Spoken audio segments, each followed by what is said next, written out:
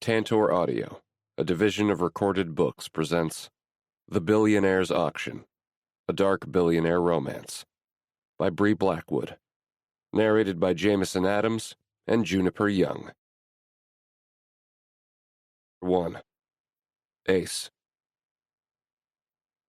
The candles flickering in the distance glowed as hushed whispers of the chant I knew by heart danced around me. Someone had placed the candles around the room for effect, not because it was necessary.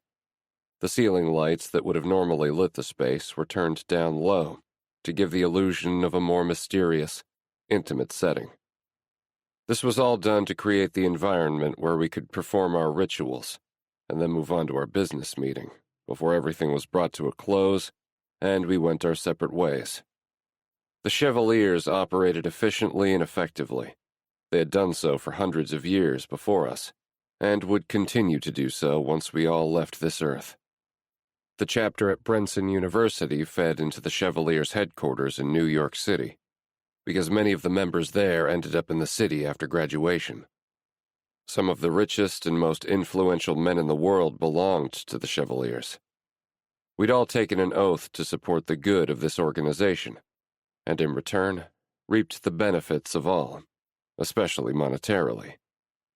It paid to be on the right side of the chairman's orders, because the consequences would be deadly. When the chairman's eyes met mine, his slight nod made me think of what I'd gone through to get to this point. Not everyone made it to initiation, no matter how much money they threw at the organization. In some cases, it had become survival of the fittest, and the men in this room had won. We'd come out on top. After going through several rounds of tests, I was initiated into the secret society with several friends who felt more like brothers. We'd seen some things that I could never unsee, but I was devoted to the organization for all that it had done for me. Quitting wasn't the easiest thing in the world. Once you were a member, the only way you left was in a body bag. When the chanting stopped, the overhead lights brightened, making it easier to see everyone in the room. We didn't bother with cloaks, scepters, and some of the other apparatuses that some of the younger members used. But the symbolism and devotion to the organization was still alive and well in here. As one walked down the hall before reaching this room, you could spend your time looking at some of the history of the Chevaliers. Historical exhibits and photos that featured our founders were scattered at various headquarters around the world. When the business meeting started, I waited patiently as the current officers spoke about the latest news within the Chevaliers. As the meeting went on, I leaned on the arm of my chair with my head in my hand, my index finger landing on my temple. "Bored?" The man next to me whispered to not disturb the report being given. I glanced over at Kingston Cross, but didn't change my body language. No, I just have things on my mind. Like the meeting with Will? This time I shrugged, but kept my attention on the man speaking in front of me. Kingston and I needed to talk to Will De Palma, a member of the Vitale crime family.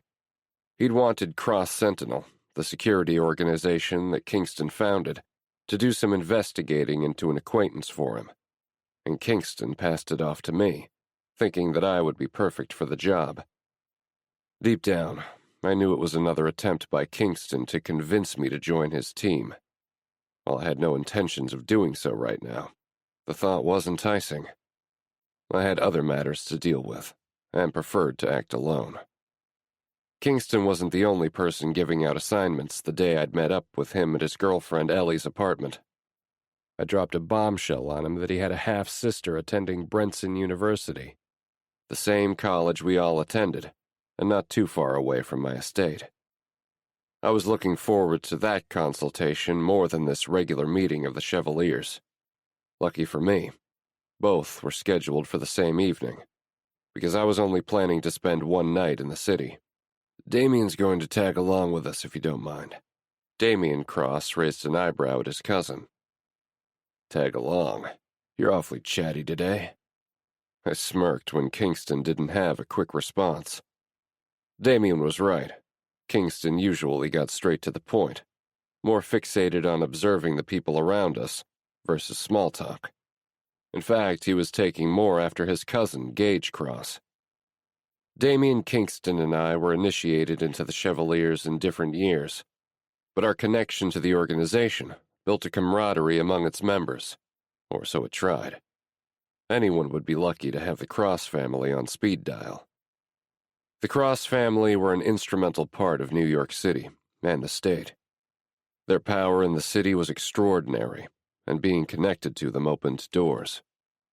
But being that my grandfather finally acknowledged me when I was a senior in high school helped too.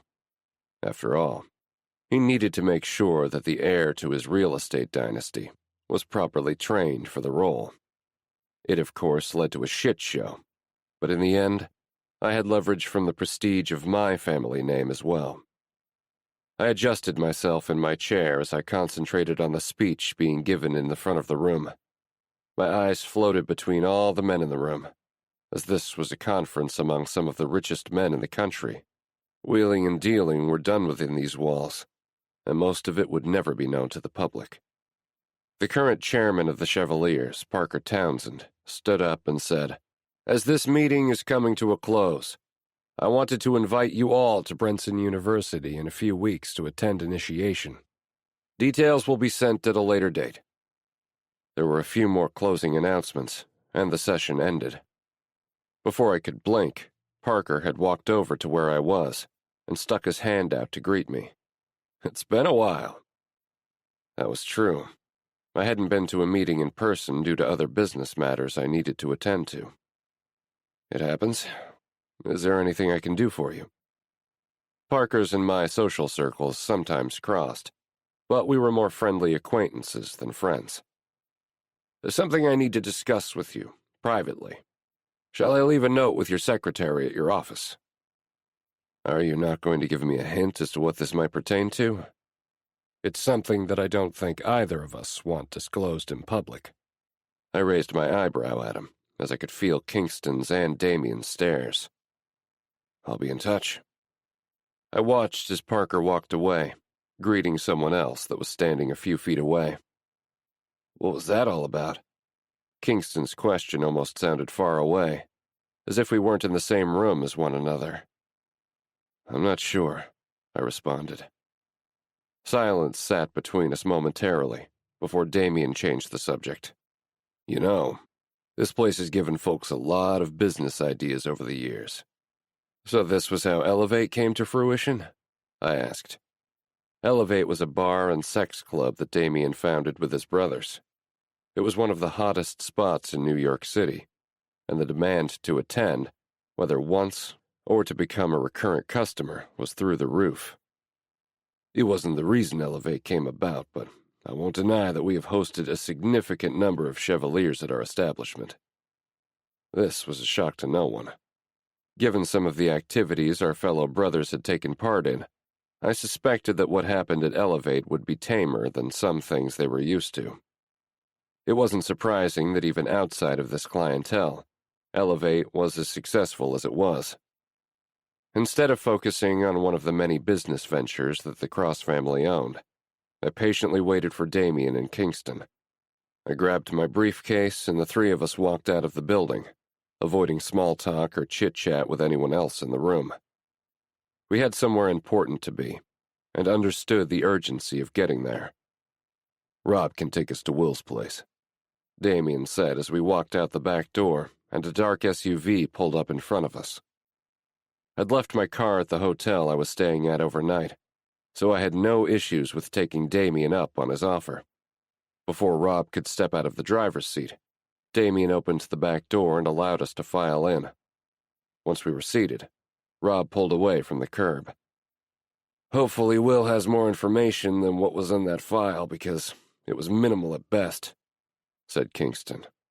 "He's usually very thorough."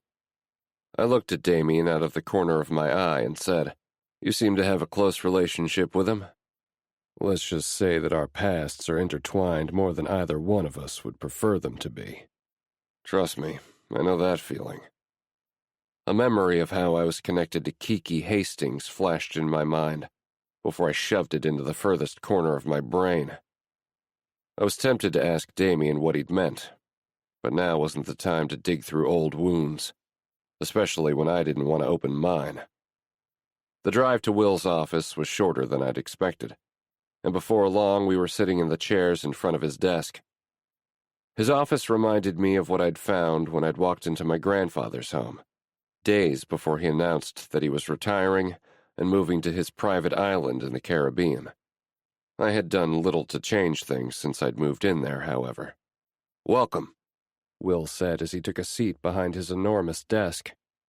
Anyone looking in on this meeting would think that Will was the one running the show, but I knew differently.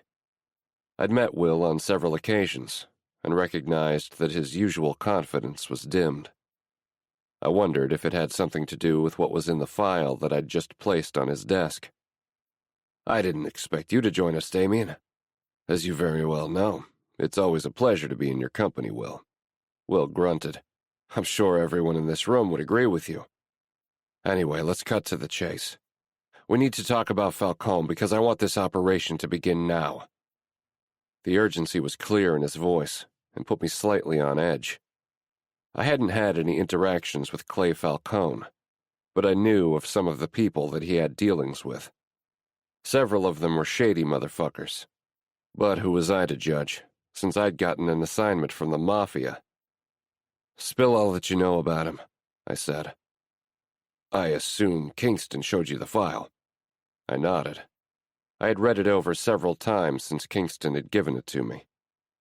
"But I want you to tell me why you want me to get involved with Falcone and investigate his property, and not, say, someone within your organization." "I've known Falcone for a long time, and we've been cordial, but I got word that John Moretti was feeding information to him." Damien spoke up. "Is that why you didn't have a huge issue with me killing him after he disrespected Aeneas?" I studied both men one by one, before my eyes landed back on Will. Damien killing one of Will's men could easily have caused a lot of bloodshed, and that was a risk he'd been willing to take to support the woman he loved. "That's correct, even though I wish I would have gotten to him first." "You have to be quicker than me," Damien said as he sat back in his chair with a smirk on his face. Will looked at him for a long moment before he turned his attention to Kingston and me. "The leaks have continued, even though John is no longer among the living, and they're giving Falcone pertinent information about my businesses." I knew that was code for more of his black market dealings, but you still haven't explained why one of your men couldn't look into Falcone. Will ran a hand across his face. "Falcone will spot one of my men from a mile away, but he might be more willing to let someone who isn't connected to me in. In the end, he's motivated by money, and I want to know what he's doing at that estate. If he's encroaching on my territory after the agreement we made—" Will didn't have to finish his sentence because everyone in the room knew what would happen. "Understandable. I'm willing to do this under one condition." "Name your price." We both knew I didn't need his money, and I knew he'd pay me handsomely. "I get to do this my way, with no interference from anyone. I'll keep you informed about what I'm doing, and if I need anything, I'll let you know. But you don't get to direct this." Will glanced out of his office window, with New York City's skyline displayed before us all. "Fine. I want everything I can get to make Falcone understand that he's fucked with the wrong man." 2. Ace. I pulled open the front door of Bar 53 and walked inside. It had taken only a couple of days to get on Falcone's calendar, and I spent that time researching everything I could about him. For someone who was supposed to be conducting both legal and illegal businesses in New York, it was very easy to gather basic information about him. What I hadn't been able to find was what he was doing at the property Will wanted to know more about. That was even after doing a deep dive into what businesses he was running in general, and watching the house like a hawk.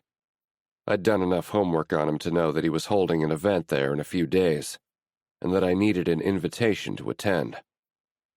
As I studied Bar 53, taking account of anything noteworthy, A blonde woman standing behind the bar caught my attention.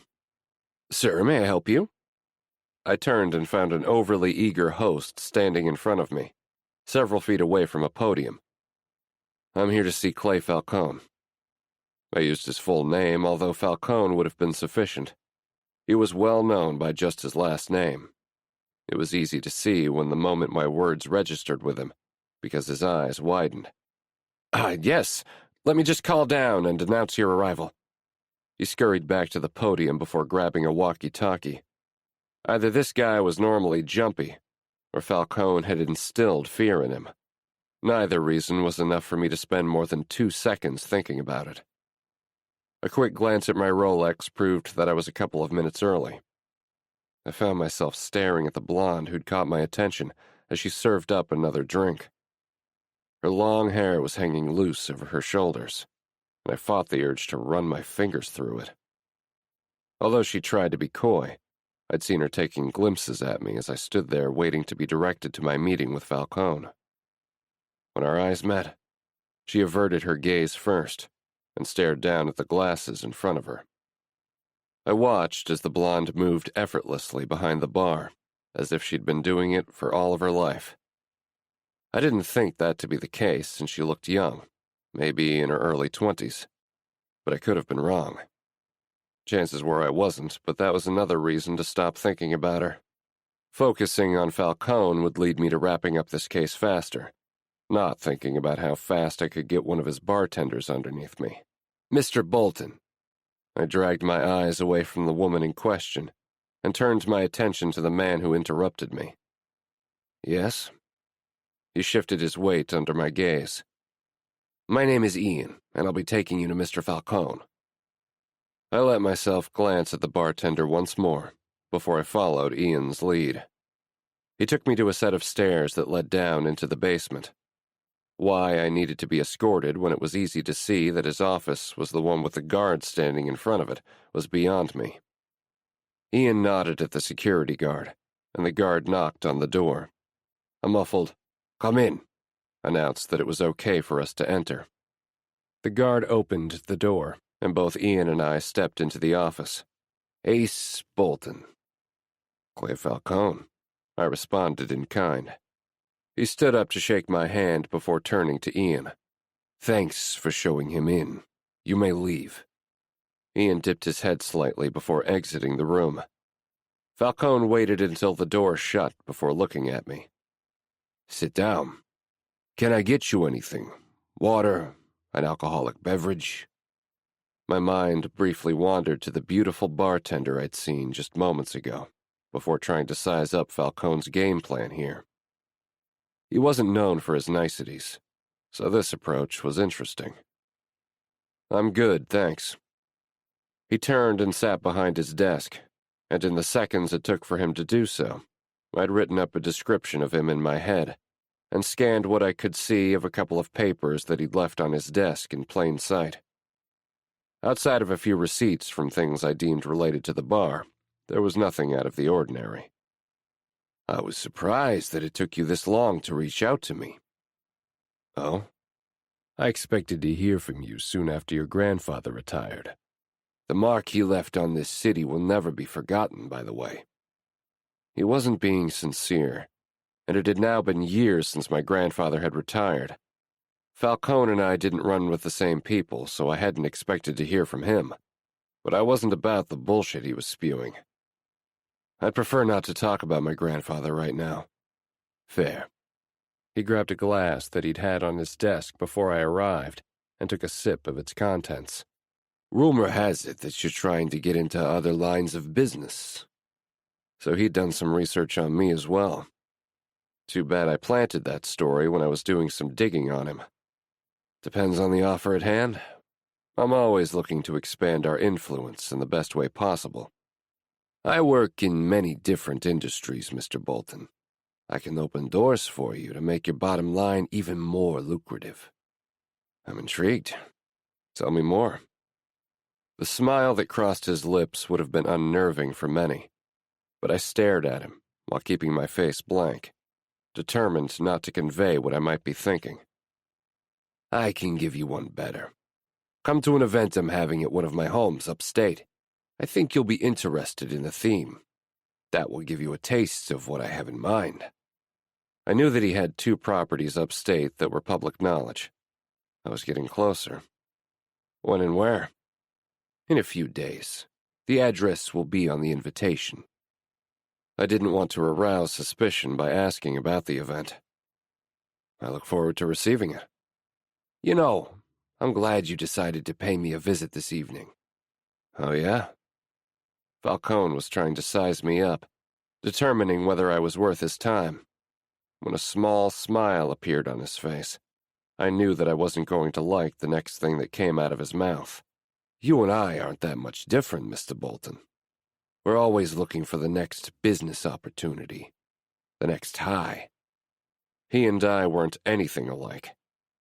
Falcone had drawn that comparison up in his mind without knowing a damn thing about me.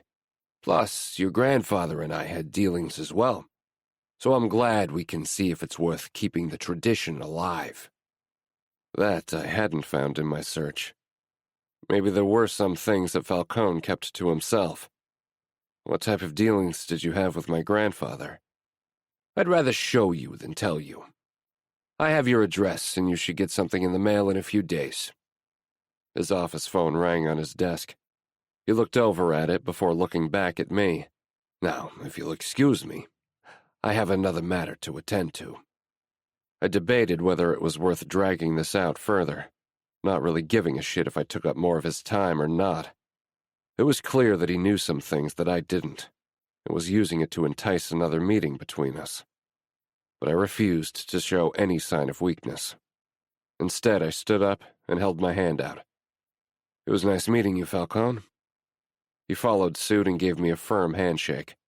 I returned the favor before he said, "Likewise. I assume that I will see you soon." I waited until he broke eye contact first, before I turned around and left the room. The guard closed the door behind me, and I quickly scanned the hallway to see if I could deduce anything. Seeing nothing, I walked up the stairs by myself, my escort nowhere to be found. I glanced back at the bar just before I left Bar 53.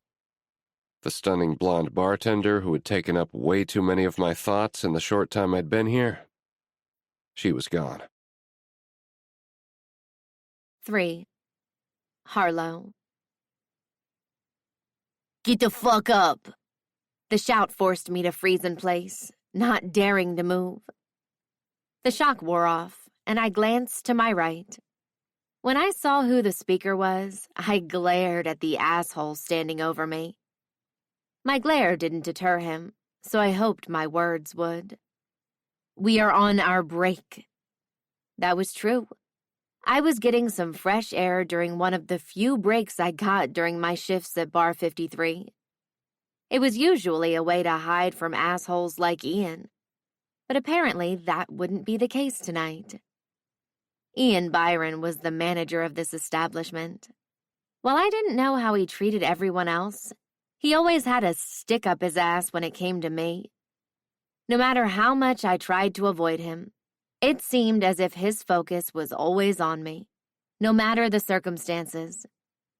"We're allowed a 10-minute break, Ian." I couldn't help but look at Emma out of the corner of my eye. Emma tried to keep the peace at all costs, even if it was detrimental to her. We were the exact opposite in that regard, because I always felt as if I had nothing left to lose. And if truth be told, I didn't. "I didn't ask what you were allowed. Get back to work because customers are waiting." If I could punch him in the face, I would. I had only 3 months and 2 weeks left at this gig before I could throw 2 middle fingers up and waltz on out of here.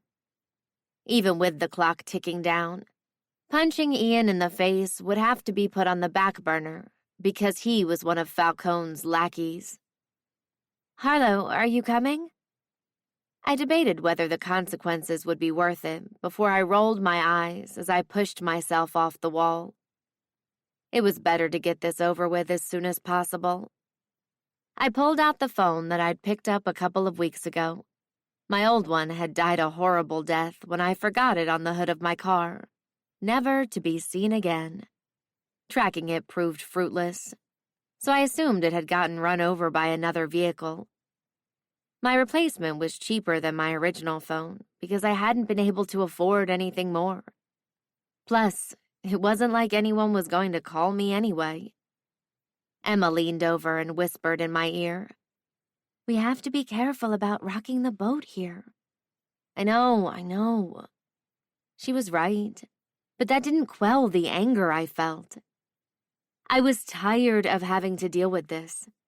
This treatment had become a day-in and day-out experience. This job wasn't something that I chose to do. It was something that I was forced into because of my money troubles. If only someone had warned me. I shook my head to clear my thoughts, because harping on them wouldn't solve anything. I was in this mess now, and there's nothing I could do to get out of it, except to work for Falcone until I paid my debt off. Why had I put myself in this situation to begin with? Oh, because I had dreams and ambitions, and I'd worked my ass off to reach my goals, yet had fallen flat on my face. Life fucked me over one too many times, and I ended up here at Bar 53 because I owed Falcone a shit ton of money. But I was working it off, and once I'd washed my hands of him and closed this chapter of my life, I'd get back on track to follow my dreams. As I wiped down the countertops, I looked up and took in the scene around me. I watched as more customers filed in. A man, who was the last one to enter with the current rush of patrons, stood near the podium and scanned his surroundings.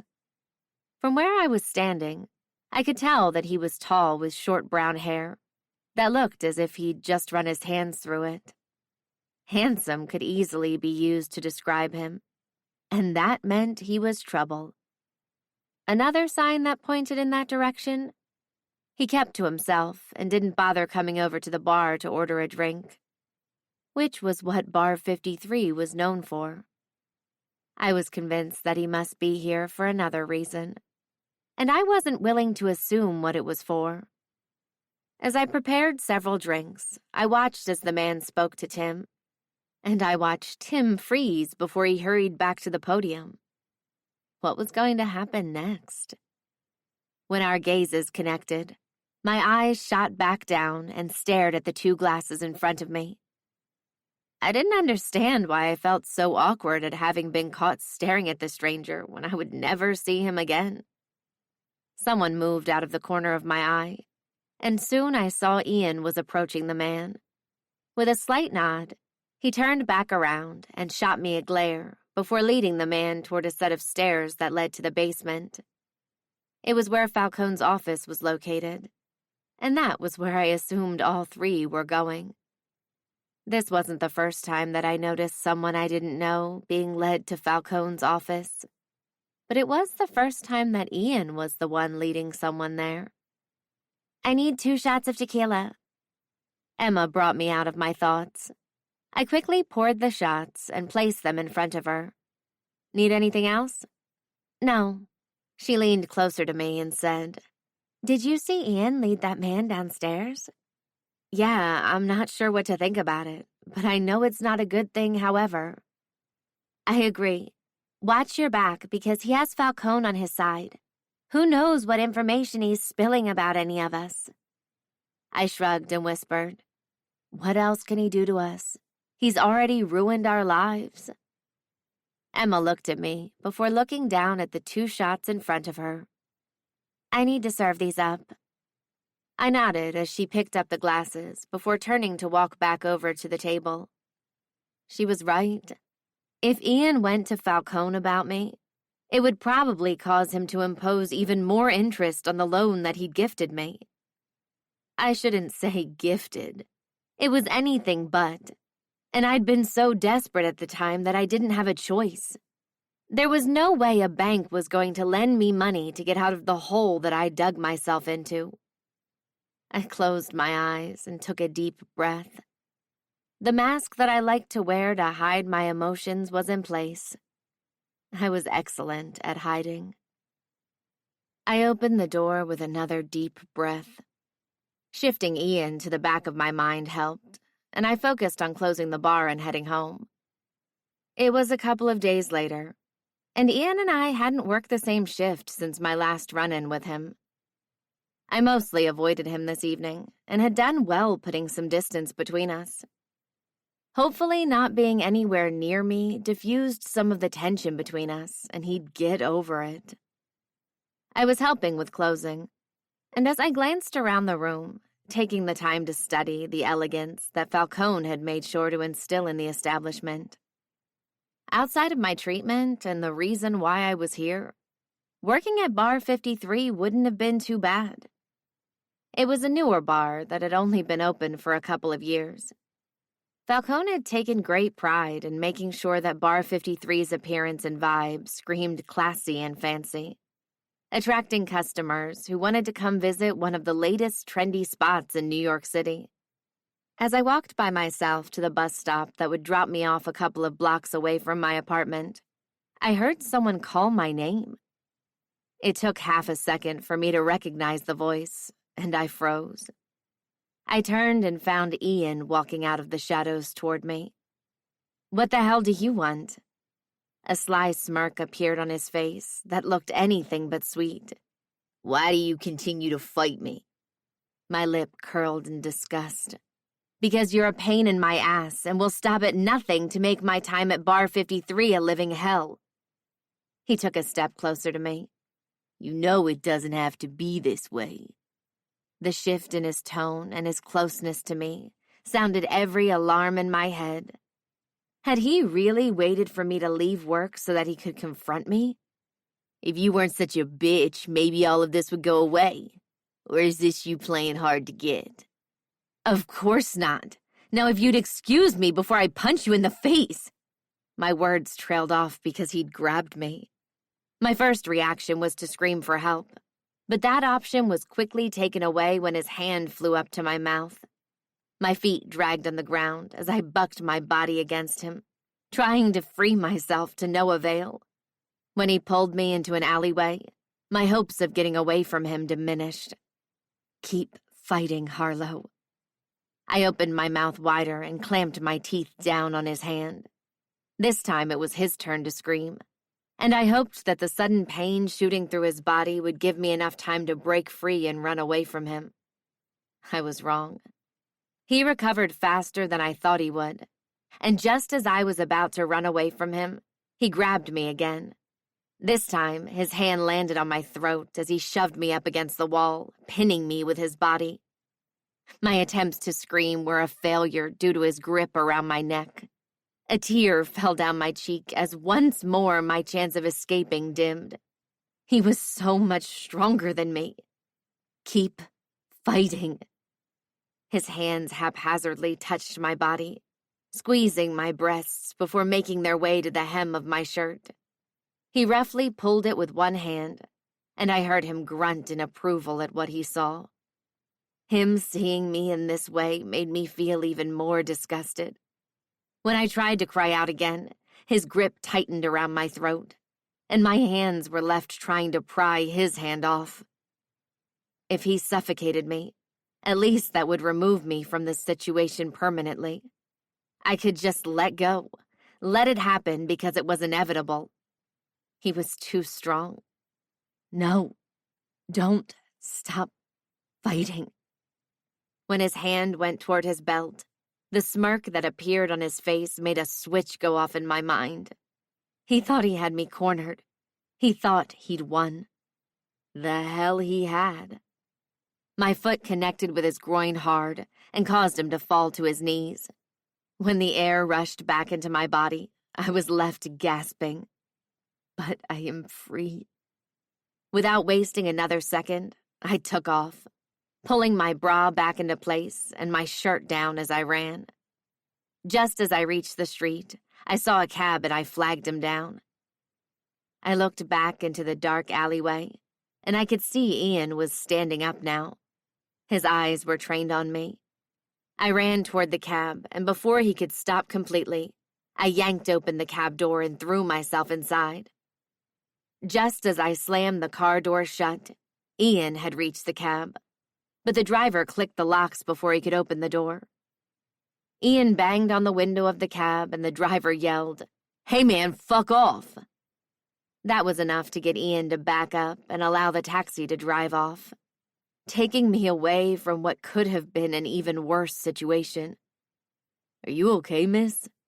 Yes, I am." I didn't recognize my voice. "You don't seem okay. Is there anyone I can call for you? I can call the police or take you to the hospital." Did I look that bad? "I'm fine." I almost told him that there was no one to call, but refrained. Yes, he'd saved me from Ian, but who's to know what he might do if he found out that I was going home to an empty apartment? The driver nodded slightly, and I noticed the volume of the radio increased, filling the silence. It was the first time I'd been content all night and embraced the song about love and happiness, something that I'd only had very few times in my life before it was all snatched away. 4. Harlow. The morning sun shone through my window the next day like a beacon from a lighthouse. It awakened me from the slumber I'd finally succumbed to only 3 hours before. I wiped my face, trying to force myself awake, but it didn't do much. Lack of sleep wouldn't do me any good, but I needed to get up and get moving. I slowly eased my body from the bed, noting every muscle that ached due to being slammed against the wall. As I walked toward my bathroom, I glanced at the deadbolt lock and the chain that further secured my door. Seeing it properly fastened, I continued on, not trusting my legs not to give out at any moment. It didn't take long to reach my bathroom from my bedroom because I lived in a tiny apartment that I could barely afford. It was only because of my landlord's generosity that I was able to live here now. It wasn't much, but it was home. And more importantly, it was mine. I had little outside of the basics, so it was easy to keep the tiny apartment clean. I'd forced myself on a schedule to keep my space tidy, and it had worked. Most of my things were secondhand, and I held on to them for dear life. After all, who knew when I'd be able to afford a replacement? I stared down at my sink because I couldn't bring myself to look at my reflection in the mirror. Yes, I was in pain, but I'd gotten away from the scumbag. I tried to stop myself from tumbling down the rabbit hole of what might have happened to me if I hadn't escaped, but I couldn't. He intended to rape me without a doubt, and who knew what else? It wasn't the first time I'd been sexually assaulted, and I knew it contributed to the way I felt about relationships now. I avoided them at all costs because that was what kept me safe. I looked at my phone, which I must have left in here the night before, and wondered if I should tell Emma about what happened last night. But what good would that do? Not a damn thing. I was resigned to the fact that I couldn't tell anyone. If I told anyone at Bar 53 about what Ian had done to me, I'd be in so much shit. Plus, I didn't want to get anyone else involved, nor have them placed on Falcone's hit list. I stared back at my reflection in the mirror, noting the dark circles that had formed under my eyes from a night of not being able to get to sleep. But I was immediately drawn to the mark on my throat. The imprint of his hand around my neck was more pronounced today than it had been last night. Shit, I mumbled to myself as I touched the bruised skin. Luckily, it didn't hurt. I also noticed the scratch on my shoulder looked more gnarly this morning and was more sore today than it had been last night. The adrenaline had worn off. Makeup would be required before I headed into the bar, or I knew someone would start asking questions I couldn't answer. I tossed my blonde hair into a bun on the top of my head and pulled at my face, examining every pore that I could see. The slight blue tinge under my eyes became even more apparent with my hair up. Or maybe it was just me being overly critical. I felt as if I looked older than my 23 years, but there was nothing I could do about that. Instead, I let my head fall as I leaned over the sink. My breath was shaky as I tried and failed to catch it. With another deep breath, I stood up tall and pushed my shoulders back, hoping to grant myself a boost of confidence that I didn't feel. I turned the faucet on and watched as water fell from the spout. My hands landed underneath it, and I drew the water to my face. I enjoyed the cooling sensation that it left, and watched several droplets fall from my body before I reached over and grabbed the towel that I'd used the night before. I'd come home and immediately scrubbed my body, hoping to remove the feel of Ian's touch on my skin, but it hadn't worked. The only reason I hadn't had a nightmare the night before was because I barely slept. I grabbed my phone, left the bathroom, and walked back over to my bed to make it. When I finished, my eyes landed on a picture that I kept on my kitchen counter. I picked it up and stared at it, memorizing every element and committing the moment to memory once again. The photo was taken about a year ago at a bookshop near New York University, my alma mater. I was in my last semester of college, and Mama Robinson had taken me out for coffee as a treat. Spending money on expensive books and coffee was a rare occurrence due to the lack of money we both had, so I'd treasured the moment and the fun we had together. I treasured it even more now that she was gone. "You're going to own one of these one day." Her words coursed through my mind just before a drop of water landed on the frame. The idea that I would own a bookshop one day was far beyond the realm of possibility, especially given the money I owed Falcone. Usually looking at the photo gave me warm and fuzzy feelings. The last time I'd felt this way was when Mama Robinson had taken me in and given me a home that I could call my own. She raised me when no one else would. I barely kept it together when I thought about Mama Robinson and how my life had changed when she died. She was the only one who gave two shits about me. The years we'd spent together were beautiful and cut way too short when she died unexpectedly from a heart attack. There I was, mourning the loss of someone near and dear to me, and wondering how I was going to pay for her funeral costs. Like me, Mama Robinson was alone in this world, with no family, and together we'd become one. Sometimes I dreamed about Mama Robinson and wondered what she would think of me right now. I shouldn't have borrowed the money from Falcone to pay for her funeral, but there was no way that I wasn't going to make sure that she rested in peace, and all of her affairs were in order. She'd given me so much when no one else would have, and it was the least that I could do, even if I wished she'd been better prepared for death than she had been. I sat down on my freshly made bed and debated what I should do with myself. Hibernating in my apartment until I was forced to go out seemed like a good plan, especially since I didn't have to work today.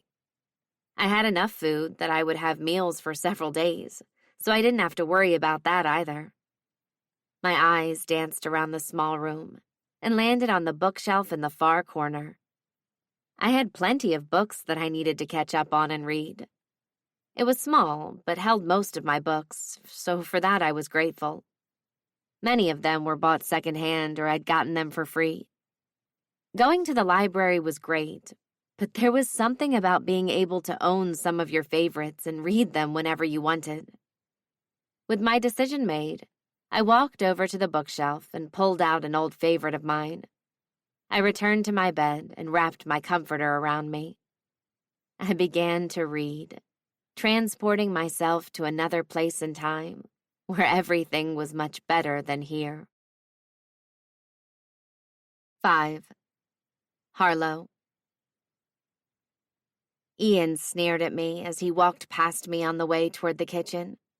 The busted lip and the cut that was on his neck after I fought him off looked even better to me this morning than what I'd seen just before I took off down the street.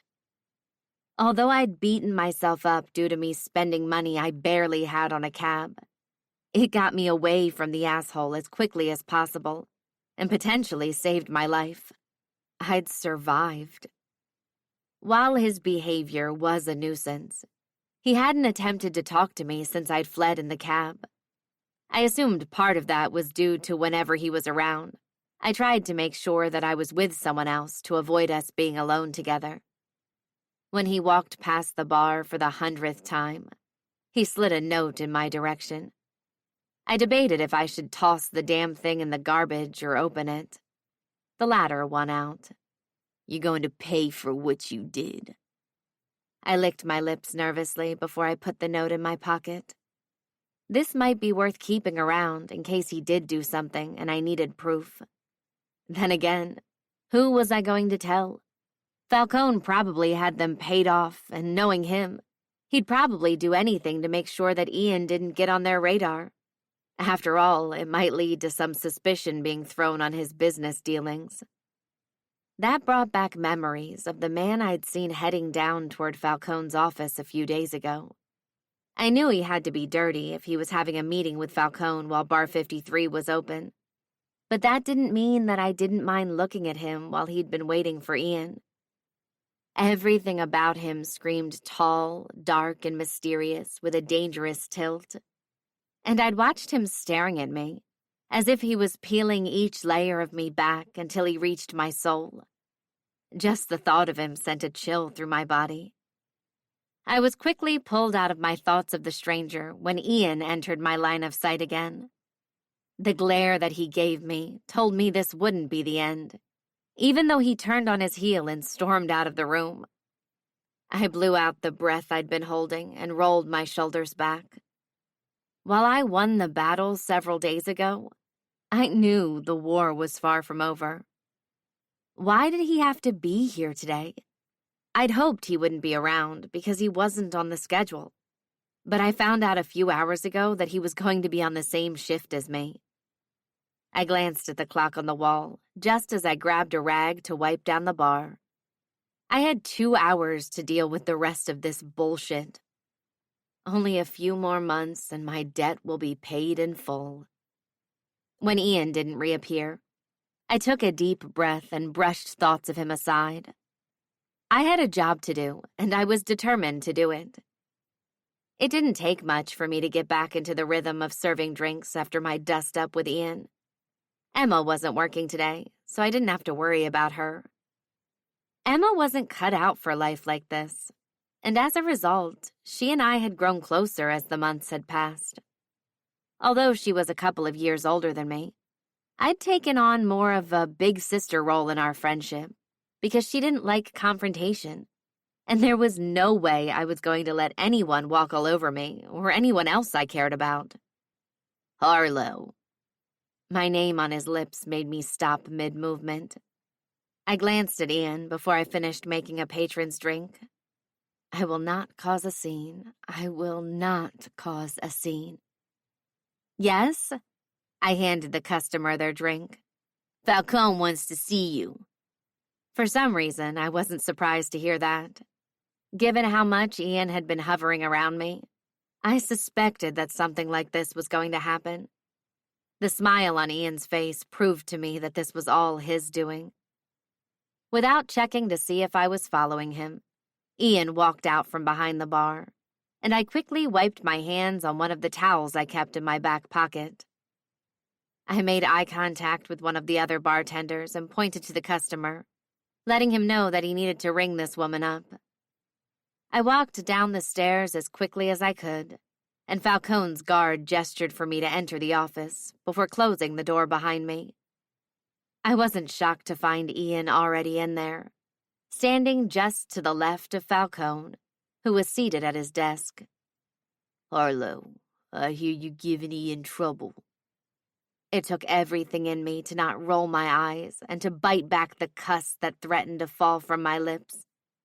Of course the asshole went and blabbed to Falcone, and more than likely left out how he'd antagonized me since I started here. I chose my words carefully. I've been a loyal employee who has been working to pay off the loan you gave me. I'm always on time and haven't missed a day I was scheduled to work. Falcone nodded once. This is all true, unless you're keeping something from me, Ian. No, sir, Ian replied. I cupped one hand over my other, letting both rest in front of me. I gently squeezed one of my pressure points to try to remain as calm as possible. Ian and I have never seen eye to eye, but I've never let it impede my performance here. That's not necessarily true, sir. My remaining calm flew out the window. You mean when you tried to rape me? You fucking liar! Ian said as he turned his body toward me like he was about to attack me. My fight-or-flight instinct kicked in. Before either one of us could act, Falcone held his hand up. Did you try to rape her, Ian? I watched as his eyes darted between me and Falcone. No, she's been playing hard to get ever since she got here, and My mouth opened wide as Ian tried to accuse me of wanting him to attack me. You've got to be fucking kidding me, you piece of— Enough! Falcone's words stopped both Ian and me. Falcone stared at Ian for a moment before looking at me, and I watched as a light bulb went off in his head. Change of plan, Harlow. You're not going to work at Bar 53 any longer. I folded my arms across my chest. You're going to let me go? His smirk made my heart sink. Oh, no. I've decided that I want my payment in full sooner rather than later. My stomach bottomed out. There was no way I was going to have anywhere close to how much I owed him right now. But we had an agreement. Yes, that I set the stipulations for, and that I can change them at will. It's all in the contract you signed, remember? Falcone looked at me and a shiver ran down my spine. I couldn't quite describe it, but he wasn't looking at me as if I were a person anymore. He reached over and grabbed his office phone before pressing one button. Rose, I have another one for you for the party. He waited a couple of seconds before hanging up the phone. His stare had never strayed from me, but this time he spoke. We require your services elsewhere. I'll send a car to pick you up on Saturday. I was afraid of the answer, but I asked the question anyway. And if I don't go? The look in his eyes almost made me take a step back. When he looked down at his desk, I took the opportunity to breathe, before the air left my lungs in a rush. He'd picked up a gun that I hadn't seen on his desk, and the next thing I knew, I was staring down the end of a gun barrel. I'll kill you. 6. Ace. I opened the file again and scanned the page for the millionth time. The words hadn't changed, nor had I expected them to. The red envelope with gold trim that I placed next to it just moments before had taken up most of my attention. I knew where the invitation had come from, but it didn't do much to settle the feeling in my stomach. Then again, that could have been due to the room I was in. Sitting behind this desk felt foreign to me, even though I'd lived here for a few years now. I'd recently started using it to conduct business, but it still didn't feel right. I'd heard how often my grandfather held meetings here, and it felt as if I was imposing. That was one of the reasons why I didn't invite too many people here, or host anyone. I hadn't changed much since he left because I'd had plenty of other things to worry about. My grandfather loved dark woods and featured them a lot throughout his home. It made things seem dreary throughout most of the rooms. It fit my mood most of the time, so maybe that was another thing we had in common, outside of me looking like him when he was my age. If anyone doubted it, the portrait that he'd placed of himself above the fireplace in this office would prove them to be a liar. I reached over and grabbed the coffee that I shouldn't be having this late in the day and took a sip. It was one of the habits I kept after I quit smoking. As if I'd manifested its existence, I opened the top drawer and saw the pack of cigarettes that I'd forgotten I kept in there. I should have thrown them away, but I couldn't bring myself to do so. Would it be worth it to take a hit? I'd quit a while ago, but the urge to smoke right now was there. Sitting in the drawer next to it was an older photo that had seen better days. It was easy to see that it was a photo of my mother and grandfather during happier times. Based on the year written on the back of the photo and their friendly nature with one another, it was clear it was before I was born. One would have never thought he would throw his only child out on the streets just a few short years later. Burying those thoughts as quickly as they appeared, I put the photo back in the desk drawer where it belonged and closed it decisively. For some reason, Parker Townsend entered my mind. I still hadn't heard from him after our brief encounter after the Chevaliers meeting. I'd expected to hear from him sooner, and it wasn't as if he didn't have my contact information. Even though I had more pressing matters to deal with, him wanting to meet with me sat in the back of my mind more often than I cared to admit. What could he possibly want? But what weighed on me more was the envelope sitting on my desk. I picked up the red envelope and tapped it on my desk. I flipped it over and ran my finger along the crease that held the flap closed. I'd recognized it immediately as Falcone's, and knew it was an invitation to the special party he was hosting. The envelope reminded me of the decor in his office. A mixture of deep reds and golds made it stand out among the regular mail. Instead of continuing to prolong the inevitable, I shifted some papers and found what I had in mind. A letter opener that had been in here longer than I'd lived here. Or hell, maybe longer than I'd been alive. Touching it made me think of my grandfather and the unnecessary trauma he caused. But I pushed it to the side and opened the envelope. Inside lay a gold-colored piece of cardstock with typed lettering on it. "You've been invited to attend a party hosted by Clay Falcone," I read out loud. I scanned the rest of the invitation. I knew that the party would be anything but a joyous occasion, but I focused on the mission that I was given. Find out as much information as I could about Falcone's operations out of this particular property. If I found out who was leaking information about the Vitali crime family, that would be a bonus. We knew that there was more going on than just parties being thrown there. But what? Drugs? Weapons? All of the above? "Sir?" I looked up from the invitation and found Anderson standing in the doorway. Going from being the scum of the earth to having everything I have now was a complete mindfuck, and something that I still wasn't used to. That included having a home with a butler who referred to me as Sir. No matter how many times I corrected him to call me Ace, he reverted to Sir, so I'd given up. He'd called my grandfather Sir, since he'd started working for him 20 years ago, so I assumed the greeting had just stuck. "Would you like anything before I retire?" I thought for a moment before shaking my head. "No, I have everything I need. Thank you." "You're welcome, sir." And he left just as quietly as he came. I stood up from the big brown desk that took up a significant portion of what had now become my office. But none of this felt as if it were mine, because in reality, it wasn't. When the chair creaked under my weight, I made a note to myself to tell Anderson to order me a new chair. I'd inherited all of this from a man I barely knew, and I resented him because of it. He'd had the power to change my life in ways that many could only imagine, but he'd chosen not to. Instead, he waited until he knew he needed to make sure an heir was in place to enact such a change. And while I stood in the home that he built, my feelings toward him grew colder every time I thought about him. There was no way that I could change the past, but even though my grandfather was thousands of miles away, it still felt as if sometimes he was still trying to make my life a living hell.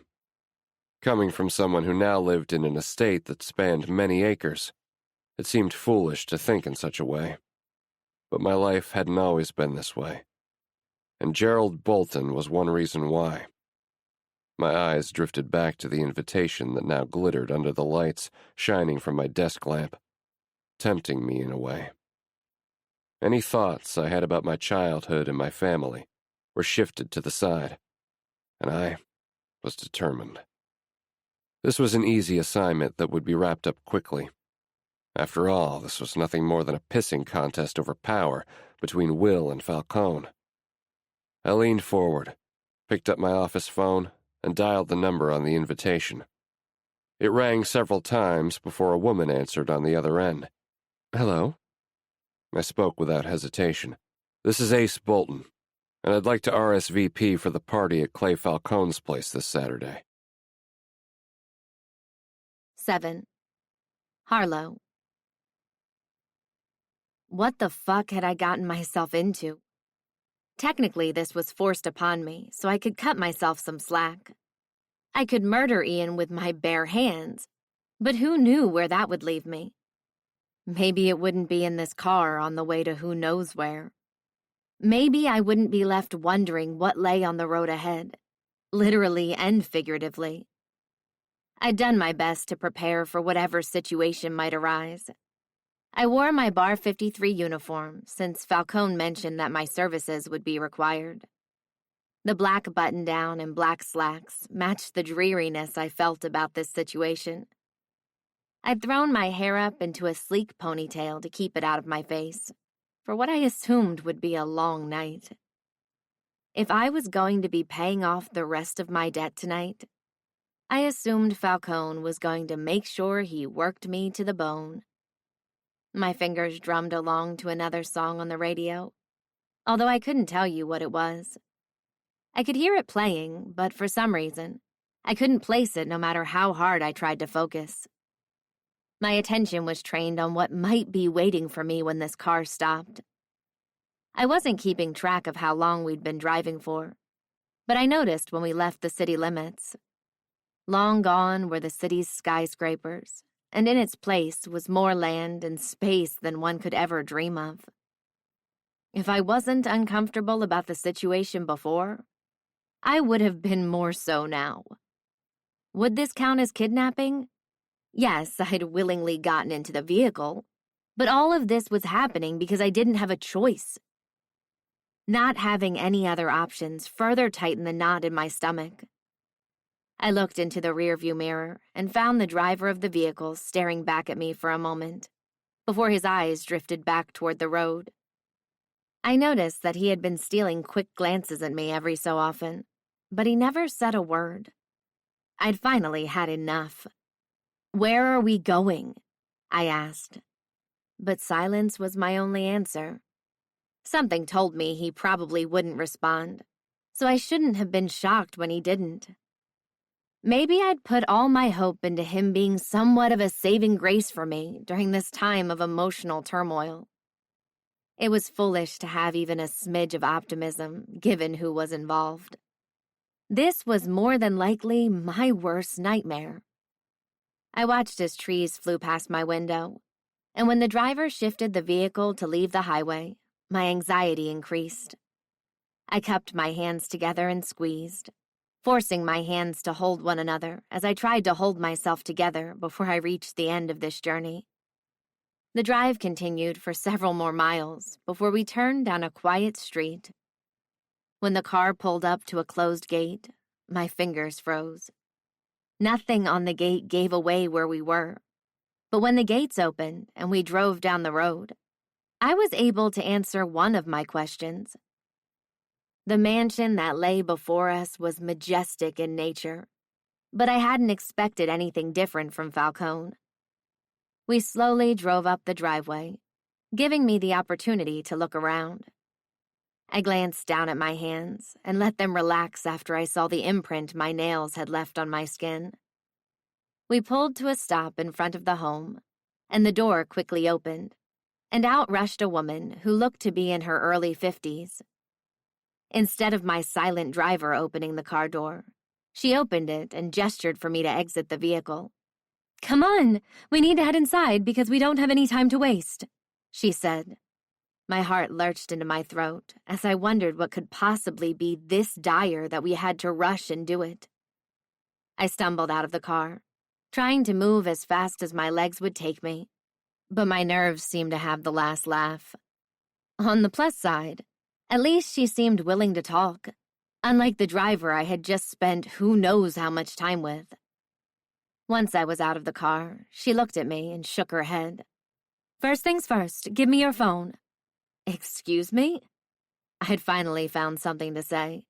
We don't have any time to waste, she repeated. Hand over your phone. You won't be needing it for the time being anyway. I'm not handing over my phone. Look, I'm just doing what I've been told to do. You can take it up with Mr. Falcone or hand me the phone. I debated arguing with her, but I was going to do everything I could do to avoid being near Falcone. She'd made a good point. Outside of being able to call the police if something happened, what did I need my phone for? And would anyone believe me if I did call the authorities? Plus, it wasn't as if someone was going to check up on me. Emma might shoot me a text message, but I wasn't on the schedule to work today, and I'd just seen her yesterday as I was secretly finishing up my last few days at Bar 53. Her stare and her hand on her hip told me that her patience was growing thin. Before I handed it over to her, I looked down at the device and noticed that my reception was slowly going from full service to no bars. Yes, I sometimes had problems getting service while I was inside of a building, but I chalked it up to owning a shitty cell phone. But never had I had issues with having service while outside. How remote was this place? I handed her the phone, and she placed it in her pocket without a second thought. Follow me. With that, she turned on her heel and walked away from me and back toward the house. I found myself staring behind her before hearing the car that brought me here pull away, effectively leaving me stranded. Since I had no other choice outside of trying to hike to someone else's home or back to the highway, I followed the woman up the stairs and into the enormous house in front of me. To keep up with the woman's clipped pace, I ignored most of my surroundings. Once we were in the foyer, she kept walking toward the stairs, and I almost stopped her to ask why we were heading this way. I should have been headed toward the bar area or kitchen. Excuse me, but where are we going? This way, she said. So much for answering my question. Every so often, she would look over her shoulder. I assumed to check to see if I was keeping up with her. She led me down a long hallway and stopped in front of the last door on the left. Before she could open it, I heard a thump coming from a door on my right, and she just shook her head. Ignore that, she said as she twisted the knob and opened the door before ushering me inside. She joined me inside and slammed the door behind her, making me jump. Before I could do anything else, she grasped my cheeks in her hands. You look pretty rough, dear, the woman said as she examined my face, much like I'd done several days before. I wasn't offended by her comment because it was true. This had been a hellish week, and something deep down told me that it was only just getting started. Her tone was much different than when she'd first retrieved me from the car. It's been a rough few days, if I have to be honest. And tonight won't be much better. You're the last one to arrive, so we need to work fast.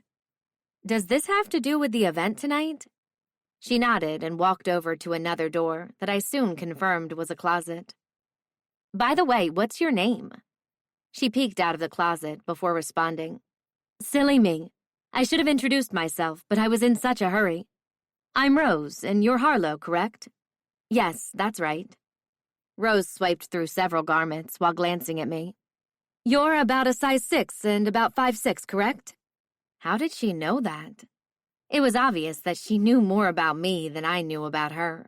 Yes, that's right. Okay, why don't you take a shower while I pull out a few pieces that might work for tonight?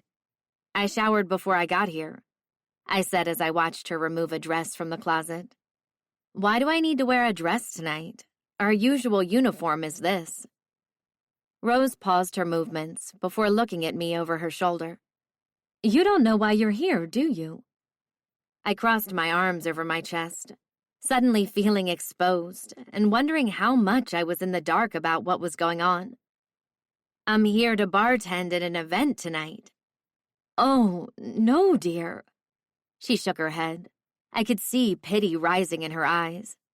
You're here to be auctioned off to the highest bidder. 8. Harlow. Had she just said what I thought she said? No, I'm not. I want to go home now. I'll find another way to pay Falcone back. I'm sorry, but this is the only choice you have, dear. I walked up to the woman and put my hand on her arm. I debated my options and chose something I'd never thought I'd do. Beg. Please, you can just sneak me out the back door or something and no one would have to know. I wish I could, but it would be a matter of life or death for both of us if I did. She swallowed hard and then said, There's one thing you should do, however. What's that? Pray that the person who bids on you isn't a complete monster. I choked back tears at her words. Someone who was willing to bid on another person under these circumstances had to be a savage. I couldn't wrap my mind around it as Rose pushed me toward another door. So like I said, please shower quickly so we can get you ready. There has to be some other way. This time she looked me in the eye and said, You and I both know there isn't, or else you wouldn't be here right now, Harlow. The more you stall, the later you'll be, and neither of us wants that. I saw a glimpse of fear pass across her face before she pushed me toward another door in the room. When I opened the door, I wasn't surprised to find a bathroom that was probably large enough to fit my tiny apartment in. It was almost like walking into a fancy hotel bathroom that I'd seen on television growing up. The number of beauty products that lined a portion of one of the walls astounded me, but also made me feel sick to my stomach. How many women had come before me and had done this exact thing against their will? To make it through tonight, I turned my attention to the shower and flipped it on. Without a moment's hesitation, the water flowed from the sprinkler head, and I had to admit it was one of the most breathtaking things I'd ever seen. Growing up, sometimes being able to find a working bath or shower had been difficult. And even now that I had my own apartment, I swore that my shower was barely holding on. Having a shower head that worked efficiently and had warm water flowing from it almost immediately would have been a life-changing experience for me if I wasn't so desperate to get out of this fucked-up auction. When I stepped into the shower, I basked in the short-term glory. Feeling luxurious for 5 minutes loosened my nerves. But once I stepped out of the shower with a towel firmly wrapped around my body, my anxiety rose. I was one step closer to meeting the fate that would be laid out for me tonight. Everything all right, dear? Yes, I'll be out in a moment. I used a vanilla-scented lotion that I found and wrapped a bathrobe around my naked body before walking back into the bedroom. I noticed Rose had laid out several dresses on the bed. I'm assuming one for me to choose tonight.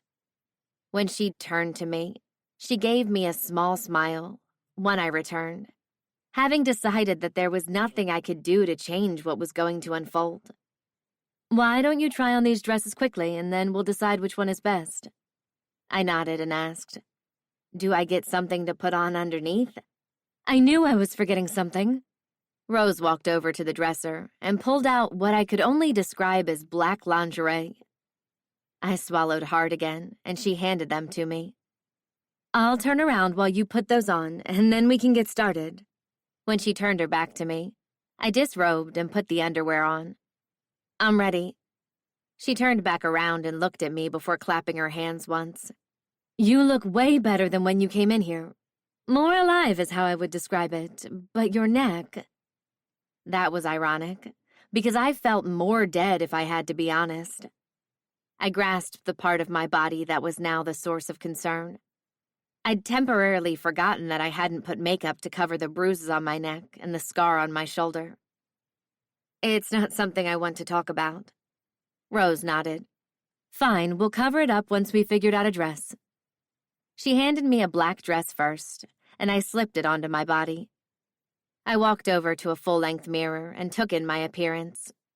She shook her head. This doesn't work. I agree. Okay, let's try another. We went through all the dresses on the bed and still hadn't picked one. There was one I was debating but hadn't pulled out. I see a fire in your eyes. You will make it through this. In fact, I think this dress here would be perfect for you. She walked over to the closet and pulled out a garment bag. She unzipped it before handing me a red dress. I curled my hair into loose curls with the curling wand that Rose found, and worked on my makeup that thankfully had been provided. Even the bruises on my neck and the scratch on my shoulder looked hardly noticeable. When I looked back into the mirror, I didn't recognize the woman standing before me. "Are you ready? I believe you're up first." "Yes, I am." It was showtime. My heart was thundering in my chest. In fact, I wondered if it would make a run for it to escape the prison my body had created for it. It felt as if I was in a prison as I waited for my turn to be called to the stage. The feeling of wanting to throw up was present, and I wondered if it would be worth making a run to the bathroom. Hell, maybe if I ran into the bathroom, that might buy me some time to escape. I turned to Rose and said, "May I use this restroom?" I gave her a small smile in hopes that she would trust me enough to allow me to do so. My haphazard plan might fall apart, but I had to try something. She smiled back at me and leaned over to talk to the man who'd directed us where to wait backstage. He looked at her just before he looked at me.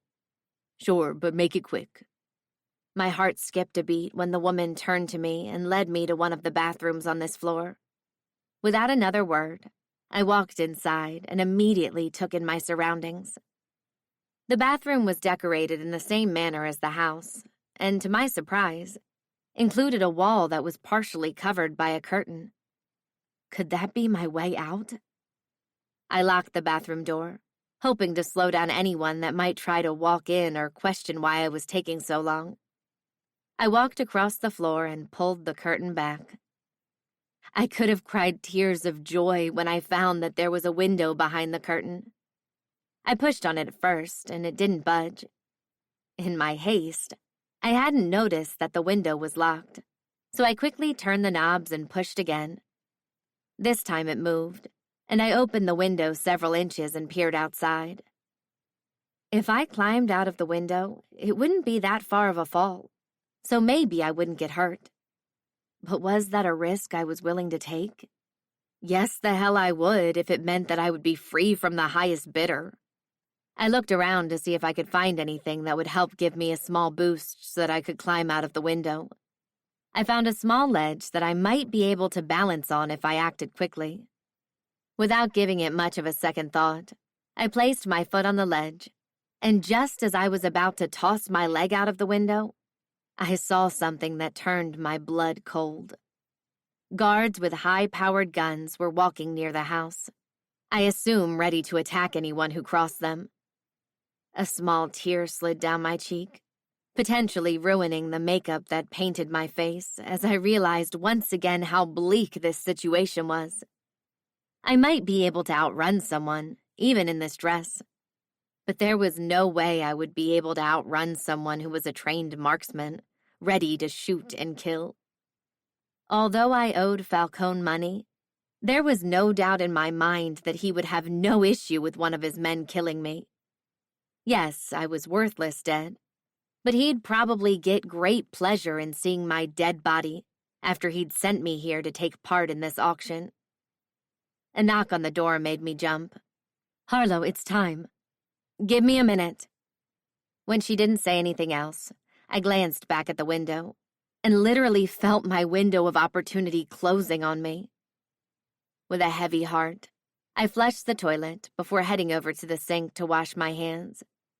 Once I'd dried them off, I looked at myself in the mirror. My makeup was still holding up well, which was a relief. No matter what life threw at me, I promised myself I wouldn't be rattled. Today was one of those days where it was hard to do so. I walked out of the bathroom and joined Rose with a tight smile. She rushed me back to where we'd been waiting before, and soon I felt myself following the auctioneer. Before, where I felt as if I was being swept into a tornado as I traveled through the house. Now it felt as if time had stopped. I studied the scene that unfolded in front of me as I stepped onto the makeshift stage that had been set up in this great room. The decor in the room was elaborately designed in red, gold, and black. very different from the vibe Falcone had chosen through his decor choices at Bar 53. Maybe he intentionally designed this space to look like hell to further torment the people that had to stand on this stage. When all eyes were on me, I stood up straight and cupped one hand with the other and squeezed, willing my heart to stop racing. I started repeating a mantra to myself that I hoped would eventually force me to believe it. You will get through this. You will get through this. This was really happening. I was being auctioned off to the highest bidder. The auctioneer didn't even turn to look at me before he cleared his throat and started speaking. The small amount of compassion that I'd gotten from Rose wasn't anywhere to be found. It felt as if I'd been thrown to the wolves. The auctioneer didn't bother saying my name when introducing me, and gave only my body measurements and a brief rundown of my skills that no one else should know unless I told them. The feeling of violation coursed through me as I felt like an intangible thing instead of a person. The thought of that had been in the back of my mind for some time, but not even being referred to by my name was more painful than I'd imagined. I fought with myself as I tried not to sink back into old habits and thoughts that haunted me throughout my childhood. I needed to stay strong, or else I would crumble right in front of all these vultures who would have no problem eating me alive. And then I saw him. When our eyes connected, I could have cried. The vulnerability I felt increased tenfold as I tried to keep it together. Although I didn't know him, just seeing his familiar face made me feel a million different things at once. Due to the bright lights and where he was sitting, I couldn't tell what color his eyes were, but I felt drawn to him for some reason. I tried to break the stare between us, but I couldn't. A strong urge in my body made me feel called to him, in hopes that he would save me from this hell. 9. Ace. I nodded at the person who opened the front door for me as I stepped inside the home. Although I made it a point to be a few minutes early, it seemed as if a few people milling about also had the same idea. Fucking sleazeballs everywhere.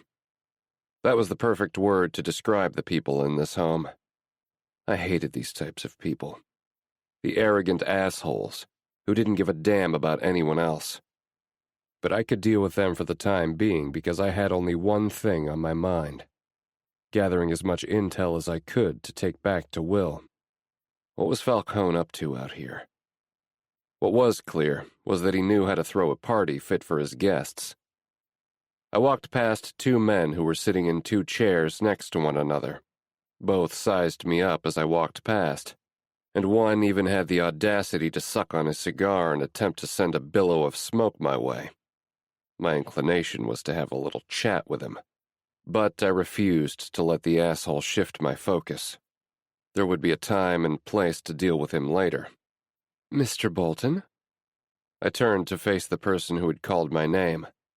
I didn't use an alternate identity when I went to meet with Falcone, because it would have been too easy to identify who I was. I raised an eyebrow at the woman standing in front of me.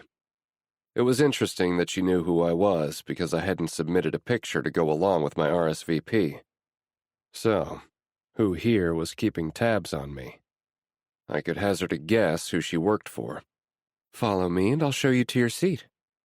I spared one last glance at the two men before following the woman through a set of doors that opened into a larger sitting area.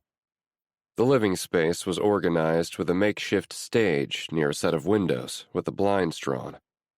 Chairs were lined up on the opposite side, ready for everyone to view the stage.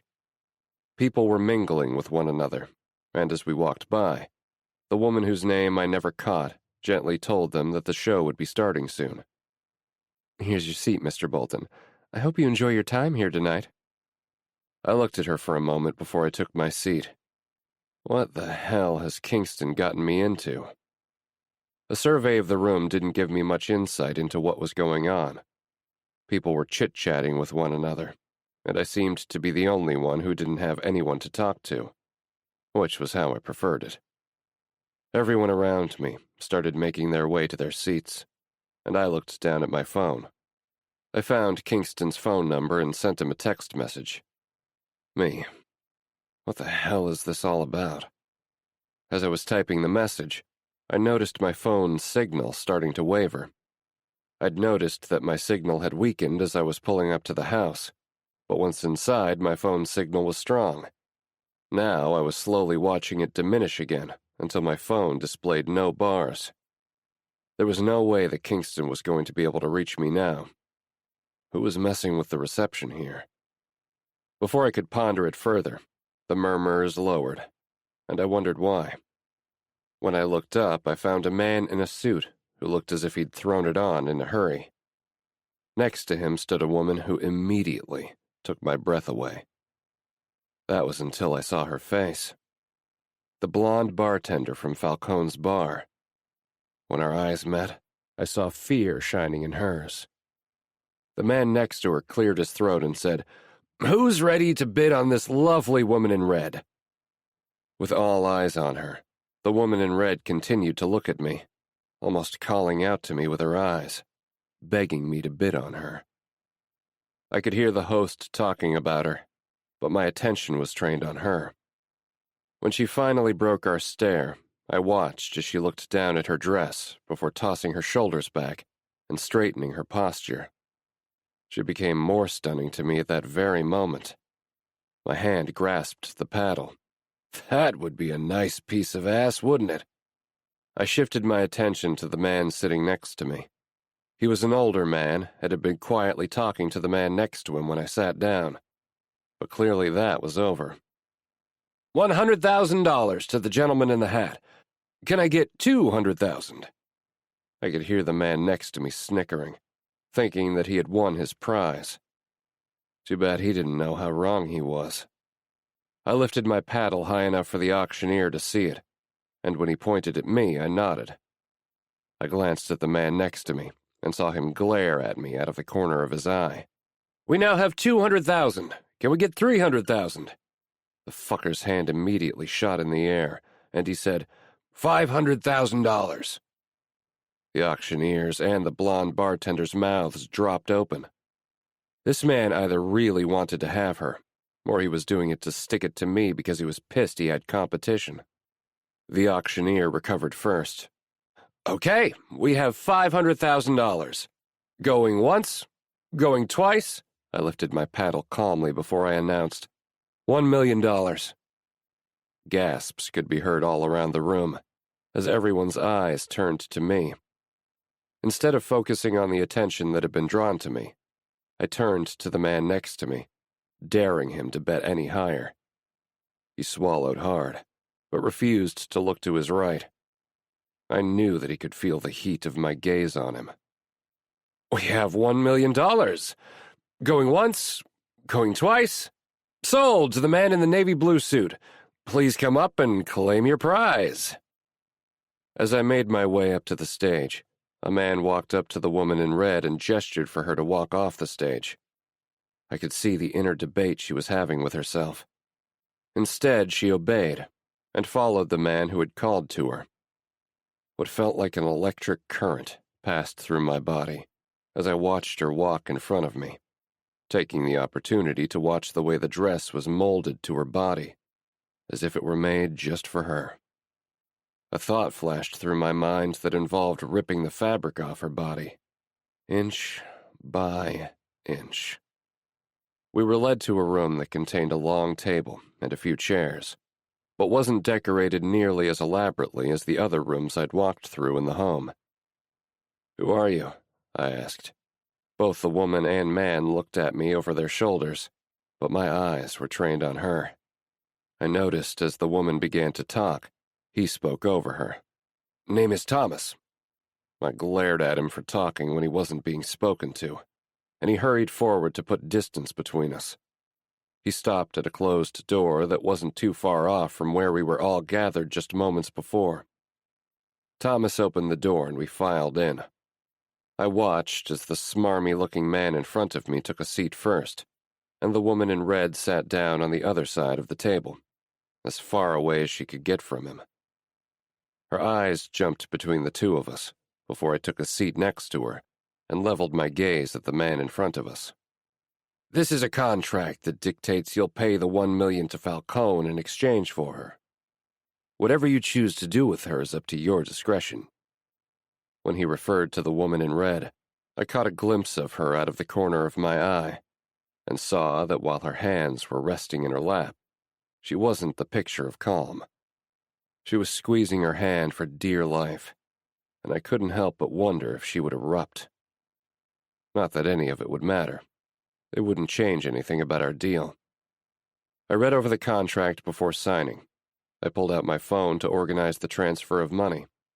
As I placed my phone down on the table, there was a knock on the door, and the woman who escorted me to my seat entered. "Thomas, if you're done wrapping this up, you're needed to do the contract work for another transaction in the room next door." She quickly closed the door behind her after her announcement. My eyes drifted over to the blonde bartender, because I couldn't help but be drawn to her, and to her reaction about what was happening around her. It was easy to see that she wasn't pleased. She was still tightly gripping her hand, as if that was the only thing keeping her sane. I reread the papers in front of me, taking my time even though Thomas had to leave. Hearing him tap his foot underneath the table but not being able to say anything to me because I was signing over a large sum of money to his boss was enjoyable. Another knock on the door made the beautiful woman next to me jump, and we all looked up. It was Falcone himself. His stare landed on Thomas, and he said, "You may leave." He scrambled to get up and make way for his boss before closing the door behind him. "When I invited you here, I didn't expect you to make a purchase right away, Mr. Bolton. I thank you." I shrugged and pushed the contract toward him. "When I want something, I get it. I like that attitude. And I think you're going to get plenty with her." Before I could say anything else, he said, "Do you have any other business to attend to here, or will you be leaving?" I thought about the original reason I'd come here and said, "I do want to see what else might come up for sale." I thought I heard her growl beside me, but I couldn't be sure. If what I said kept things calm and cool between me and Falcone, then that was the goal. If he found out the real reason I was here, then I knew there would be blood spilled. "Understandable.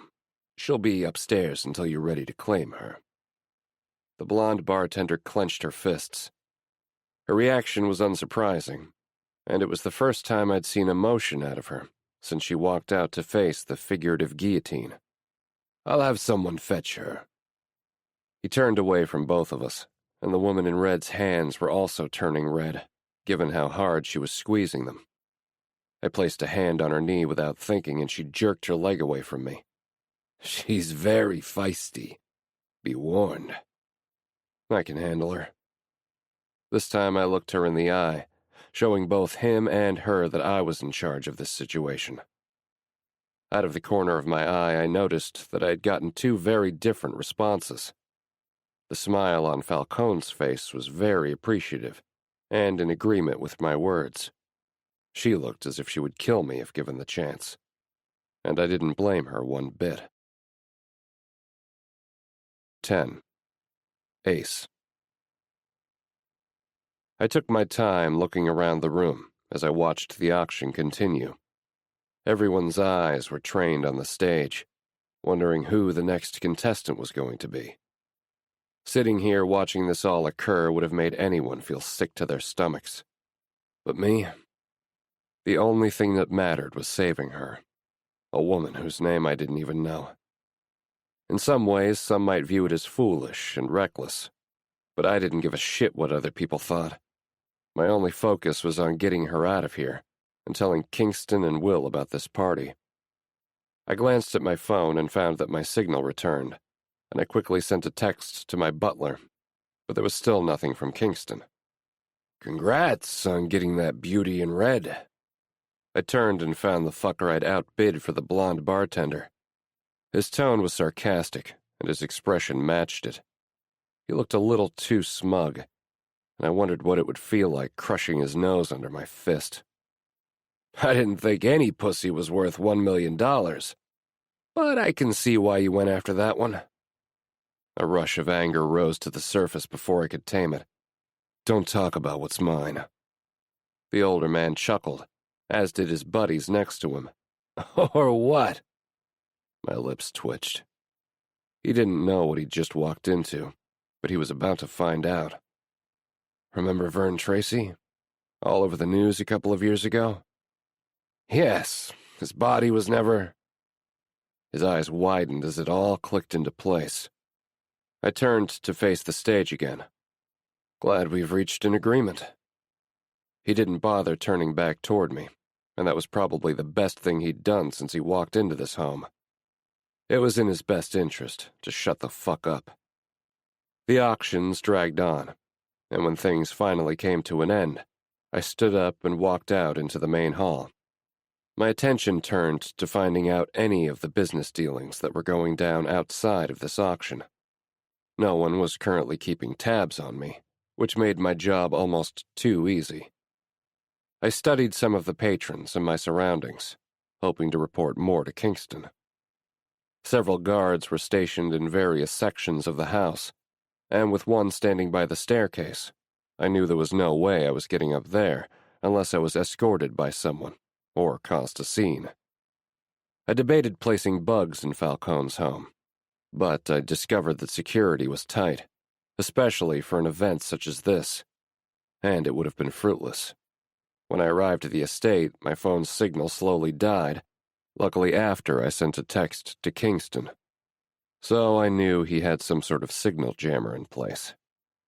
I wandered down a hallway and found most of the doors closed, but I could hear a light murmuring coming from one of the rooms.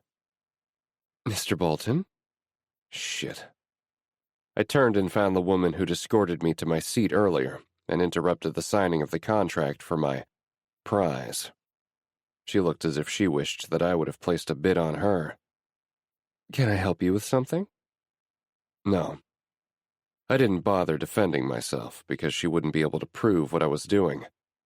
If this wasn't a job from Will, I wouldn't give a shit if she'd figured out my true motives. Her eyes scanned my body a couple of times, making me think that she wished I would take her home. Are you ready to collect your purchase? I raised an eyebrow at the woman in front of me, and I saw her quiver slightly. I'll take you to her. She walked toward the main hallway that I'd entered when I arrived, and then up a set of stairs. She led me down a long hallway, and continued until we reached a door on the left. I'd expected her to knock on it, but instead she just opened the door. I found the woman in red staring out the window on the opposite side of the room. She didn't move a muscle, even when the woman cleared her throat. You'll be heading home tonight with Mr. Bolton here. If you fulfill your end of the bargain and Mr. Bolton has no complaints, then you can consider whatever you owe Mr. Falcone wiped clean. Do you understand me? Although she nodded her head slightly to show that she'd heard, she still didn't say anything. Take as much time as you need. The guide excused herself, leaving me alone with the lady in red. I took 3 steps into the room before I said, Turn around. I want to see you. She looked to her left but didn't turn to me. I said to turn around. You don't get to order me around. Her voice was huskier than I expected, and I couldn't stop my mind from thinking about what it would sound like when I was fucking her. The amount of money that I just bid on you says otherwise, I said, as I took another step forward. She turned and faced the window again, hell-bent on defying me. My gut had told me that this might be fun, and I was glad to have trusted it. If you don't turn around by the time I count to 3, I'm going to give up this arrangement and tell Falcone I want my money back. 1. She didn't move an inch, but I knew my threat carried a lot of weight. I'm sure he held something over her head to force her to take part in the auction. She didn't want him to carry out whatever threat he made. 2. It was a dirty shot, but it did the trick. Before I could say 3, she whipped around quickly, the red fabric following the motions of her body. Instead of the fear that I spotted in her eyes earlier, there was anger, ready to be unleashed. Since there was nothing I could do to lessen the animosity that she felt toward me, given the situation, I ran my finger along her shoulder and watched as she jerked back, but not before I saw the goosebumps appear on her flesh. What had she done that had led her to borrow money from Falcone? I was determined to find out, even if right now wasn't the right time. My name's Ace. What's yours? It almost sounded comical coming from my lips, given what had just thrown us together. Harlow. It's Harlow. I tossed her name around in my mind for a moment. There are some things I need to wrap up here, but I'll come back and get you when it's time to leave. 11.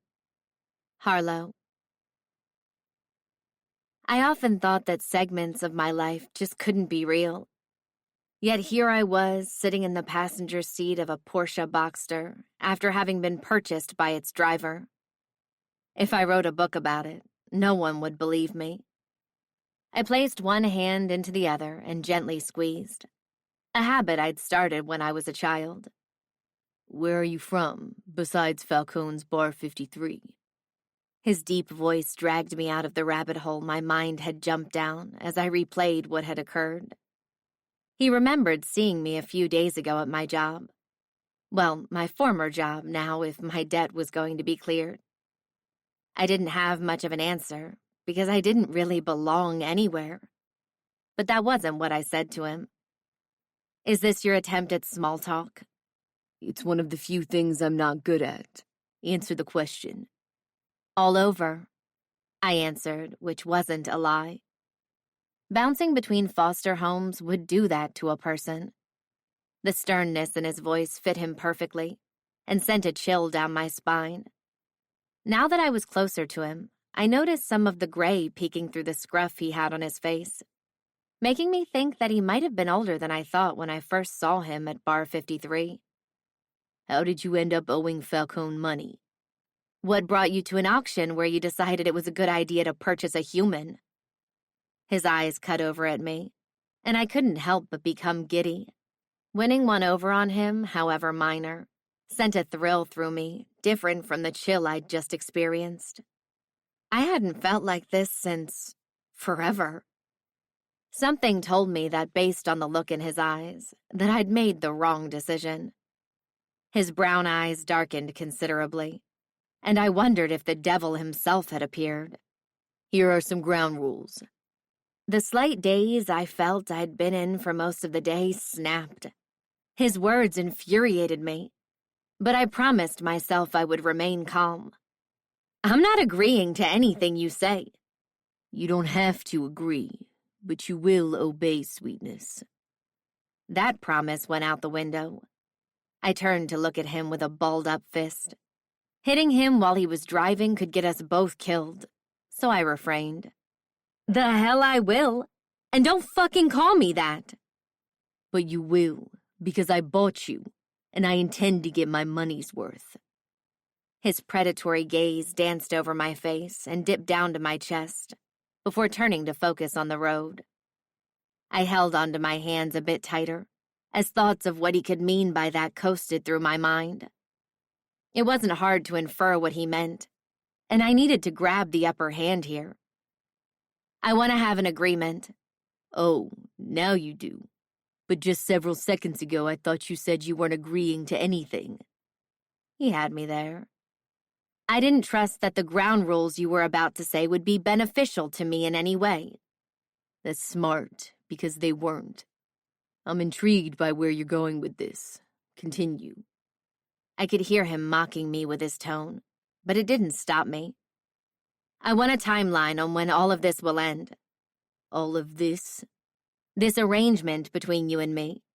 I assume that since you bought me at the auction, that the money I owed Falcone has officially been paid. Saying those words hurt my soul in a way I couldn't describe. Over the years, I thrived on thinking that I'd frozen any feelings that I might have had, due to how fucked up the world had been to me. But being bought and sold tonight had done a number on the walls I thought I'd built. Yes. He was giving nothing away, and I felt as if I was walking into a trap, but I had to keep going. When will I be free to move on with my life? He didn't reply right away, and I didn't know if he was stalling because he didn't have an answer, or because he wanted to cause even more panic within me. If I had to guess, it was the latter. What if I said you're never allowed to leave? My head jerked back, and it wasn't from being in a car. There's no way you want me to stay with you forever. You'll get tired of me within hours. He didn't reply, and my thoughts began to spiral. There was no way he could keep me forever. I had hopes and dreams that I wanted to accomplish, and a life to live, no matter how shitty my beginnings were. A month? I asked. 3 months. I could survive 3 months. He wouldn't break me because I'd survived worse. I will be collecting every single thing. Make no mistake about that. If his words did a terrible job at it, his tone and the look on his face indicated what he meant. The way he undressed me with his eyes before focusing on the road indicated what he meant. He wanted everything I could give him, including my body. I'm not doing anything that I don't want to do. Of course not, because you're going to be pleading with me to take you, and there will never be anything more to this than just sex, got it? You're fucking sick. Wouldn't be the first time I've heard that. And here I thought you weren't a monster. This time he smiled, but it didn't give me any warm and fuzzy feelings. Whatever gave you that idea? If I wasn't, would I have been at the auction tonight? I was beginning to question whether I was right about this man being my savior from this debacle. The longer I spent in his presence, the more I was beginning to think I was wrong. The 3 months that Ace said I would have to stay with him was feeling longer by the moment. Doubt crept in, making me wonder if I could survive this. I didn't know this man at all, and his dark brown eyes hid many secrets behind them. I shouldn't be drawn to him, because while he'd saved me from dealing with Ian and Falcone, I didn't trust him. He was still perpetuating the same system that allowed me to be sold to him in the first place. Was he much different than those two? I doubted it. When we drove up to a set of gates, my immediate thoughts drifted back to how quickly my life had changed when I was driven up to another set of gates just hours before. Ace stopped the car and glanced at a man standing nearby, who then must have pressed a button to open the gates to his estate. Soon we were driving up the driveway, not too dissimilar from the home we'd just left. Ace opened the front door, and when we walked inside, I couldn't stop myself from staring at the home around me. I'd learned to judge people to survive, but if I had to guess what Ace's home would look like, it wasn't this. Mr. Bolton. Both Ace and I turned, and I found an older man staring back at me. Harlow, this is Anderson. Anderson, Harlow. She's the one that I said would be staying with us for the foreseeable future. Ah, yes, sir. Will you please show her where she'll be staying? Without a glance toward me, Ace walked away as if he'd just dropped off a package with his butler and expected him to take care of everything. In a way, I was a package. Just a thing that he bought and picked up off the street and forced to be his. Come this way, Miss Harlow.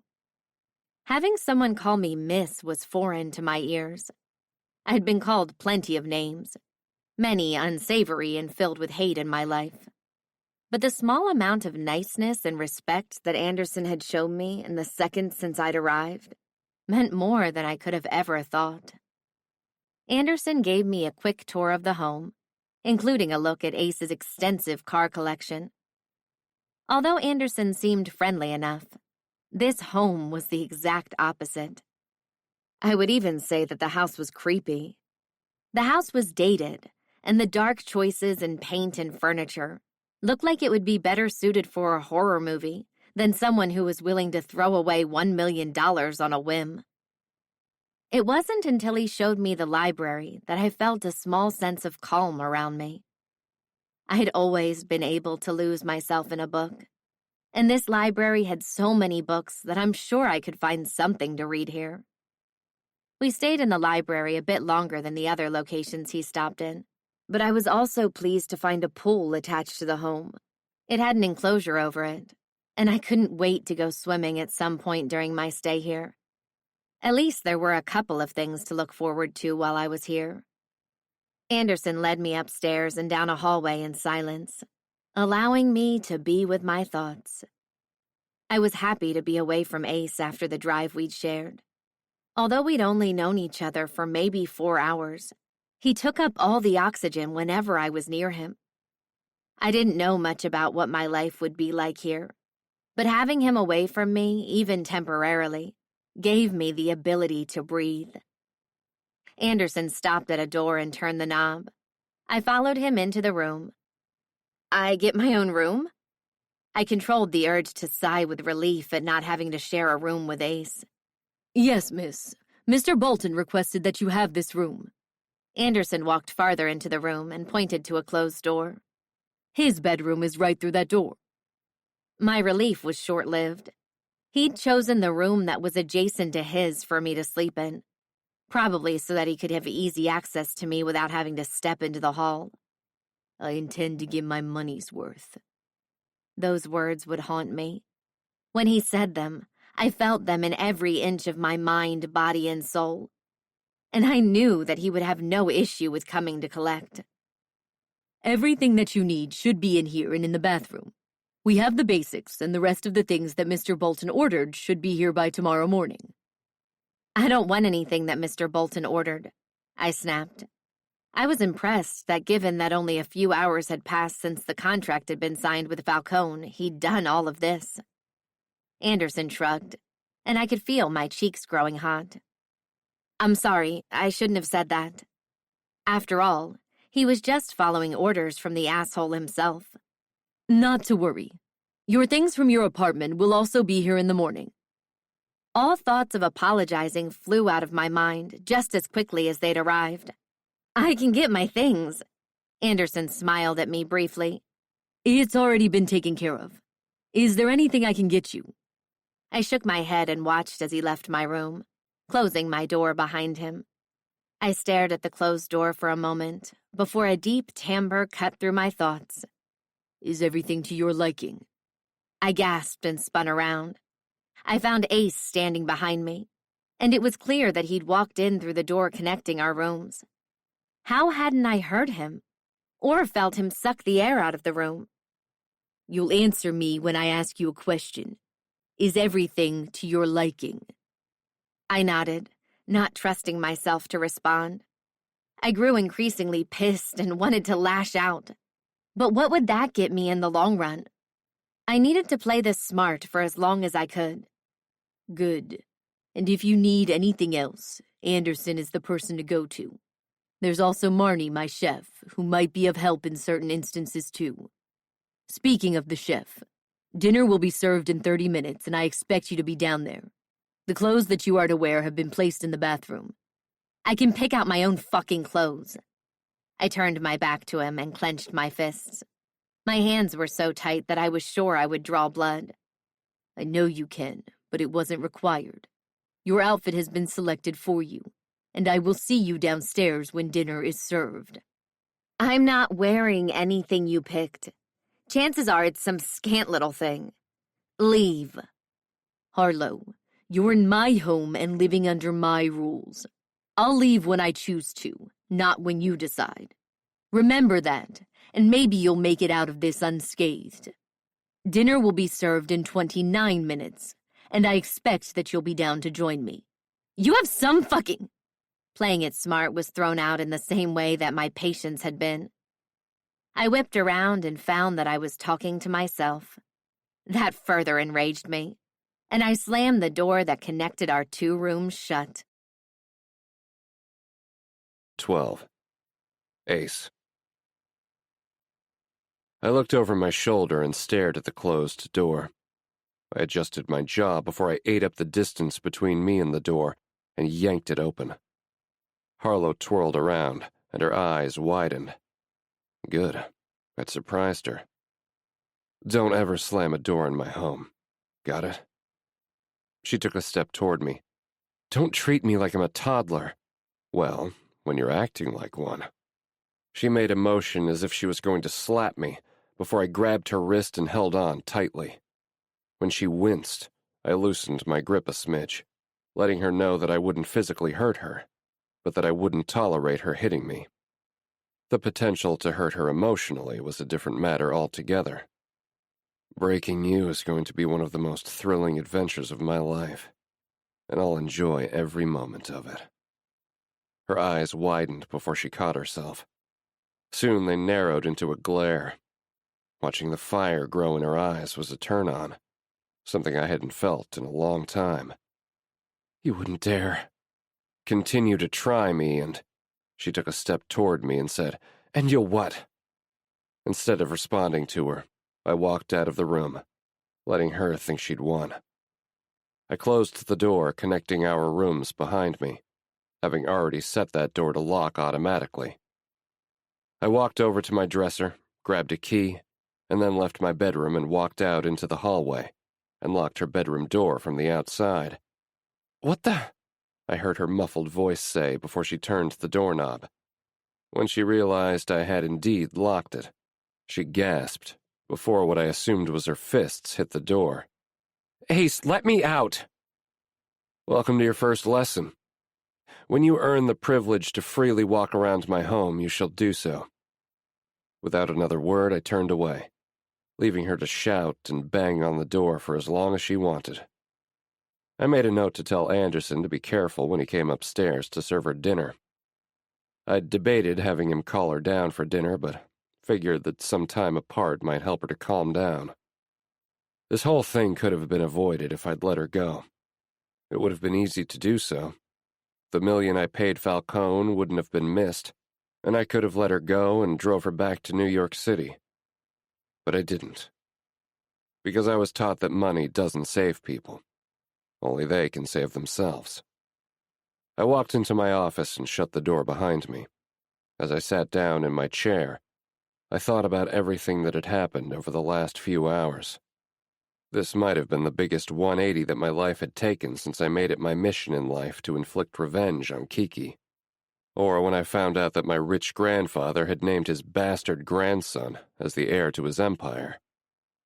When my phone vibrated on my desk, I glanced over to check the notification, and I wasn't surprised to see the number on the screen. I didn't bother with hello when I answered the phone. "Did you get any information from the Falcone party?" I did. The whole premise behind the party was that he's auctioning women off to the highest bidder. There might be some other shit going down there too, but that I couldn't confirm without raising eyebrows. That's a start then. I don't think Will is in the game of auctioning people off, though. I quickly debated with myself about whether I should tell him about Harlow, before deciding that I needed to. I ended up bidding on someone, for $1 million. He didn't respond right away, and I knew what the next thing out of his mouth would be. "What the hell were you thinking?" "Kingston. Man, I'm serious. What the hell were you thinking bidding on a woman for $1 million? I'd asked myself the same question 1,000,000 times since I raised my paddle in the air. It's not your money, so why the fuck are you concerned about it? Because that wasn't the point of you being there, and now you've become a liability. You aren't thinking clearly, and what the fuck do you mean? I saved her from being some older man's piece of ass. And you're so much better? Ace, I know you better than most people. Can you honestly say that you're much better than any of those other fuckers that I assume were there?" Deep down, I knew that he was right. I was too damaged, too fucked up. I shouldn't willingly bring anyone into my world, for they were guaranteed to not make it out alive. Yet I did, because it was her. There was a pull that I'd never felt before, and I gravitated toward her the moment I stepped into the room, and she to the stage. And I wouldn't be denied. But this also gets me on Falcone's good side. He mentioned getting me involved in some of his other businesses. Trust me on this, okay? I'd never given Kingston an opportunity not to trust me, and this time shouldn't be any different. How long are you requiring her to stay with you? His accusatory tone dimmed to a slightly more friendly one. I told her 3 months. I let the lie pass my lips without a second thought. I wasn't ready to admit to anyone that I had no intention of letting her leave me. I assume she didn't react too kindly to that. She didn't have much of a choice. Kingston sighed. This isn't like you, Ace. I shrugged, even though he couldn't see me. Maybe I'm turning over a new leaf. Bullshit. You don't do things spur of the moment. You spend a lot of time plotting, calculating, being an asshole, and thanks. I'll take it as a compliment. Of course you would. Kingston paused, I assumed, to gather his thoughts. None of this impacted what you found while there, so on the business side of things, I don't care what you do. But I'm not going to say I'm not worried about you personally. After all that you've gone through. I rubbed a hand across my face. I understand your concern, but I'm fine. Let me know what else you need me to do to get this taken care of for Will. It's going to require you going away for a few days. Are you all right with that, given your new situation? I thought about Harlow briefly before I pushed her out of my mind. I was determined to show that her being here had no impact on what I was doing. Of course I am. Where am I going? Later that evening, Kingston's words ran through my mind as I walked down the hallway. He was right. Although I'd completed what I was tasked with, I came home with something I shouldn't have. Probably further complicating matters. But I couldn't care less.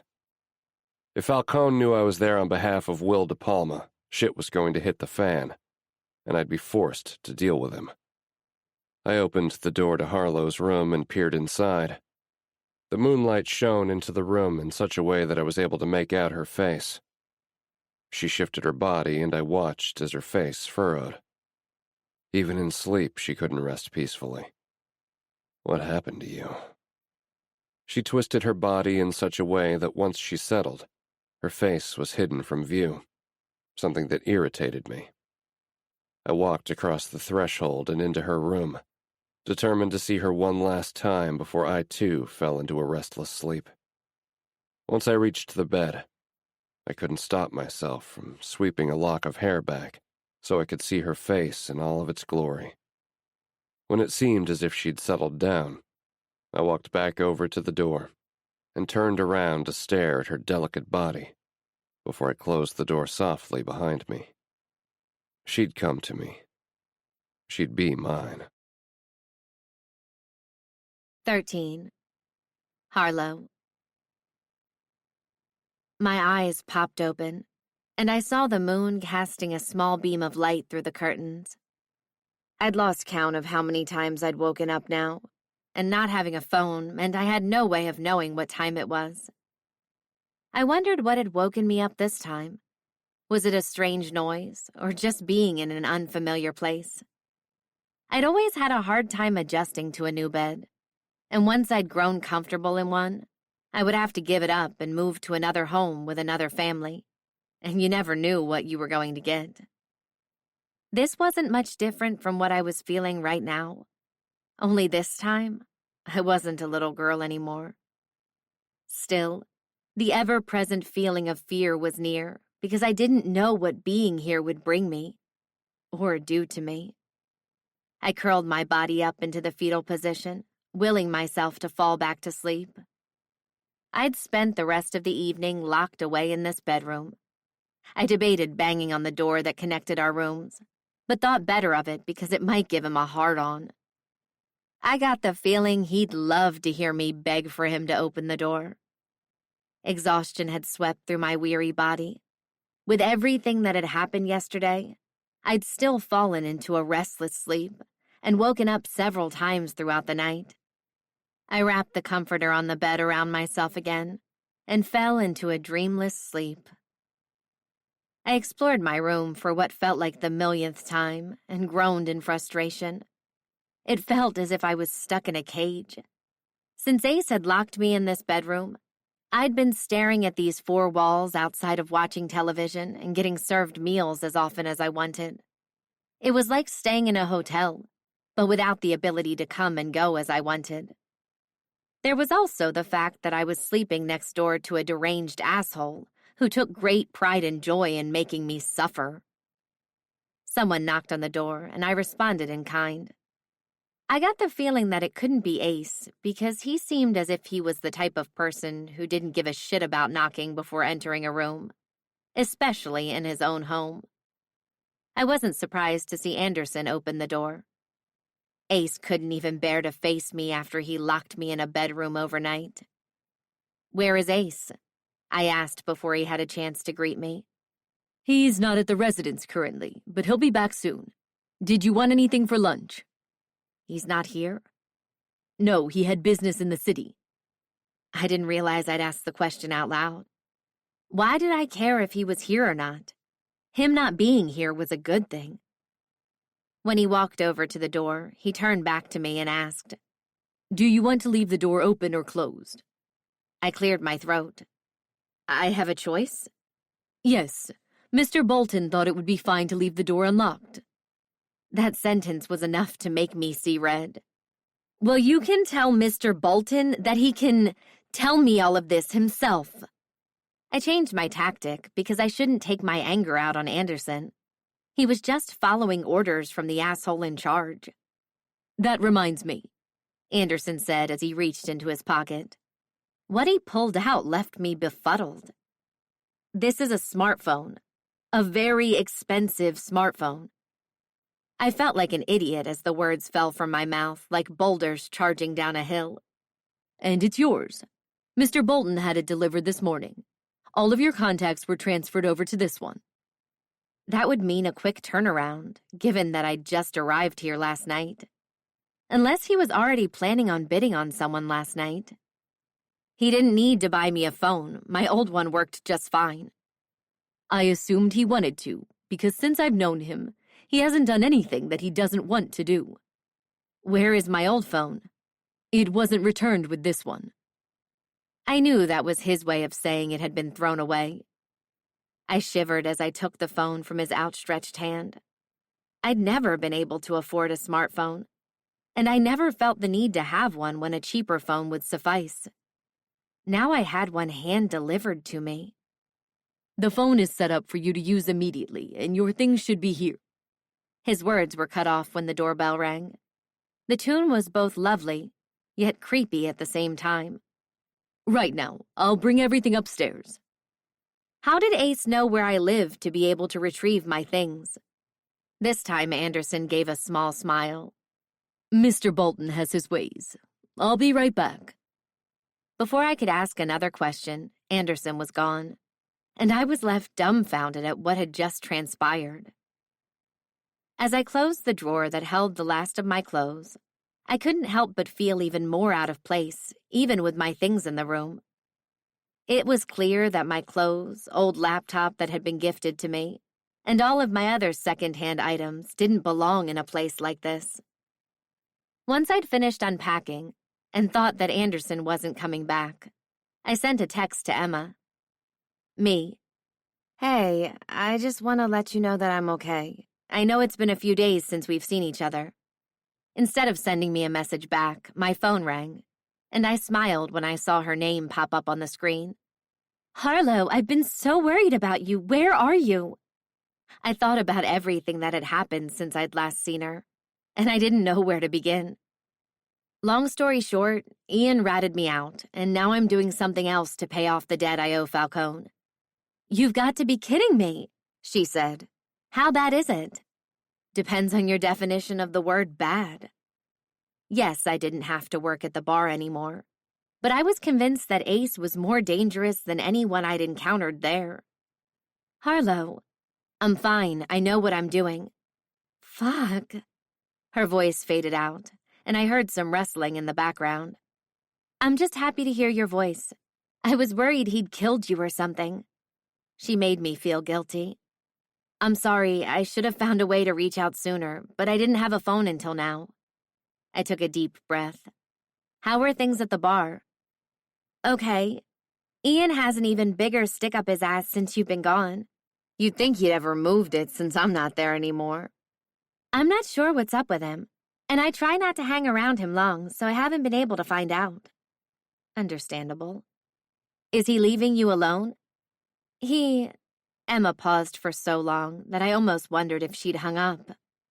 Yeah, he is, at least for now. It was good that he was keeping the peace for now. Harlow? Yes. If you need to get out of wherever you are, please let me know. I'll do everything I can to help you. A knock on the window made me jump. I walked over to see if I could see anything outside, but I couldn't. Listen, I'll talk to you later. My words came out rushed and much quieter than I had been talking. Yes, keep me posted, and I'm serious if there is anything I can do. The thought that she wanted to help me warmed my heart. I knew there was no way she had any means to get me out of this, but I appreciated the sentiment. We both knew that there was nothing she could do outside of finding a way to pay off what I owed. And if she were to come up with the money, I expected her to pay off her debt first. I hung up the phone and looked at the window once again. I pulled it open and stuck my head outside. It reminded me of how I contemplated escaping at Falcone's place before that window of opportunity closed. While I might have contemplated jumping out of that window, there was no way I was going to make it out of this one without seriously injuring or killing myself. I leveraged all my weight and pushed the window until it was closed. I opened the door and peeked out into the hallway. Thankfully, no one was there, and I slipped out of my room. The eerie silence that greeted me as I walked down the hall was all but welcoming. Once I slowly closed the door, I walked down the hallway with no objective in mind other than getting out of this bedroom after being stuck there for hours. The time that I'd been locked in there had taken its toll, and I was determined to get out, even if it meant just walking around the house.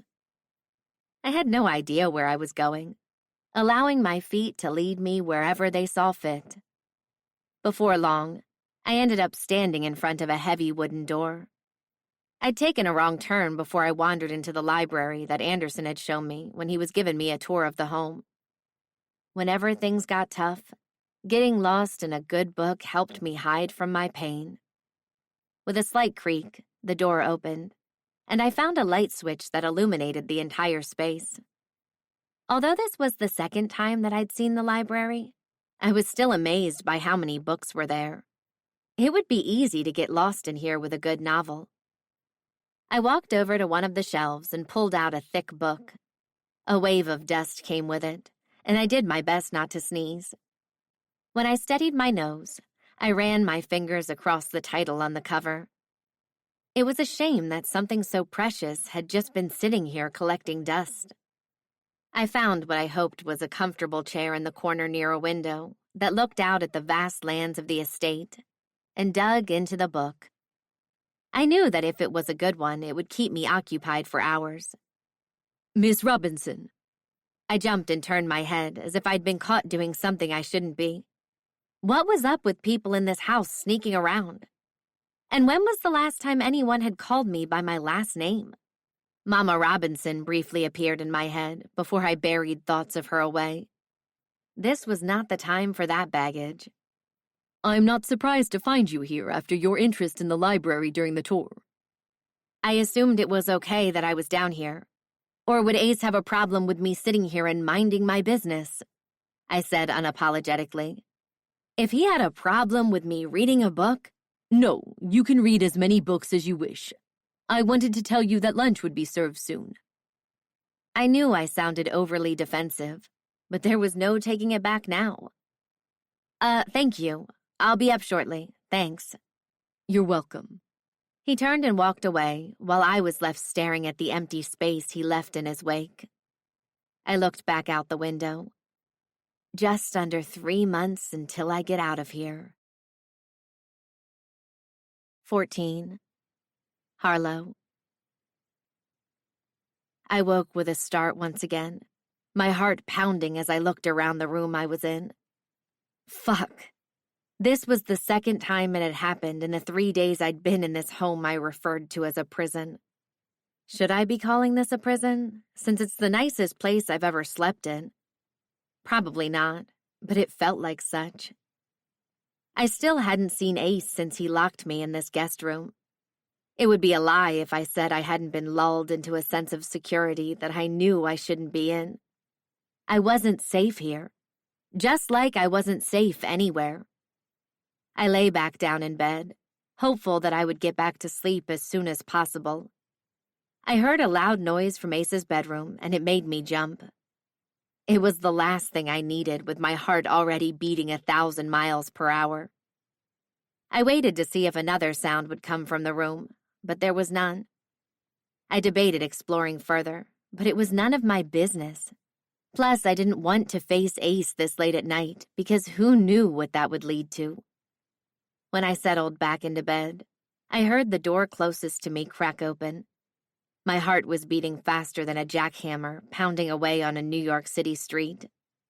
My eyes snapped shut, and I pretended that I was asleep. But I couldn't help but wonder if he could hear my heart beating due to how loud it was in my ears. I heard a creak come from the wooden floor, and given how many times I'd paced this room, I had a good idea of where he was standing. If he was where I thought, he was still several feet away. Was he just staring at me lying in bed? What the hell for? Was he thinking about getting into bed with me? But he didn't. I heard another creak, and then the door between our rooms closed lightly, putting a barrier between us again. When I knew for sure that he wasn't coming back, I finally took a breath. Mr. Bolton requests your presence at dinner. It was later the next day when I looked up from my phone and found Anderson standing in the doorway of my bedroom. When he walked up, I didn't know. And he couldn't tell me himself? I closed my eyes and took a deep breath as soon as the last word left my mouth. Once again, I had to remind myself that Anderson wasn't Ace. Although due to his employment, he was an extension of him. Yet I still hadn't wanted to take my anger out on him. After all, he wasn't the reason I was here. His expression said nothing. He had to run an errand, but should return in approximately 25 minutes. He also requested that you wear one of the dresses that is currently in the closet. The way he said it nonchalantly felt as if he'd done this 1,000,000 times before. How many other women have had to do this same crap? I asked before I could stop myself. Why did I care who else had been here? It didn't matter in my grand plan. No one. You're the only woman Mr. Bolton has brought back here since he moved in. And when was that? I just couldn't stop myself from asking questions, apparently. About 4 years ago, miss. So he hadn't lived here all that long. But it was long enough to renovate the home if he chose to. Why hadn't he? I'll be down shortly, I said and gave Anderson a small smile before he left me alone once more. I hadn't paid much attention to the clothes in the closet when I was putting my things away, because it wasn't mine. If what Anderson said was true, why was there a closet full of women's clothes in here? I opened the closet and began to touch what could only be described as what felt like a clothing rack at one of the most expensive clothing stores that New York City offered.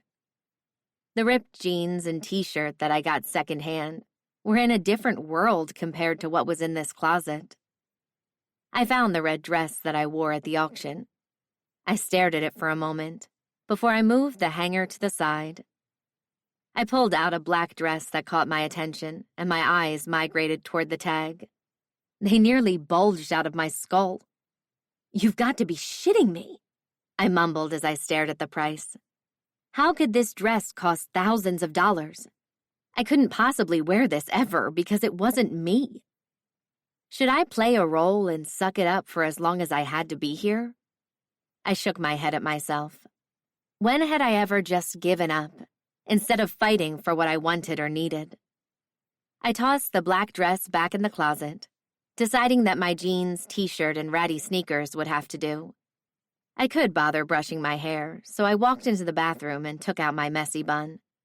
I grabbed my old brush that I'd had for years and swept it through my hair. Being able to do something that was a part of my routine in this unfamiliar environment gave me a boost of energy and defiance.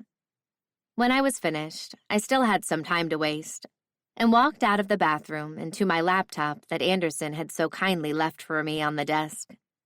They'd even brought over the picture of Mama Robinson that I'd placed next to my laptop on the desk. Having her photo here forced complicated feelings to grow within me. I felt that she would be proud of me for persevering. But look at the mess I had gotten myself into as a result. I turned her picture away from me slightly and opened the laptop. I found a post-it from whom I assumed was Anderson with the Wi-Fi information on it. His neat handwriting matched the proper demeanor that he had on display every time I'd interacted with him. While I waited for my laptop to boot up, I decided that I would try to do some research on Ace. I figured using my laptop might be safer than the new phone he'd purchased. Then again, there was a chance that he'd put some sort of tracker on my laptop without my knowledge. I didn't put anything past him, but I was determined to find out at least something about him. I knew nothing about the man who barely seemed to live in this gigantic home, and something in his background might help me to survive. Ace Bolton couldn't be too common of a name. A few clicks on several websites didn't provide much information outside of some key points about his life. His mother died when he was young, and it seemed as if his father wasn't in the picture because he wasn't mentioned anywhere. That was where his story ended. I scrolled back up and reread a section of the website. Ace inherited what looked to be his home and his grandfather's multitude of businesses in various industries. The timing of when this occurred lined up with what Anderson said. It would also explain the dated look that the home had. But what it didn't tell me was why Ace hadn't bothered to update the interior of the home to make it less old-fashioned. He was now worth billions of dollars, had enough money to spend on clothes that he would never wear, but didn't bother removing some of the wallpaper in here that was from several decades ago. The rest of my search didn't provide any more information than that, which was a bummer. Outside of the brief mention of his childhood and how he came to live in this home, Ace remained an enigma, and I was still in the dark. The decor of the home and his personality made him scarier. Although he'd done nothing to harm me yet, I couldn't fight the feeling that it was only a matter of time. I looked at the clock on my screen and realized that Ace should be here at any moment. I closed the web browser and stood up from my seat. With light steps, I walked over to the door and listened for him coming in. When I heard nothing, I debated whether I wanted to go downstairs to have dinner with him to begin with. When my stomach grumbled, I had my answer, and I walked down the hallway and down the stairs to the main floor. I'd hoped to beat him to the dining room, to give me some grace before I had to see him. But my research had led me to be later than intended because he was already seated at the head of the table. "That doesn't look like a dress," he said without looking up at me as I entered the room. "No shit," I replied. "Glad to see you can tell the difference between articles of clothing." "Sit down next to me." "I'd rather sit across from you." I didn't know what he would do to me if I was sitting mere inches from him. "I didn't ask what you would rather do. I told you what to do." His voice grew deeper, and he looked up at me this time. From here, his eyes looked like black orbs, ready to suck me in whole and force me to do whatever he wanted. "Come here." There was no room for arguing this time. His words had a finality to them that brought up a memory of one of my foster parents. I had vowed to keep that memory buried in the back of my mind forever, but I failed. My body had a mind of its own as I walked over, and when I was within a few feet of him, he stood up and looked down at me. He raised an eyebrow, and I saw a glimpse of confusion in his eyes that quickly disappeared. His eyes looked even more haunting up close. Before I could react, he wrapped his hand around my hair and pulled back, not hurting me, but forcing me to look up at him. I can't wait to have you in a similar position while I'm coming all over your face. I pulled against him, but his grip kept me in my current position. He used his other hand to lightly rub my cheek, and I shivered at his touch. I'd hoped he hadn't noticed, but when he smirked, it was clear that he had. Now sit to my left and let's enjoy a meal together. With that, he let me go, and I was left momentarily stunned, staring at him in shock before doing as he said. In the back of my mind, I knew I needed to tread lightly, even if all I wanted to do was tell Ace to go to hell and walk out of here. Because the only other option meant that I would have to return to Falcone. I knew he had no intention of letting me come back to work at the bar, because now I would have cost him the money I owed him, plus the extra money that Ace bought me for. If I returned to Falcone and he was forced to pay Ace back, I was better off dead. 15. Ace. I shouldn't have touched her, but I couldn't help myself. Seeing the fire in her eyes did something to me. Even now, my dick was hardening at the thought. I wanted her body to show me just how much I'd pissed her off. Marnie came into the room just as Harlow sat down to my right, because of course she doesn't listen. Harlow, this is Marnie. Marnie, this is Harlow. Only then did Harlow shake off the dazed look in her eyes and bestow a small smile at the woman standing next to her. Mr. Bolton asked that I whip something up quick, so here's what we have. If you want something else, I'd be happy to make it for you. Marnie glanced at me out of the corner of her eye as she spoke, and I knew why. She knew what I liked, but I hadn't given her any information regarding Harlow's dietary restrictions. Oh, no, this looks fantastic. Thank you so much, Harlow responded, her eyes darting between the food and Marnie. She was avoiding looking at me, and after what had just occurred between the two of us, I didn't blame her. That will be all, Marnie. Marnie looked at me and nodded before she left the room, closing the dining room door behind her. I picked up my fork and looked at Harlow. I leaned back slightly and found that she was holding her hands in her lap, much like she had while I was signing the paperwork to make her mine. This seemed to be a comforting habit for her. When I started digging into my food, something struck me as strange. Harlow. This time she looked at me, and something about her eyes hit me in the gut. You can start eating your food. I didn't expect to have to tell her she could eat, but she took that as permission and slowly cut into the steak she'd been served.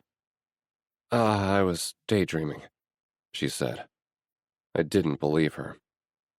I watched as she took the piece of meat and placed it lightly in her mouth. Once she started chewing, her eyes drifted closed, and a small moan left her lips. Good?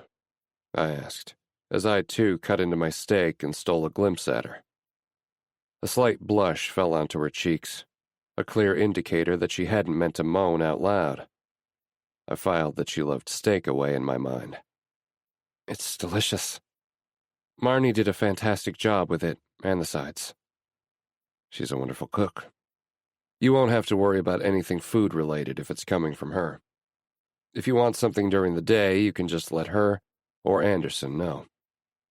I don't want to be a bother, she said. The way she said it made me look up from my own plate. Who told you that you were a bother? Harlow stopped moving, and her eyes slowly made their way to mine. I got told that a lot in foster care. I watched as her eyes drifted back down to her plate. The only sound that could be heard between us was the sound of cutlery swirling around on our dinner plates, neither one of us making the effort to finish our food. This wasn't what I had been expecting her to say, but I recovered quickly. It won't be any trouble, I swear. Harlow nodded, and then patted her lips to remove the crumbs from them. I couldn't help but stare. Her admission and willingness to be vulnerable, even for a split second, was a turn-on. It made me want to peel back the rest of her layers, and break down the walls that she'd built up around her. But that could never be. I didn't want to share my deepest, darkest secrets in return and see judgment in her eyes. Instead, I chose to focus on her lips, which she just briefly licked. They were begging to be taken, and I couldn't remove the image of her wrapping her mouth around my cock from my mind. One of those things was much more likely to happen than the other, whether she knew it or not. There is something I'd like to talk about. Okay. I want to discuss our arrangement. That shifted the mood in the room. I put my fork down and wiped my mouth with a cloth napkin. This sounds like you want to negotiate the terms that were agreed upon. She nodded. I do. You do realize that you have no leverage here, I said matter-of-factly. It was the truth. The agreement that I had made with Falcone was between him and me. In exchange for paying off the debt she owed him, she'd become mine to do whatever I want with. I know, but I thought you would be a reasonable person and we could talk about this. Whatever gave you the idea that I was reasonable? I watched as she took this in and swallowed hard. I was telling the truth, and a slight irritation rose in me that she was trying to bargain with me when she knew this would be a losing battle. But I had to admit, the fact that she was trying to reason with me when she held no leverage was admirable. Or maybe it was foolish. This ends after 3 months, right? That is correct. And at the end of the 3 months, I'm free to do whatever I want. Yes. Why was she rehashing things we both already knew? And Falcone won't come after me. I'm repeating this to make sure that everything is clear. He won't, because he's been paid in full by me. Why don't you tell me what you really want to discuss? If you force me, I cut her off before she could continue. I'm not going to force you to do anything you don't want to do, Harlow. She looked at the dining room door before she whispered, So, sex is off the table. I leaned forward, both elbows on the surface, and crossed my arms. I stared at her face, determined to make her look into my eyes and tell me that she didn't want to be fucked. But she refused to look at me. It can be on the table, if I so choose. I don't want to have sex with you at all. Anywhere, anytime, or any place. I shrugged. If you want to lie to yourself, please continue to do so. I'm not lying to myself or you. Harlow, now you have to look at this from my perspective as well. I didn't spend $1 million just for you to move in here and eat dinner with me. Why did you bid on me then? I said the first thing that came to mind. Because I wanted to rip that red dress off of you while you were on that stage and fuck you right there in front of everyone. And I meant it when I told you I intend to get my money's worth. Because I refuse to waste a single dime of my purchase. In one sweeping motion, I pulled her chair closer, and my hand landed on her thigh. Her eyes darted to the dining room door again before landing on mine. Interest and wonder lay in them before she closed them and looked down at the connection we shared. Her breath quickened slightly.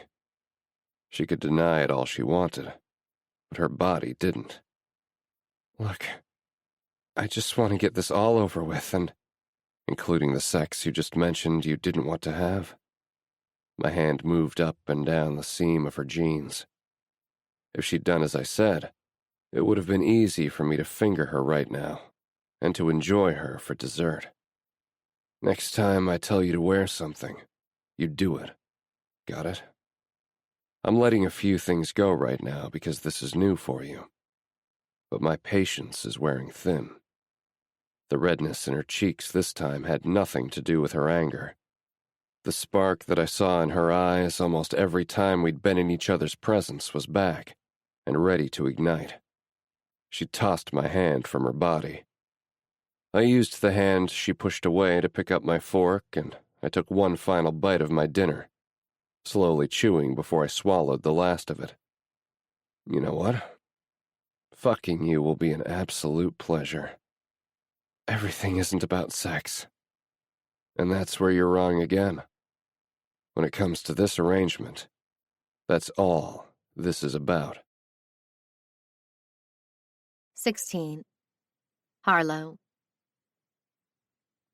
The next day, I found myself still angry at how the conversation with Ace went down. I tied my hair up into a messy bun on the top of my head and sighed. Although I'd been given free rein of the place, I couldn't help but feel like Ace had just lengthened the leash I'd been put on because I was still trapped here. I watched myself in the mirror, and while the bruises had begun to fade, my lack of sleep last night was evident on my face. Hopefully that would change over the course of my stay here. The scratch on my shoulder was turning into a scar, and hopefully, with time, it too would go away.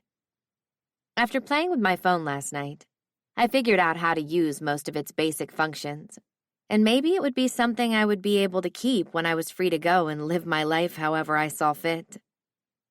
Still, I had to make it out of this situation unscathed. No more debt. I won't owe anything to anyone.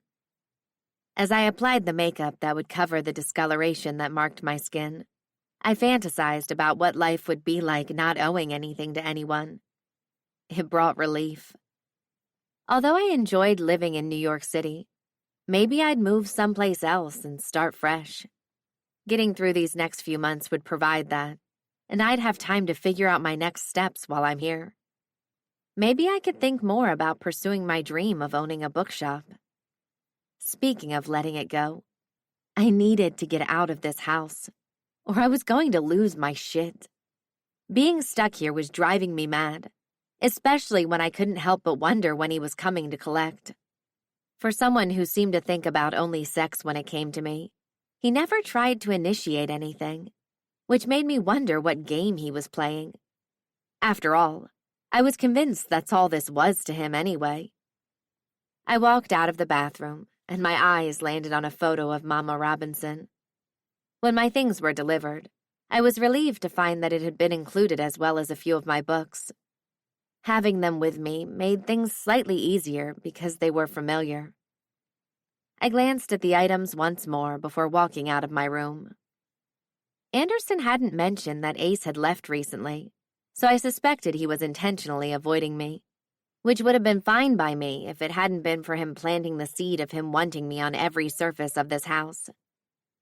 As I walked through its home, I thought about the million different ways this conversation could go, before stopping outside of a large wooden door. This avoidance game that he was playing would all come to an end right now. As I set my shoulders back and walked into what I'd found out was his office.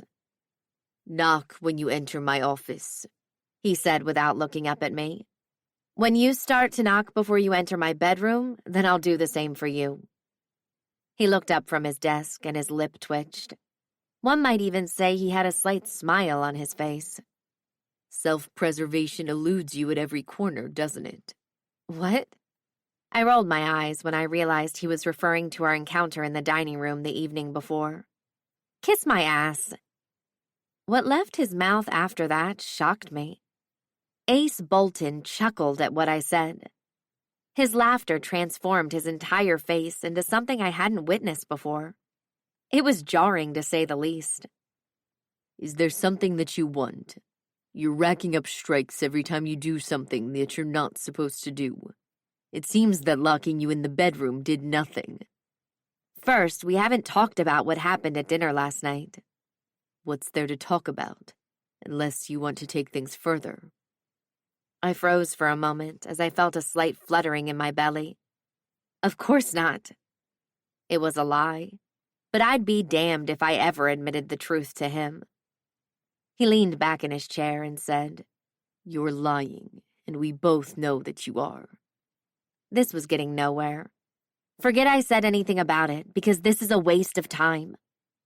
He shrugged, but didn't offer a response. I waited a beat before I asked the second thing that had been on my mind. "Can I at least have access to a car in case I want to drive into town? It would be nice to get out of the house." I'd gotten a handle on how to operate my new smartphone, and knew that I would have no problem getting to and from town by using my Maps app. He slowly rose from his chair and said, "You're right. Getting out of the house would be nice for you."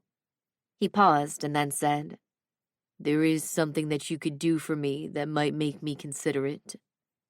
His dark stare danced over my body, alluding to what he wanted. Was another inch of freedom worth whatever he had planned? Of course it was. But one thing frightened me. What if I enjoyed whatever he wanted me to do? What is it? I licked my lips as I waited for his response. His eyes followed my tongue's movements before he said, "You can get on your knees and put your lips around my cock. I've been daydreaming about that since last night." You must be kidding. Does anything on my face show that I'm making a joke? It didn't. The dark look that crossed his face was the exact opposite of the laughter he'd released only moments ago. My run-in with Ian briefly flashed in my mind. I'd pushed that encounter to the far corners of my mind, but this felt different. Although he issued the order, and I felt as if the tables had shifted slightly. If I did what he wanted me to do, I would be the one in control of him. "Unzip my pants, sweetness." His words shut down any thoughts I had. The look in his eyes both frightened me and excited me. I swallowed hard again as I bent down in front of him, him looking like a king on a throne and me kneeling at his feet. I tried to mentally prepare for what was about to occur, but couldn't. Instead, a shot of adrenaline flew through me. Maybe it was the adrenaline, but I couldn't help but think that I was about to bring one of the most powerful men in this country down to his knees. 17. Ace. Having her kneel before me was the hottest thing I'd ever seen. However, watching her take my cock in her mouth would be even better. This would be the perfect way to get her out of my fucking mind. Her fingers fumbled over my zipper. I assumed nerves were taking over. Before I could make a move to help her, she unbuttoned and unzipped my pants, and they fell to my ankles. Being this close to paradise was threatening any shred of patience that I had. Am I forcing you to do this? My words were rough, and I was barely keeping any composure. When she shook her head, I said, "I want to hear you say the words." I needed to hear her say the words as much as I needed to take my next breath. After having my autonomy stolen in my younger years, I wanted to hear the words fall from her lips. "I'm not being forced to do this." Good. Pull my dick out of my boxer briefs. Harlow looked up at me before staring at the bulge in my black boxers. As if she'd finally talked herself into it, I watched as she stared at my cock in amazement, but didn't move. Come on now, Harlow. It's not going to bite. She hesitated for a moment before taking the head of my cock into her mouth. My eyes shut involuntarily as I took in every sensation she was sending through my body. I forced them back open as she alternated between licking and sucking, moving my erection in and out of her mouth. Watching my dick pass over her red lips was enough to send me over the edge without having her touch me. But having her hand gripping me as she moved her tongue all over me was adding another dimension to the torture she was bringing to my body. My balls tightened when I heard a small moan come from her mouth, and I gave in to the urge to push my cock gently into her mouth. When she didn't object, I did it again. The small groan that came from her was almost enough to undo me. I reached over to grip the side of my desk when she took more of me in her mouth. Soon her movements quickened, and the mixture of her movements and the sounds that were coming from her mouth made me close my eyes again and force my head to fall back. We both jumped when the phone rang. Harlow looked up at me, her eyes wide as the piercing sound of the phone rang around us. I was ready to throw it against the wall. "Don't stop," I said through gritted teeth. I didn't give a shit if the world was burning down around us. I was going to keep fucking her mouth and then shoot my semen into it. With clumsy motions, I grabbed my phone and silenced it. If they called back, I wouldn't know it until we were done. That's so fucking good. My praise made her moan around me, and that sexy sound combined with the vibration of it around my cock forced a groan from my lips.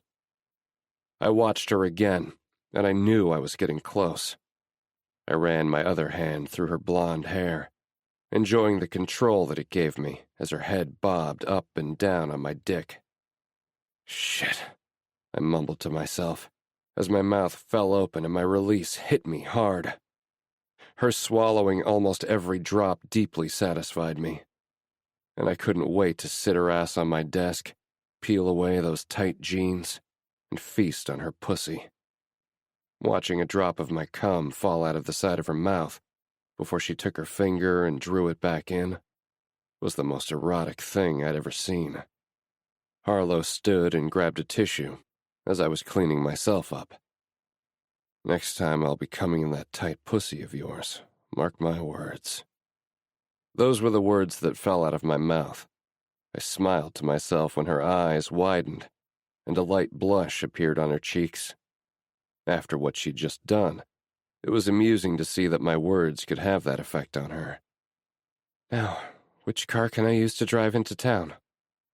My mood did a complete 180. Gone were thoughts of how I could spread her out over my desk. After what had just happened, she was still focused on the car.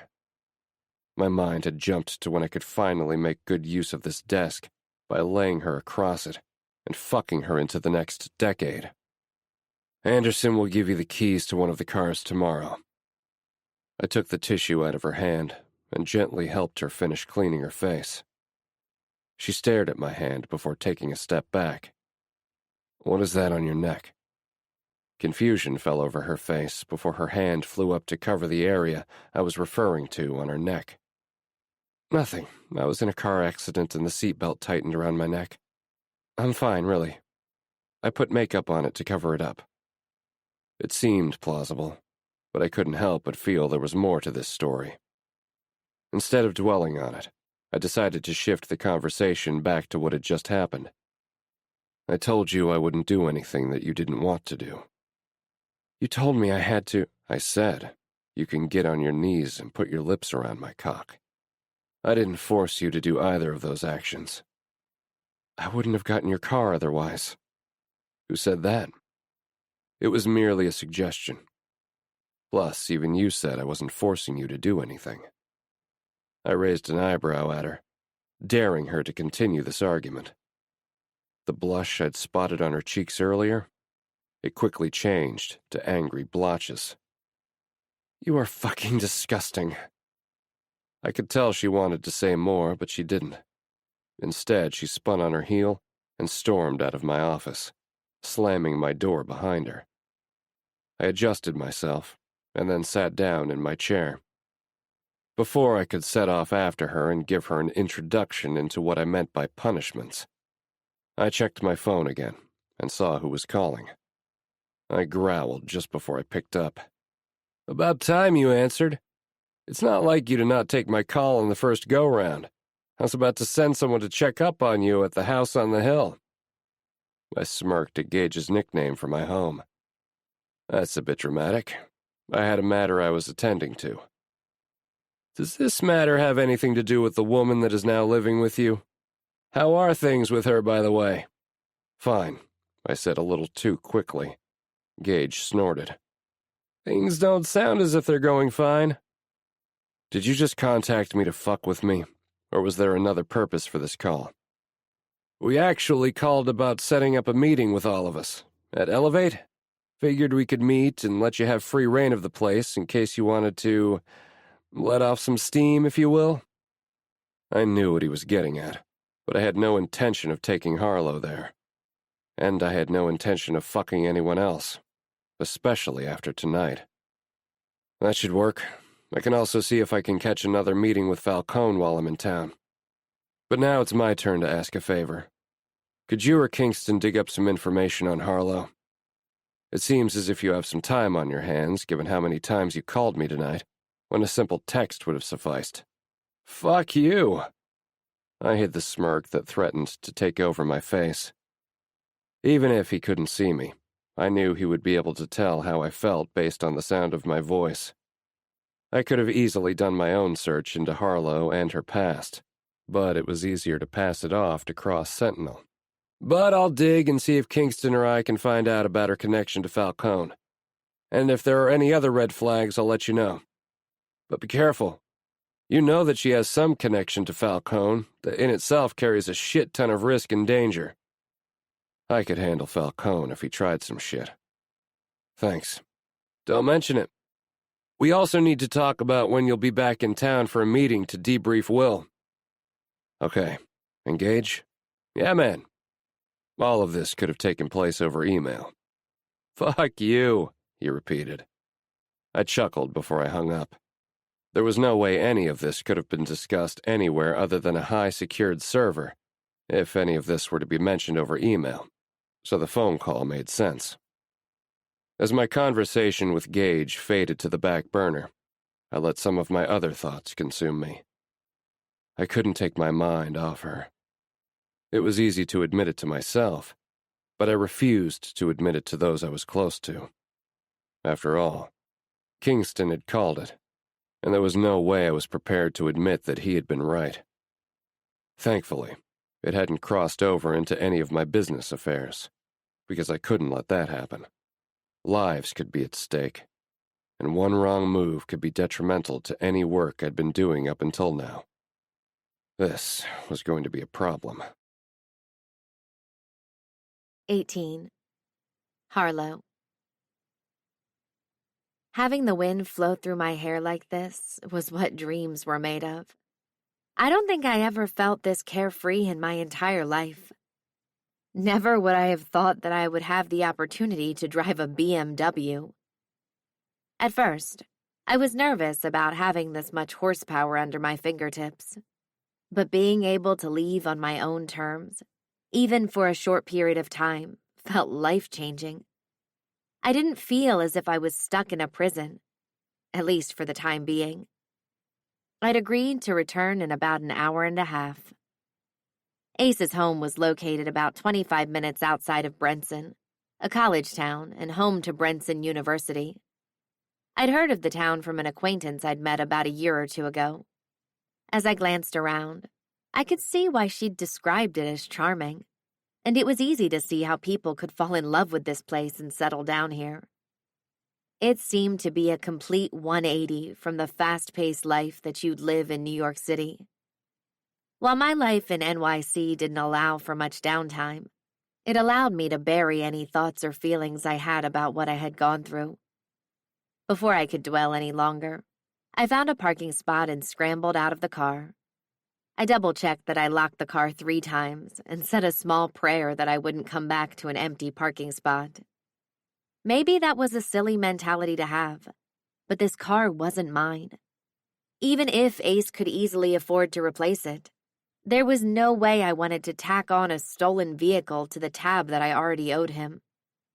I quickly walked across the street and stood in front of Beyond the Page, a cute coffee and bookshop. This had been one of the motivators for me to get out of the house and drive into town. Thoughts of Mama Robinson briefly appeared before I swept them away. When I pushed open the front door, a gentle bell rang. "Welcome to Beyond the Page. I'm Chanel, the owner. If you need anything, please just let me know." I smiled at the woman behind the front desk. "Thank you," I replied softly before turning down the first aisle of books. I took my time walking up and down the aisle, taking in all the bookstore had to offer and the newfound freedom I had, even though it was temporary. My fingers skimmed the titles of the books on the shelves, and I soon found myself lost in what I considered my personal heaven. Given that I didn't have to pay for anything since I now lived with Ace, I could treat myself to some new books, since some of mine were still in my studio apartment. I walked to the back of the bookstore and bought myself a small coffee and took my soon-to-be purchases to the cafe. I cracked open one of the books and quickly got lost in the world that the author created. Harlow. I jumped and almost flung the book out of my hand. I turned and found Mr. Tall, Dark, and Broody glowering over me. Ace, what the heck are you doing here? How did you know where I was? Tracker on the car. Of course you would. I mumbled a curse under my breath as I put the books in a neat pile. That still doesn't explain why you're here. Anderson will drive the car back and you're riding with me. It didn't go unnoticed by me that he ignored my question again. I can drive the car back to your home, Ace. No, you... Stop! I've done nothing wrong. I've followed the rules that you've laid out, so I should be allowed to drive home. Although I was hyper-aware that we were in public, I resisted the urge to look around and see if anyone had stopped to watch this scene unfold. I was doing my best to keep my voice quiet but stern, because I didn't know who might be watching or listening. Ace didn't say anything for a moment. Instead, he studied my face as if to pick apart any weakness he could find. You know what? You're right. I stared at him in disbelief. He'd admitted to me being right. Anderson can take my car, and you and I can drive back together. But You'll do the driving, but we need to head out right now. I wasn't looking forward to being alone in an enclosed space with him, but I still called it a win because I was allowed to drive the car back. The journey was about 25 minutes. That was too much time to have to spend with him. With a heavy sigh, I stood up and grabbed my purse. I left the books behind, and seeing the line that was in front of the cash register, I knew I'd made the right decision since we needed to leave in a hurry. Due to how busy the bookstore was now, I didn't have an opportunity to tell Chanel goodbye. So I hurried out and found a vehicle double parked in front of the car I'd driven here. I spotted Anderson in the driver's seat, and Ace put a hand on the small of my back and led me toward Anderson's car. Ace relayed the plan, and Anderson sped off, giving Ace and me the opportunity to get into the BMW. Ace opened the driver's door, and I was about to argue with him because I thought he was going back on his word. Instead, he gestured for me to step into the car, and when I did, he closed the door behind me and walked around the front. My eyes followed him as he walked to the passenger door, and a small shiver ran down my spine. Something had to have caused all this ruckus, but what? After he was seated in the car, I pulled out of the parking spot. Almost immediately, I could feel Ace's stare on me, causing a slight buzzing energy between us. I wished that I could speed up time and get us back to Ace's estate faster so we could go our separate ways. But there was something I still wanted to know. Now will you tell me what all of that back there was about? He didn't answer me right away, and I looked at him out of the corner of my eye. It was then I realized how tense he was. As soon as we got farther away from the bookstore, his body language relaxed. You know what I can't seem to keep my mind off of? I glanced at him before turning my attention back to the road. I'm perfectly happy not knowing. He tapped his finger on the passenger side window and said, Using my tongue to drive you crazy. His tone was deep, dripping with arousal. Or was that my pussy? I shifted in the driver's seat and gripped the steering wheel harder, determined to not let him distract me. Being this close to him, especially when he spoke to me like that, was another intrusion that I didn't need. I owe you for the moment in my office, and I intend to pay up. My thoughts drifted back to the blowjob I'd given him. It had made me horny as well, and I wished he would have taken me right then and there. That wasn't something I was ever going to admit to him, however. I've fantasized about pulling your hair so that I have ample opportunity to suck on the soft skin of your neck. I want to find every spot on your body that makes you tremble, and you'll unravel in my arms. Take this brief pause to let your mind settle. The journey ahead awaits with new emotions and new discoveries.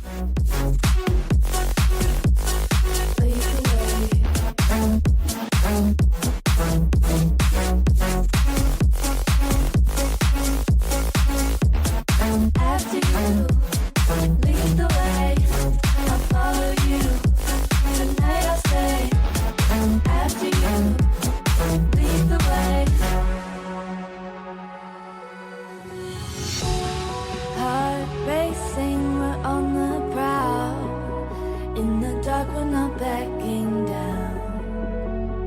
dark, we're not backing down.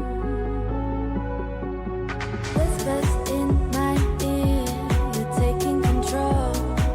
I can't resist, you got me in a hole. I can't resist, you got me in a hole. Fingers tracing, you're leading the way. Please stop. What, is my confession too much for you? No, but I know that you're using this to once again not answer my question. Now, why were you at the bookstore? The roles had changed slightly. It was now me demanding the answers. The car was stopped for too long, and I wanted to make sure you were okay. I called you several times, but you didn't pick up. I glanced at him out of the corner of my eye. I hadn't even bothered to check my phone since arriving in the bookstore, and now guilt clouded my thoughts. Was he telling the truth or lying to hide the real reason? He cared about whether I was okay? That wouldn't have been a reason for us to rush out of the bookstore. I shook my head at myself. My suspicion of him and practically everyone I encountered was well warranted, but it was exhausting. Normally, I didn't have doubts about my gut, but something made me wonder why I immediately jumped to thinking he was lying about this. Since he bought me at an auction, that dynamic played a role.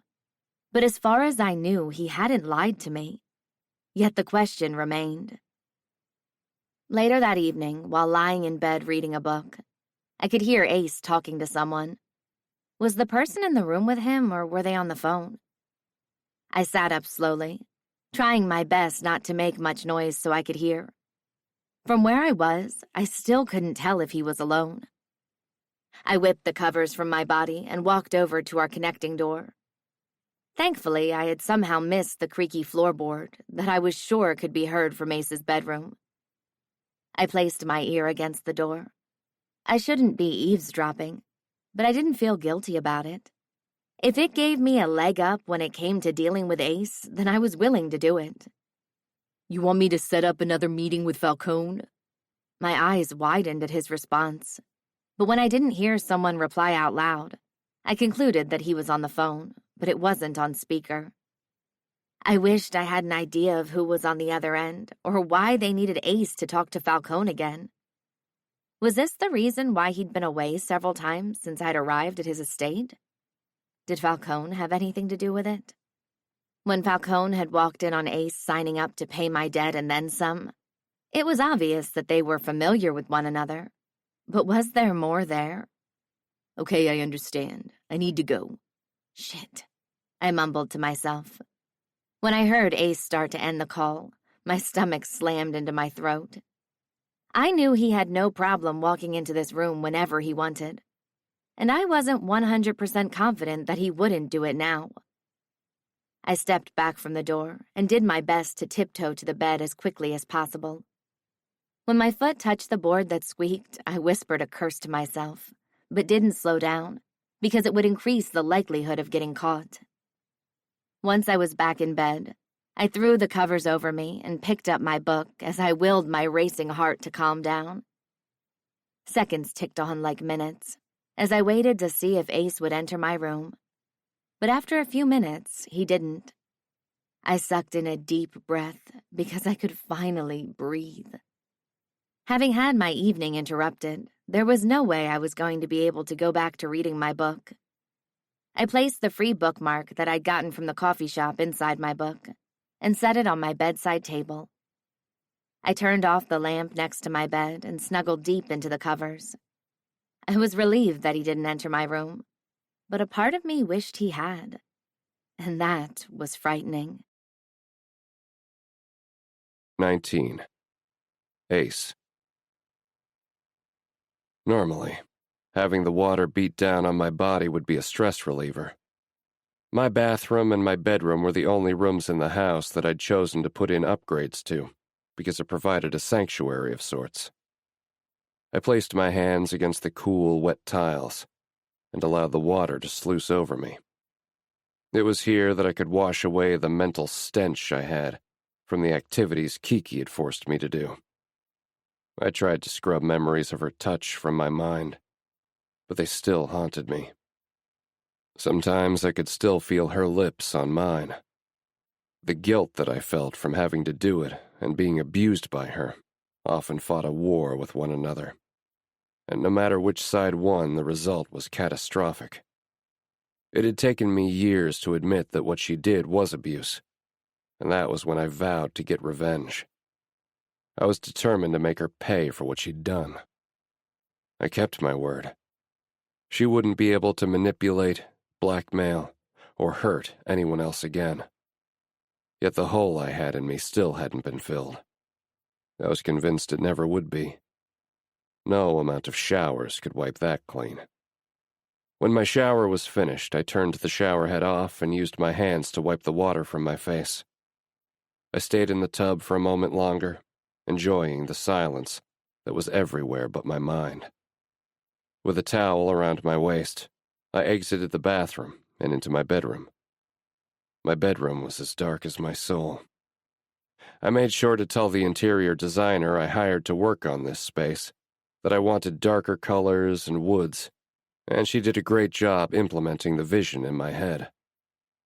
My thoughts soon drifted to another woman who'd stormed into my life unexpectedly. Harlow. Today hadn't gone as planned. I gave her the ability to go off on her own, and I was willing to admit that I fucked up. But I don't regret doing what I did. Even if I didn't show it at the time, panic circled through my body when I saw the car that Harlow had driven into Brenson had been parked in one place for too long. My world could be dangerous, and with her ties to Falcone, I couldn't be sure that he hadn't done something to hurt her. So I acted, and I was willing to admit that the results were less than stellar. But I did what I needed to do when a potential threat landed at my doorstep, and I'd already made a promise to myself to step up my security efforts in case someone did try to strike. It would be easiest to let her go, and numerous reasons why that should be the case. I could easily forget about our arrangement and the money that I spent to free her from Falcone's clutches. Being involved with me could prove to be dangerous. I was currently working with the Mafia on an assignment, and who knew if that might backfire. But because she was with me, it could put her life in danger. She was so fucking young. I remembered what it was like to be 23 and you seemingly have your whole life in front of you.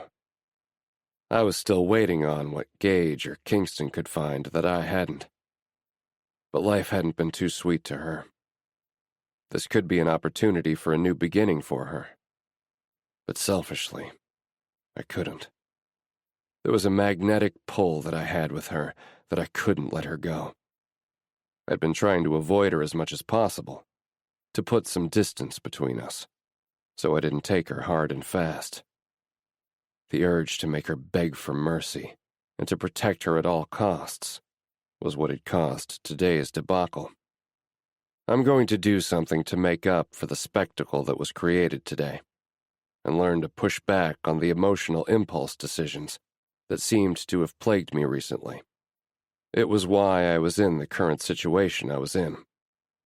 And then, I would give in to temptation, like I should have done when she first arrived. 20. Harlow. When I finished washing my face and throwing my hair up into a ponytail, I couldn't help but think of the events that occurred yesterday. Even though it was the next day, there were still so many questions I had about it. But I knew the likelihood of them being answered were slim. Ace kept his thoughts under lock and key from me. Would it be worth trying to pry the answers from him? I wondered about that as I walked out of my bedroom. I almost tripped over a cotton tote bag that had been left near my door. It took me a second to steady myself. I bent down to look inside of it and gasped. The books that I'd wanted to purchase were sitting in front of me. Ace had bought me the books I was looking at yesterday. How thoughtful was it that he'd made sure I'd gotten them anyway? I pulled my phone out of my back pocket and texted Ace. Me. Are you here? Ace. Yes, missed me? I rolled my eyes. Me? Where are you? Ace. In my office. I thought back to the last time I was in his office and the blowjob I'd given him.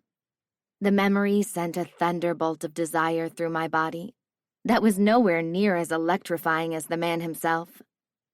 Instead of being worried about when he was going to claim me, I began to wonder why he hadn't done so already.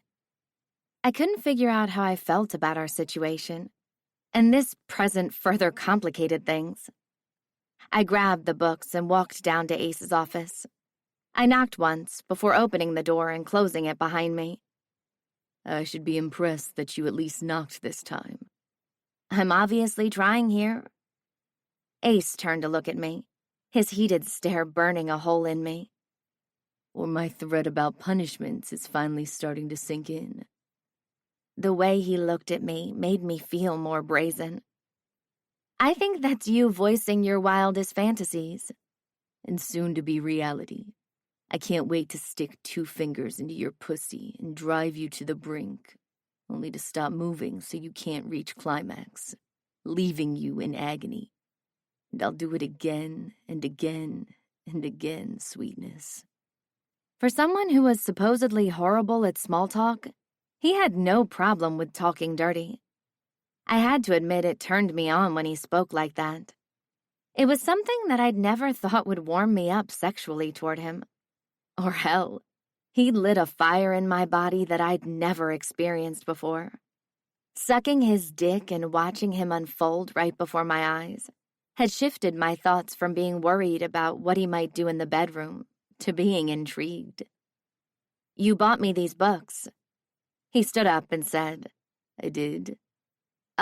Thank you. You're welcome. Marnie mentioned how bored you've been living here, and I wanted to make sure that you had something to keep you occupied. Interesting that he'd asked Marnie about me. There's something else. He didn't say a word as he pushed the black velvet box toward me. I found my breath again when I realized it wasn't a square box, but rectangular. What is this? He didn't respond to me with words, instead warming me with his dark gaze, daring me to open the box. When I did, my eyes widened, and I looked up at him. There was a sleek gold bracelet with diamonds all over it inside. If I had to guess, it had to have cost thousands of dollars. It's stunning. What's this for? Just a gift. But why? I couldn't remember the last time someone had gifted me something. I took the bracelet out and stared at it in amazement. I saw it, and it made me think of you. Books and a bracelet, all in one day? I went into the bookstore to pick up the books, and the jewelry shop was next door. I remembered seeing the store when I walked into the bookstore, but didn't pay much attention to it. Apparently Ace had. You bought it yourself? He nodded. Do you see any assistants here? I have several that work for my business entities, but none of them are here.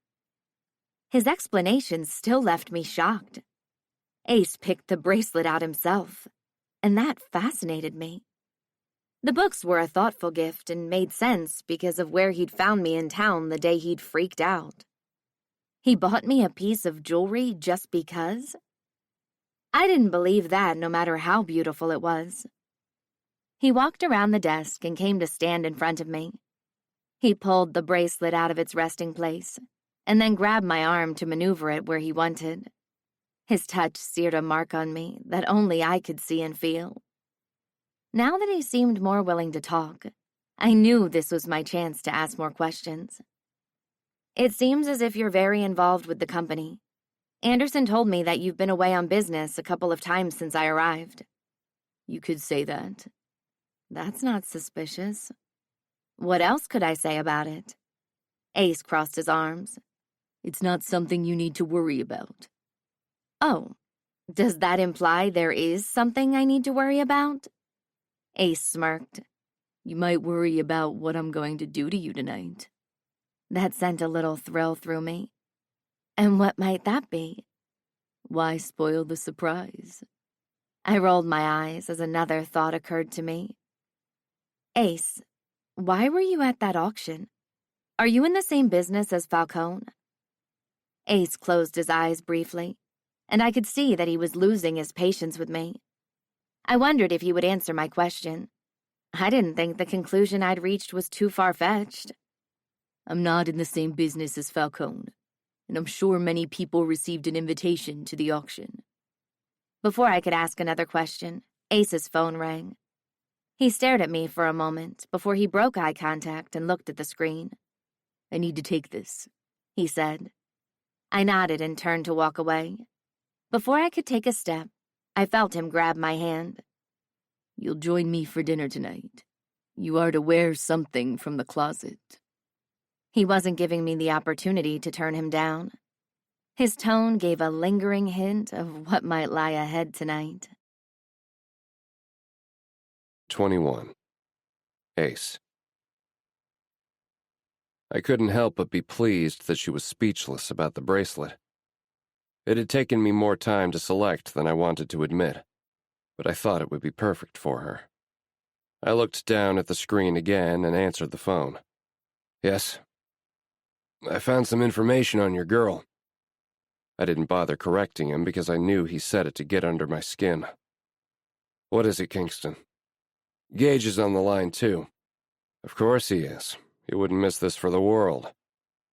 You know it, Gage chimed in. That's fine. The information that you found better not be that she was given up when she was born and bounced from foster home to foster home as a child. I knew that already. Staying up late after I'd locked her in her bedroom had been a productive time for me. So you also know about the woman who adopted her when she was a preteen? Yes, I found that out in my own research. I wished that she'd been the one to tell me about her upbringing, but we didn't have that type of relationship. We found out that she borrowed a large sum of money from Falcone to pay for her adoptive mother's funeral expenses. I nodded as I rolled the information around in my head. That answers one question, but creates another. What's that? Gage asked. How had she gotten in contact with Falcone in the first place? That we don't know. After a couple of more minutes on the phone, I wrapped things up with Gage and Kingston. I looked at the clock and saw that the call had delayed me longer than I'd planned. I rose and left my office to meet Harlow for dinner. My insistence on having dinner with her whenever I was home had a purpose. Sharing a meal with someone was something I didn't get a chance to do nearly enough, and this gave me the perfect opportunity to do so. When I walked into the dining room, Harlow was already seated, and Marnie had just set some food down in front of her. I thanked Marnie before she left, and Harlow and I began to eat. I found myself staring at her as she sat across from me during dinner. Once again, Marnie had created chicken Kiev, and I knew that it would be a delicious meal that both of us were eager to enjoy. It pleased me that she'd worn the dress I'd asked her to wear the last time we had dinner together. That, paired with the bracelet that I'd given her, made me want to lift her onto the table and fuck her until we both were seeing double. But I couldn't. At least, not tonight, because I was leaving within the hour. I'm heading into the city for a business meeting, but I should be back before morning. Happy to see you again, Mr. Bolton. Likewise, Mr. Falcone. It was easy to lie and make it seem as if we both wanted to be in the same room as one another, when we didn't. I'd met with Falcone in his office in the basement of Bar 53 again. To what do I owe this meeting? Is everything okay with Harlow? Interesting that the first thing he thought was that something must have happened between Harlow and me to cause me to call him. I wanted to discuss more of the business opportunities that you had in mind. Everything with Harlow is perfect. She's kept up her end of the deal nicely. That led to a wicked smile appearing on his face. I knew she'd be perfect. She ended up being a last-minute addition to the event, and boy, am I glad I had the bright idea of putting that together. I knew that she'd be something. This conversation was starting to become interesting, but I kept my expression neutral. What gave you the idea that she'd be something? I didn't expect to spend this much time talking about her. His response was strange. I shrugged but kept my expression blank, making sure not to let him know that I was feeding for more information about Harlow. Neither did I, but I'm curious to hear your expert opinion. While my voice sounded more sarcastic with every word, Falcone didn't pick up on any of it. My right-hand man, Ian, had a small taste of her, so I knew that adding her to the lineup of the auction was the right idea. And I was right, as shown by how pleased you are. Ian had a taste of her. And your wallet is $1 million fatter, so I'm not the only one who was pleased. Falcone nodded. That I can't complain about. Did she and Ian date before or something? Falcone waved his hand. No, but I had to separate them from one another at Bar 53 because an incident occurred between the two of them. But that was resolved. It doesn't sound like it was resolved, Falcone. Falcone tapped the side of his head with his index finger. It is, because she's all yours now. Before we waste any more time, what business dealings did you want to discuss? I watched his eyes follow me, studying me closely, probably trying to figure out if he could trust me or not. He looked down at some of the papers on his desk, before looking back up at me. I'm curious to know if the auction the other night is the only business dealings you're involved in. I knew it wasn't. But if this would get him to admit what he was doing and where he was doing it. We do auctions on a much larger scale. The conversation continued, with me pivoting whenever he tried to make me give him an answer about what my involvement might be. But he refused to give me any more information about what else he was involved in, or where he was doing business out of. But I felt as if I was getting closer. As I stood to shake his hand at the end of our meeting, I had one more question that I had to ask. What business did you have with my grandfather? I was wondering when you would ask that. I saved it for last for this very reason. I'd gone back through the files, both paper and electronic, that I still had from his tenure, and asked Anderson if my grandfather had mentioned anything to him, but turned up with nothing. We can save that for another time. I wanted to push him on it, but I needed to think of the bigger picture that had just become enormous. I needed to be careful because of the information I was trying to dig up for Will, and now what he'd hinted at about Harlow and Ian. This time, Falcone himself, along with the guard who was watching his office door, escorted me to the entrance of Bar 53, where my driver for the evening was waiting. As I sat in the back seat of the car, my mind tried to process what I'd learned from what he said, and was ready to take it back to Kingston and Will. My mind was still partially on what he'd announced about Harlow. What was he protecting Ian from? If I couldn't get Falcone to say any more, or Harlow to admit to me what had happened, I had no problem going to visit Ian myself. 22. Harlow. As I walked down the stairs, the front door opened and Ace walked in, looking as if he'd just stepped off the front cover of a fashion magazine. His dark suit and tie fit him impeccably, and I felt underdressed in my jeans, t-shirt, and flats.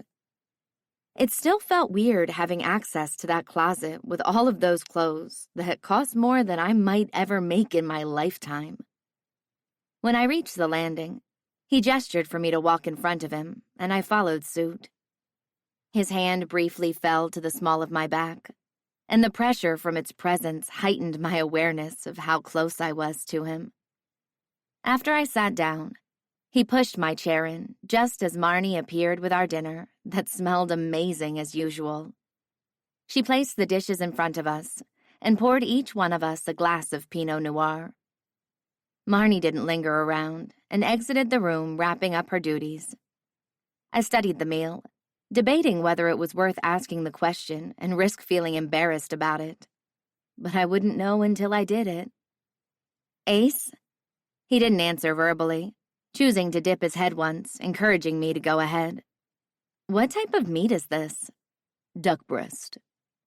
So it was duck breast with some kind of sauce. Embarrassment didn't crawl to the surface and make itself known on my face. I'd never had duck before, so it wasn't too surprising that I had no idea what it was. I stabbed the meat with my fork and placed it in my mouth. The flavors from the duck and the sauce melted in my mouth, and I couldn't help but sigh happily at the sensations my mouth was experiencing. After a few moments of enjoying the food that seemed to be hitting all of the right places on my taste buds, I asked, "Was everything okay?" What do you mean?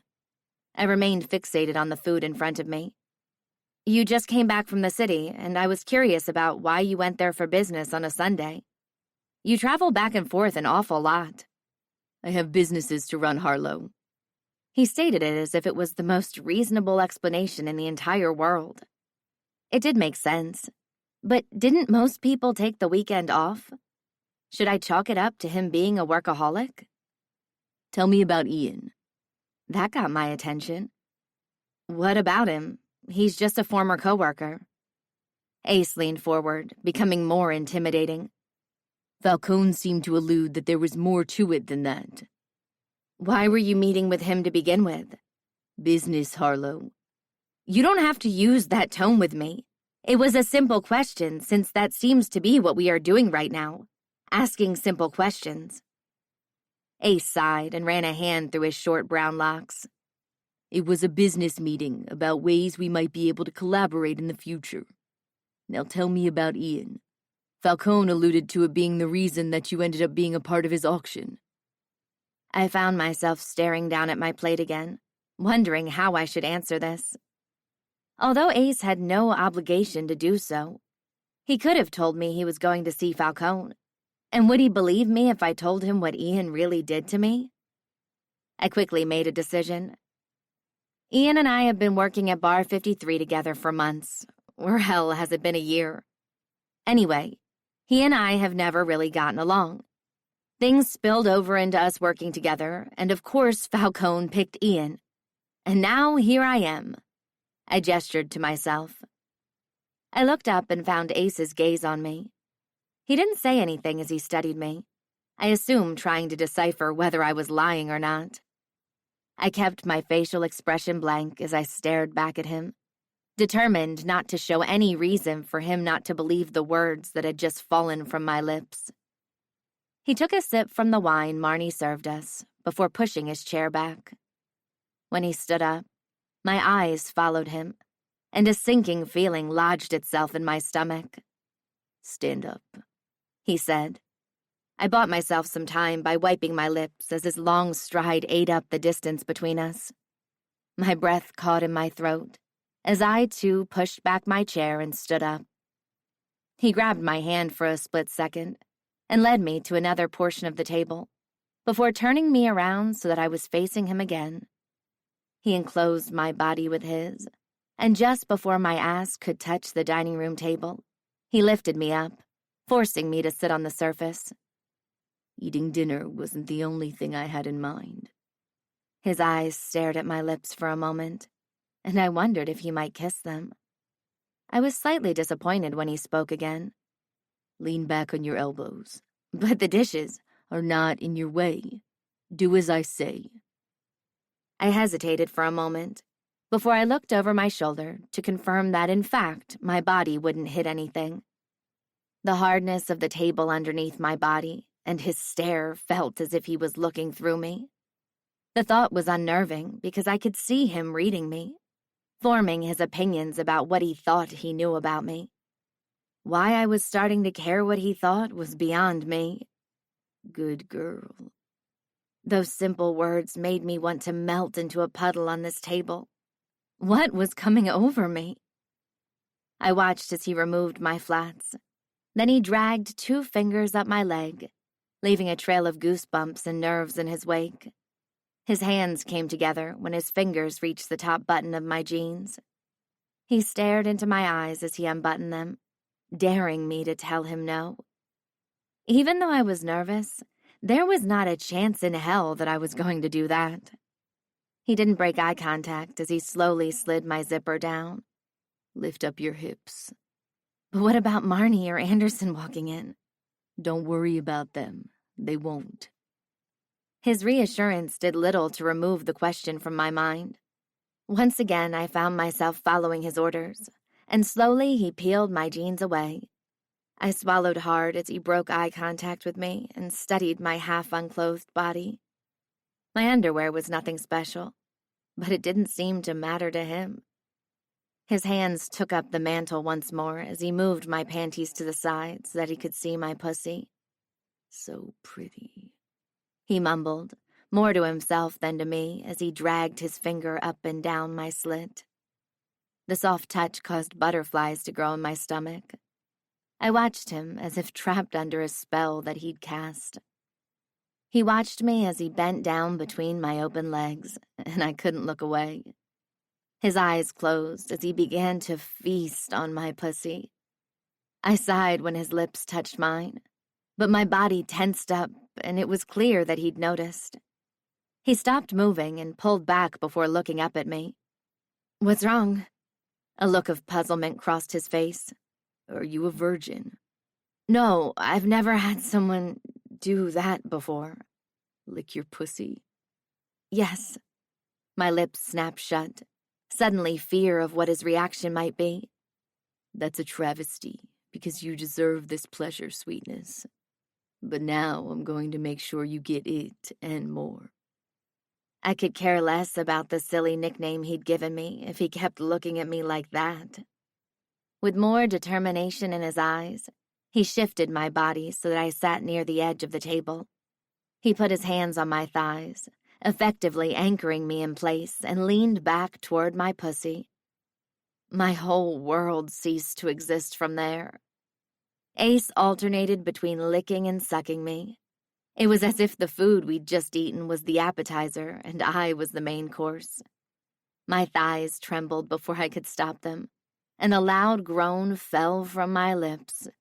That's my girl, I heard him mumble against me, but I couldn't give a shit about what he referred to me as right now.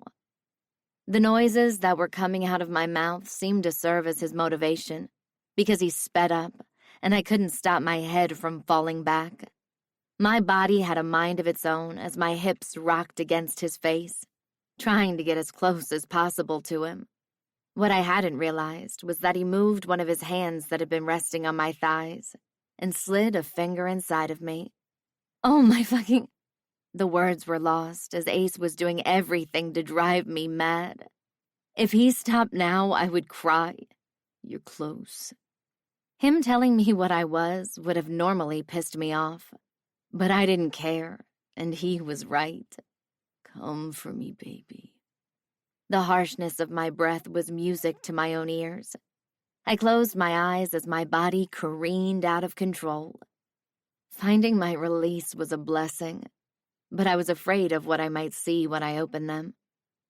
Once I gained control of my bearings, I slowly lifted my eyelids and caught his stare and noticed the hunger in his eyes. The need to continue to devour me was blaring in them like a siren. But it was as if a light switch had flickered. He took a step back to admire his handiwork. A smirk appeared on his face. You taste just like I thought you would. He stuck his fingers in his mouth. The motion I was sure would lead me to come all over again. You should clean up before Marnie or Anderson comes in here to collect the dishes. He gave me one last glance before he left the room, leaving me staring behind him. 23. Harlow. A few afternoons later, I eased myself into the pool. I thought the water would be more shocking to my system, but it was relatively warm. I closed my eyes and rested my arms on the edge of the pool, taking in the way the water swayed around my body. When my body had grown used to being in the water, I started swimming, enjoying the way my body moved through the pool. A couple of years ago, I had gotten a membership to a local gym, and someone had offered to give me swimming lessons for free. But the first few times that I had gotten into the water had been terrifying. Over time, I learned how to cruise through the water. I was by no means an Olympic-level swimmer, but learning how to swim had eventually become a great stress reliever. And in my opinion, it was an important skill to have. I did several laps through the pool before I came to a stop. I stood up in the water and ran my hands across my eyes. For some reason, I wasn't surprised to find Ace staring back at me. Thankfully, by the time I decided to try out his pool, the bruises faded enough that it was hard to notice that they'd been there at all, so no makeup was necessary.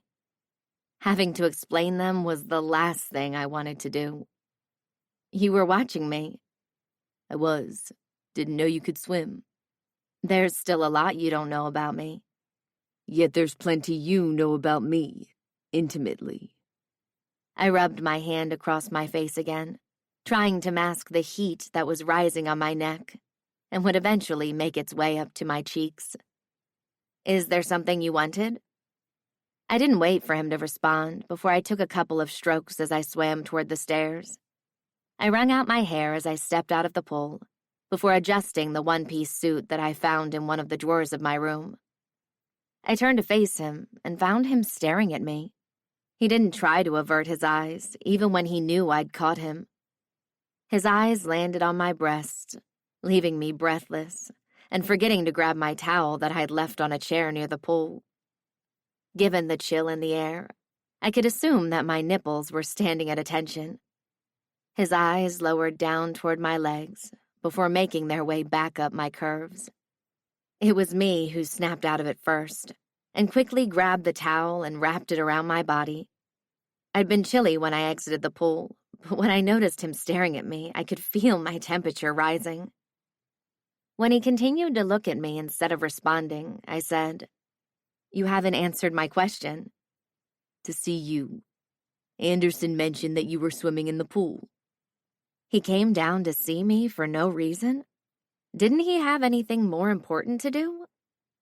I slipped my flip-flops on and said, "Okay, well, I'm going to go take a shower to get this chlorine off, so I'll see you later." I half expected him to grab me as I walked past him, but he didn't say or do anything as I made my way out of the pool area and up to my room. Quickly closing my bedroom door behind me, I walked into the bathroom and turned on the shower. While the water heated up, I took off the towel and my swimsuit, and once the water was at a temperature I could tolerate, I slipped into the shower. As I lathered my body in soap, I relived my encounter with Ace at the pool. The way that his eyes studied me was unnerving, yet enthralling. Under his gaze, I felt scared and alive at the same time. The contradiction that I felt within myself was problematic. I walked back into my bedroom with a towel on and gasped when I found Ace sitting on my bed. His eyes slowly made their way up my body before they landed on my face. I found the look in his eyes troubling. I licked my lips, wishing that I could hold my hands close together, but that meant that I would risk exposing my naked body to him. But that seemed to have been the same thing he was thinking, because he said, "Drop the towel." I didn't move, but I could sense the shift in the temperature. Him being in the room, sitting on the edge of my bed and demanding that I remove the last shred of my dignity. I had no words to express how I was feeling, although I had been expecting this to happen eventually. After all, this was the reason I was here. I've been trying to avoid touching you for a long time, and I've failed twice. Now I won't be denied anymore. I paid. That snapped me out of my speechlessness. Can you stop reminding me of that, even just for a moment? All right. He stood up and said, "Do you want me to whisper sweet nothings in your ear? Try to make this more romantic? You didn't strike me as someone who wanted romance." "You don't know anything about me." "I know more than you think, sweetness." In response, I dropped the towel defiantly and with more confidence than I possessed. His jaw stiffened, and he strolled over to me as if he didn't have anything else to be concerned about but me. I felt my breasts tighten with every step he took, knowing that he was going to stake his claim over my body. He took his time studying me, as if I was the only thing that mattered in his world. He shifted his body weight, making himself appear larger than life, and said, "What I do know is that you're never going to be the same after this." Before I could ask what he meant, he was on me. I was done trying to fight the connection I knew we shared. I turned my face slightly to give him a chance to catch my lips with his, but he avoided my attempt.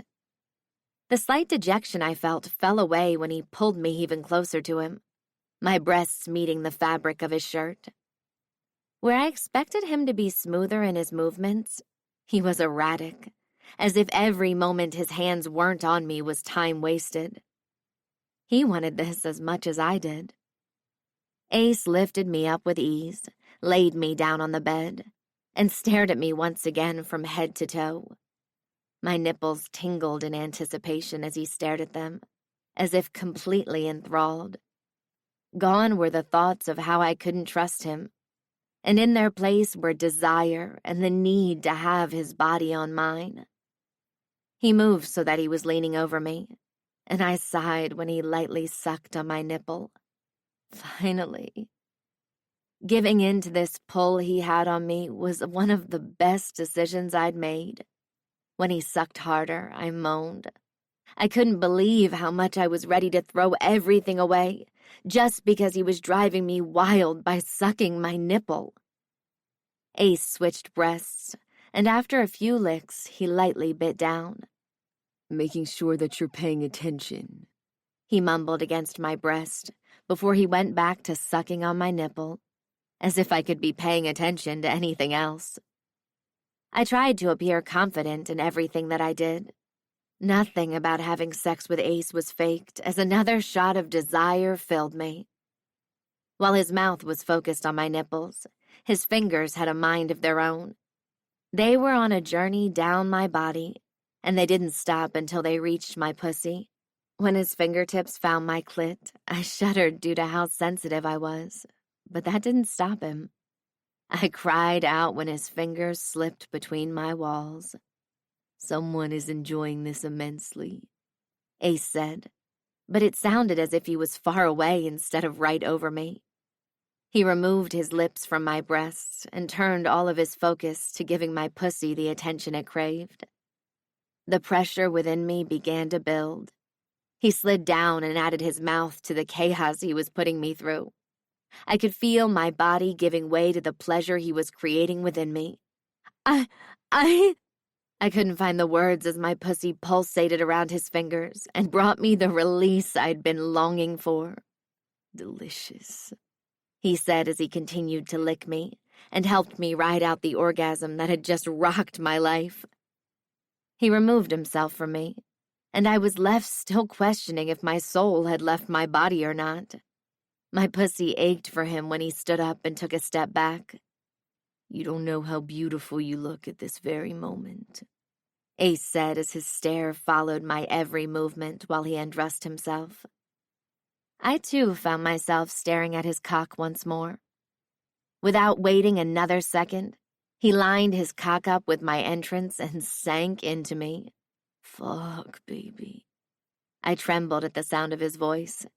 He could say whatever he wanted as long as he kept thrusting his cock into me. Ace stared at where we were joined together for a moment before his eyes gravitated toward mine. The dark orbs contained so many emotions in them, but I had no idea what they meant. What I did know was at this very point, as far as he and I were concerned, this right here was perfect. You don't know how good this feels. The words rushed out of my mouth. "I think I have a fairly good idea," Ace replied as his tempo picked up. I hadn't been expecting it to feel even better. He continued thrusting himself in and out of me until we both went careening over the edge, our orgasms leaving us both breathless. When he shifted his body, I groaned before I froze.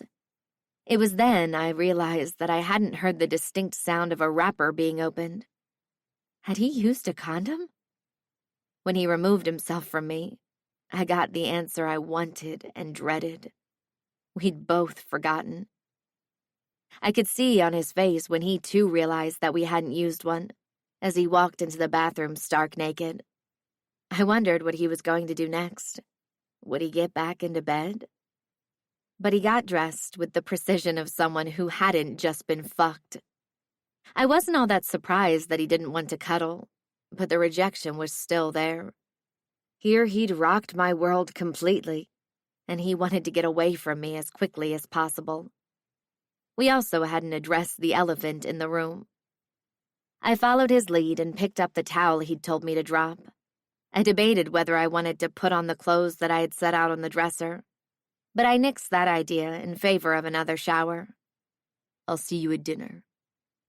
Flashes of what we'd just done and what happened the evening before flew through my mind as he left the room, in much the same fashion that he'd done after dinner the evening before.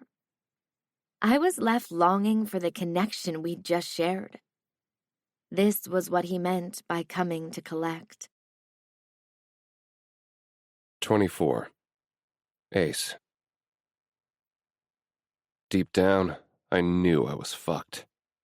Not only had fucking her not doused any of the desire that I felt for her, but I'd had sex with her without a condom. Never in the years that I'd been having sex had I forgotten to use one. The first time with her, I screwed up. I wanted her, again and again, to the point where I was even tempted to walk through the door connecting our rooms to take her again. After all, that was the reason I'd put her in the room next to mine. This wasn't supposed to be the case. I'd hoped that finally sinking my cock into her warm cunt would have affected the desire that I had for her. But it hadn't. What had changed was the promise I made to myself about keeping Harlow. At least there were still over 2 months left in our contract where I could take her any which way possible before it was time to set her free. Because she shouldn't be here with me. 30 minutes before dinner, I found Harlow sitting in my living room, reading another book, confirming that my purchase from the bookstore was a good one. I also noticed that she'd put on a nicer shirt since I'd left her naked in her bedroom. I was willing to bet it was one of the pieces I'd ordered from a fancy boutique in the city. The amount I paid for them to ship the clothes as soon as possible had been well worth it, based on how good the clothes looked on her, and how much I wanted them to end up on the floor of her bedroom. She was so lost in the book, she didn't notice me staring at her, drinking her all in undisturbed. I cleared my throat and Harlow looked up. "We need to talk." "Oh?" she said and sat up. "Yes, we didn't use a condom." I knew that after I had to clean the mess that was left. I cursed myself for not thinking to stay and help clean her up. I'd been so focused on getting the hell out of Dodge that nothing else had mattered. "Did you come in here to gloat?" Her question took me off guard. "No, I came in here to confirm your health status." She scoffed. "Sounds like something we should have discussed before you stuck your dick in me, doesn't it? Hell, even before I gave you a blowjob." It was clear that we had a history of not taking the proper precautions before it came to being intimate, but I was going to rectify that right now. "I'm clean. Got tested a month ago, and haven't had sex with anyone besides you since then." "And I'm clean too. Haven't had sex with anyone in months. I'm also on birth control, so the chances of a pregnancy are almost non-existent." Hearing that she was on birth control was a relief, and I was happy that we didn't have to use condoms. If she hadn't been on birth control, we would have dealt with the consequences as they arose, and I would have done everything I could to ensure that both of us would have remained safe without using a condom. After having a taste of her without a barrier between us, there was no way I would willingly switch to using one. I briefly wondered what she would look like heavily pregnant with my child. Just as quickly as the thought entered my mind, I swiftly pushed it to the side, because she wasn't staying here. Now that we've gotten that out of the way, I want to take you on a tour of the property. Anderson gave you a tour of the house, but I want to take you around the rest of it. We need to drive because walking would take too long. She raised an eyebrow before standing up and stretching her arms. The motion lifted her shirt, causing me to see a sliver of her belly. I felt my dick harden at the sight, further confirming how fucked I was. Just seeing a touch of her skin had caused that. "Let me grab something to put over my arms, and I'll be ready to go." I grabbed her arm before she could walk away. "Wait.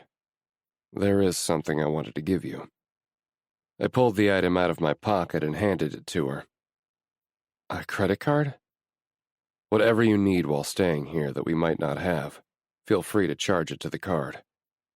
Harlow looked at the card, then back at me. "Thank you." "You're welcome." She hesitated for a moment before she grabbed her things and walked out of the living room.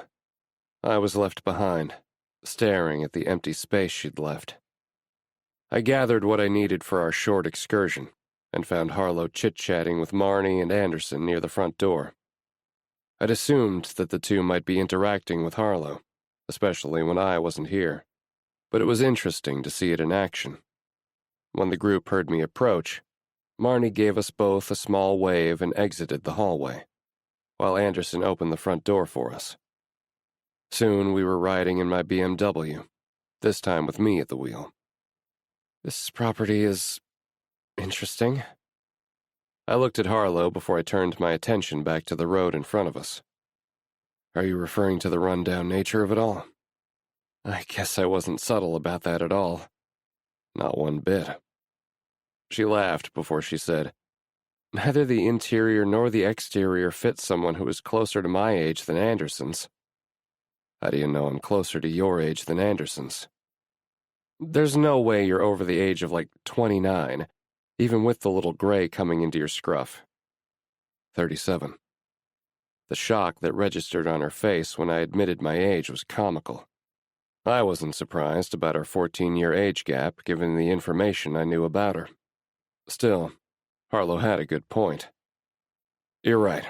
My grandfather sold the property to me, and for the most part, I don't pay attention to what the inside of the house looks like." "Because you're traveling back and forth to the city quite a bit." "Right." I didn't elaborate, because it didn't make any sense in involving her in the intricacies of the businesses that I'd inherited. Some of them were legal, while others were illegal, much like my investigation into what shit Falcone was getting into.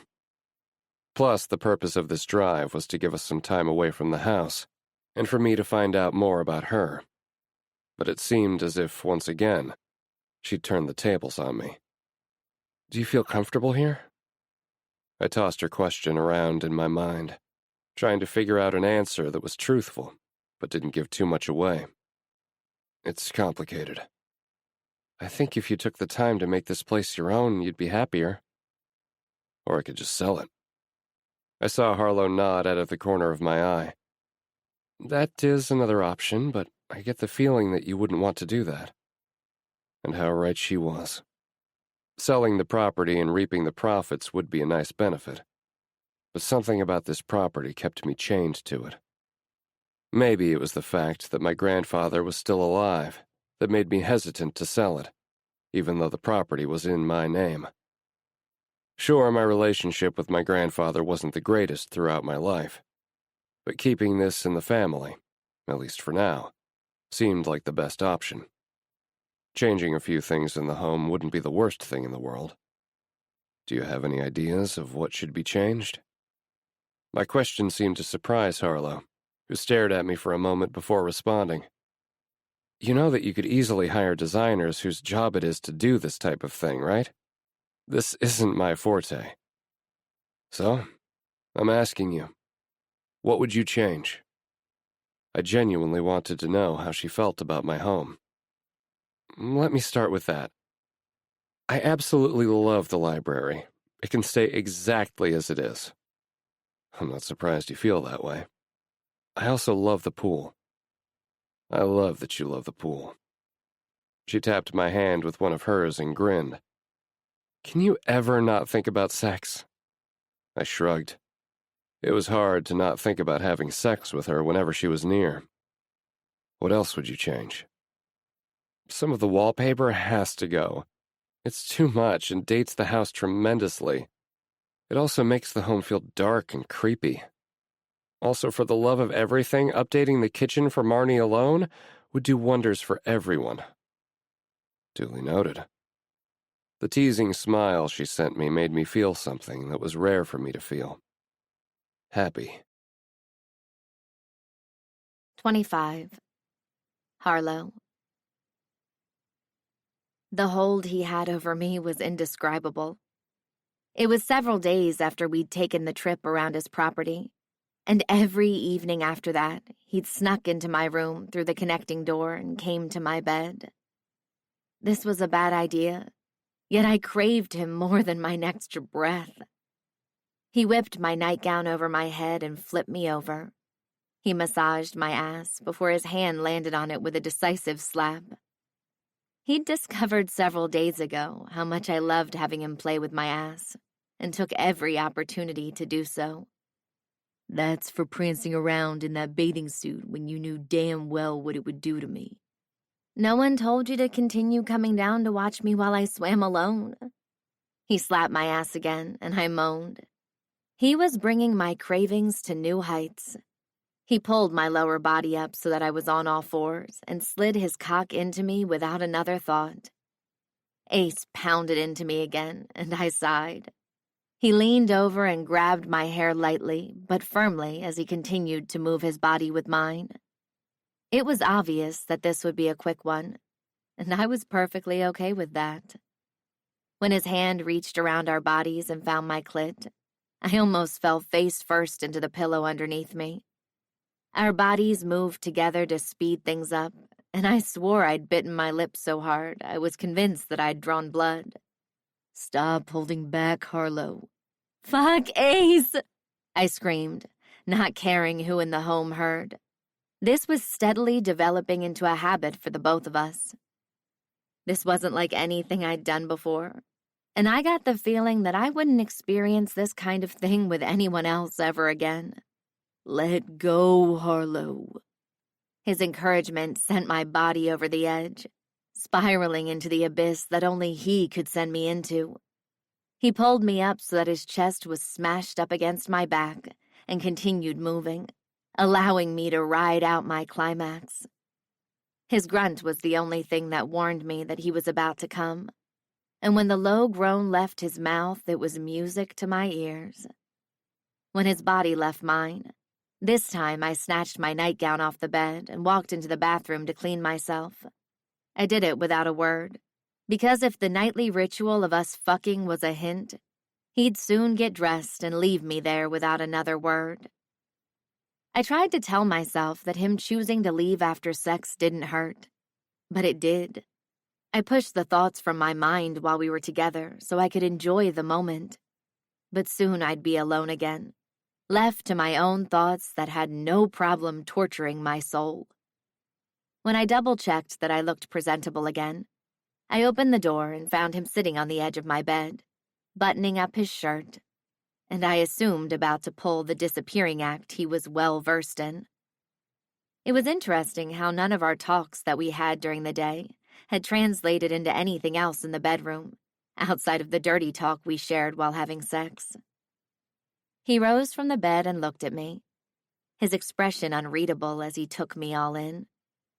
It was as if we'd gone from being intimate with one another, where we both knew each other's wants and needs, to being complete strangers once more. What I'd gotten myself into with Ace was more dangerous than anything I've been involved in my entire life.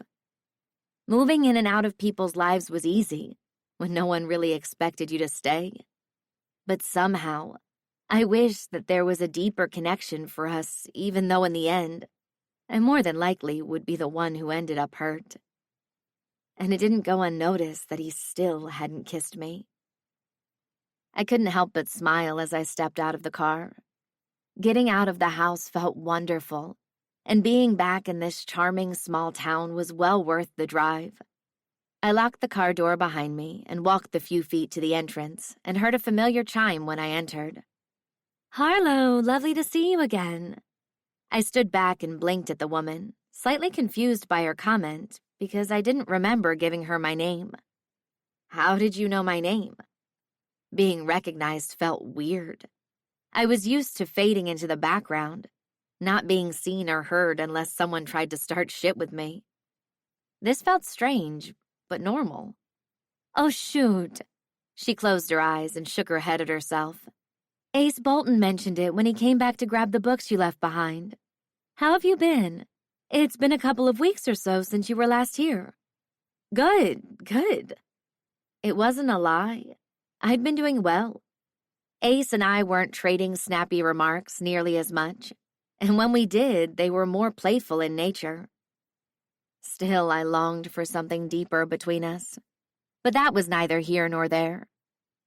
I decided to go back to Beyond the Page to pick up a few more books, including a couple of new releases that I'd had my eye on. This was a reasonable thing to use the credit card that Ace had given me on.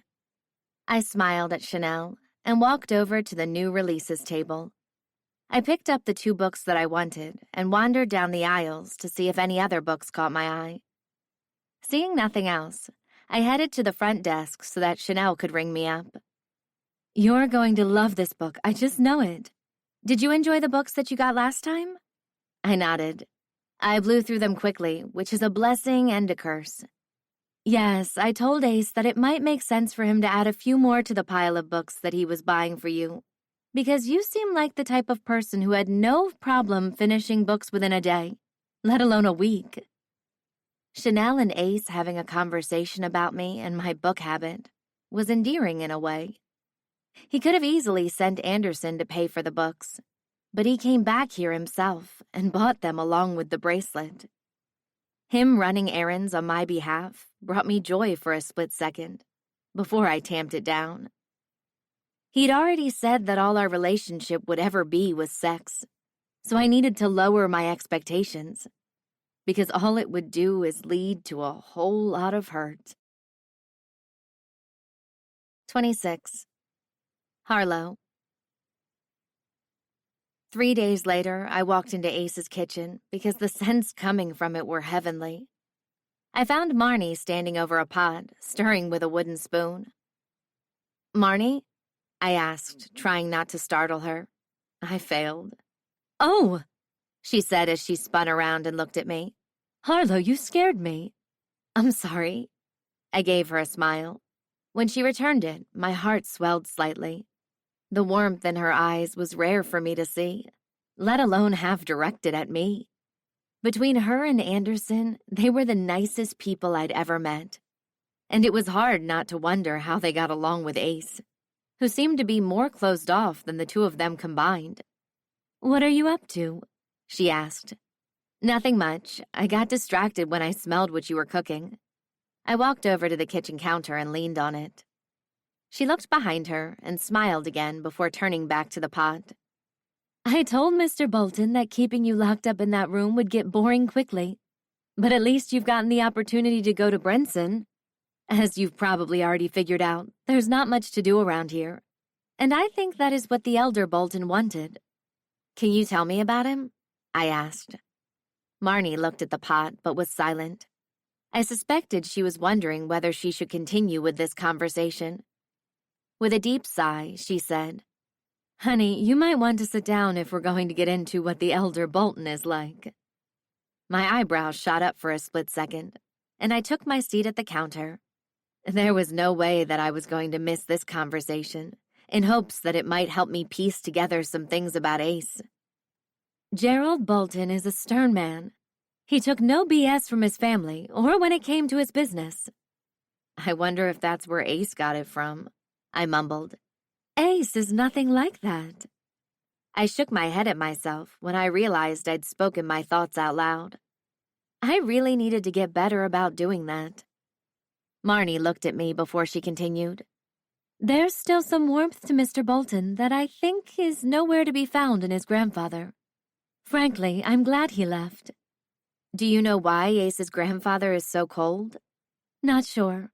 What I do know is that there were stories about how he kicked his daughter out when she got pregnant with Ace, and she was only a teen. That admission stunned me. He kicked his child out when she probably needed him the most?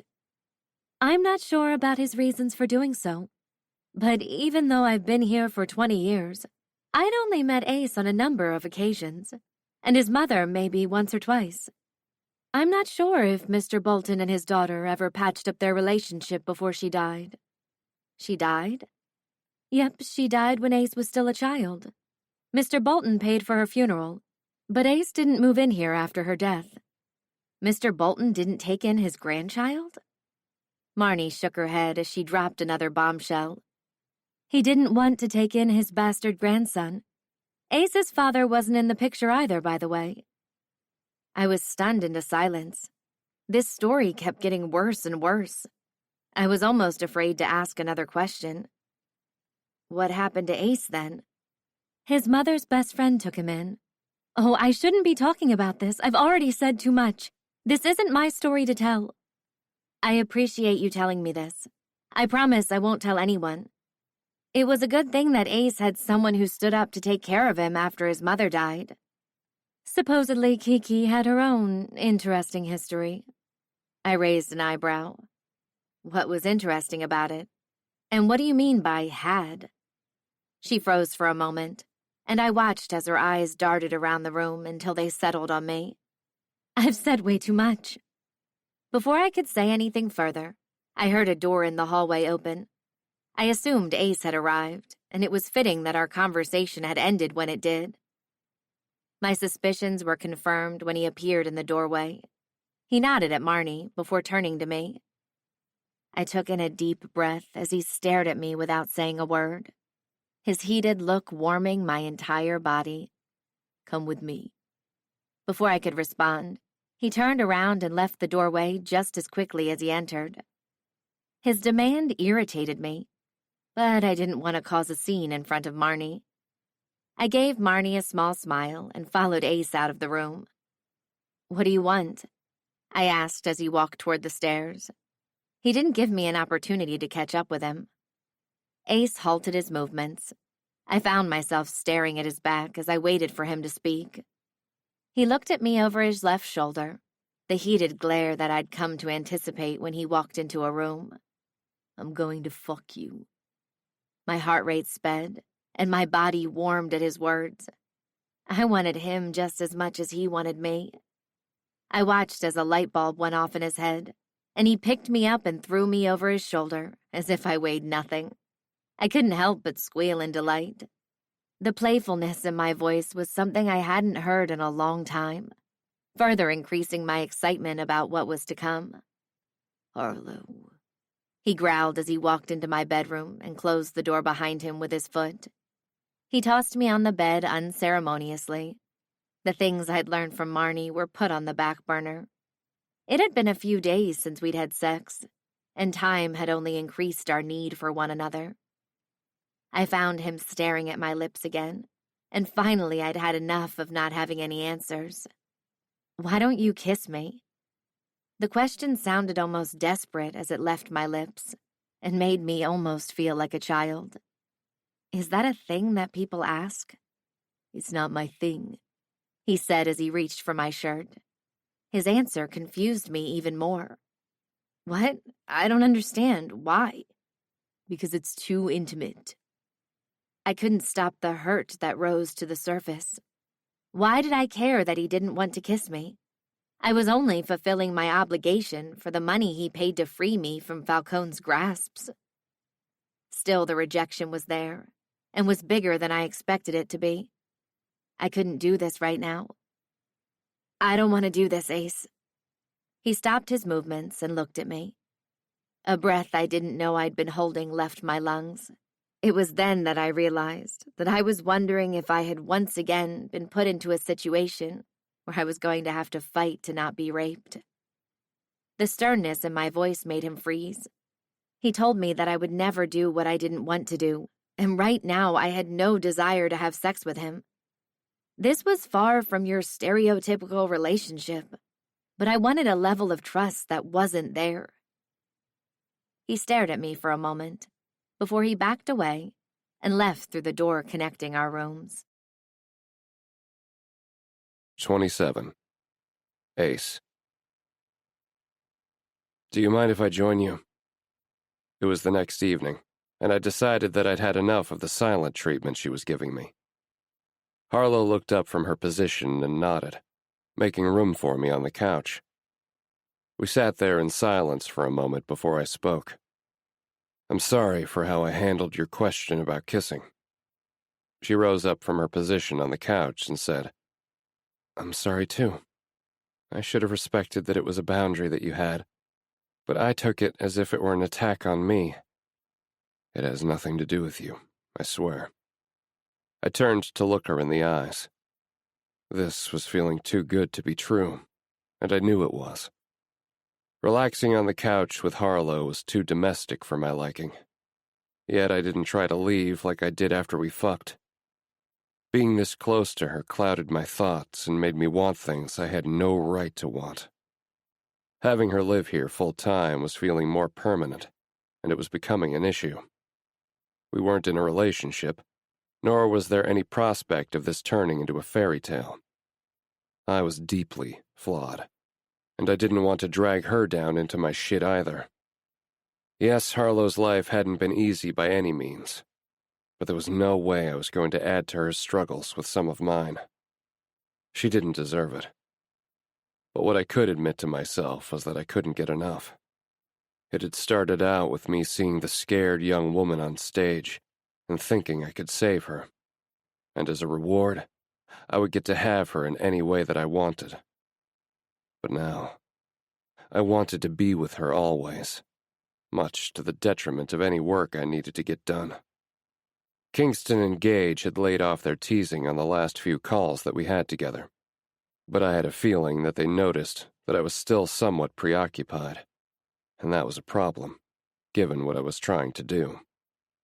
Finding out more about Falcone and his dealings was the priority. I knew I was getting closer with the hints he'd dropped during our last meeting, but I still needed something more definite. But this, right here, sitting with Harlow and doing absolutely nothing, this was the paradise I'd never expected to find. "There's something I want to talk to you about." Harlow moved her book to the coffee table and gave me her undivided attention. Uh-oh, this sounds serious. The last time I declared something like this, it was about us not using condoms. "What do you want to discuss?" "How you came to be involved with Falcone." "That story isn't all that interesting." "Try me." "An associate of mine knew that he was in the business of lending money fast, and I needed to bury my adoptive mother, so I went to him. Somehow along the way, the terms of the deal changed, and I ended up working at Bar 53. How I wished that for her sake, she hadn't gotten involved with the asshole. The next day, I watched as Harlow did another lap in the pool, enjoying not only the way her body looked, but the way she moved through the water. It was hard to take my eyes off of her. "Your car is here, sir." "Thanks, Anderson," I said, as I walked around him and back up the stairs toward the front door. I buttoned my suit jacket and walked outside. I found the driver that I hired for the evening standing near the back door. He nodded as he opened the door and closed it behind me once I was seated. I could have driven to my meeting, but I'd hired a driver because I didn't feel like driving through New York City traffic.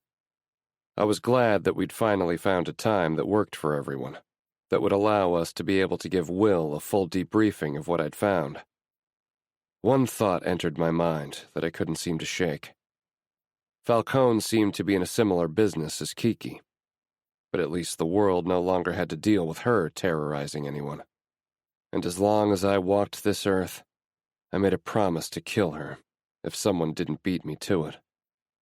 She'd done her part to steal the rest of my childhood after my mother died, and she was made my legal guardian. And the old man who could have stopped it all did nothing. Instead, he gave me this house and a part of his fortune to continue running his business. And I'd gotten my revenge. "What are you doing here?" That was the first thing out of Gage's mouth when he saw me. "I got called to deliver this special package." I used my thumb to point back at the car. That was when his face registered that there was something in the back seat. Gage walked over to the back seat and I followed, making sure to stay a few feet behind him. When he opened the door, it didn't take long for me to smell the gasoline I'd poured all over the car door. "Who greased some hands so that the charges against you were dropped?" Kiki smiled. "What's the point in telling you? It's not like it's going to save my life anyway. Martin and Selena tried to make my life a living hell years ago after they kicked me out of their inner circle. But I persevered. I already got what I wanted. I made it so that you'll never forget me. You're sick. Even as you're about to die, you can't, in your good conscience, do something right. Ace?" "Yeah," I responded. "Do you have anything that you want to say to her?" I shook my head. She and I had plenty to talk about on the way here. "Then you do the honors." Gage rolled down the window a bit and then slammed the door of the car shut.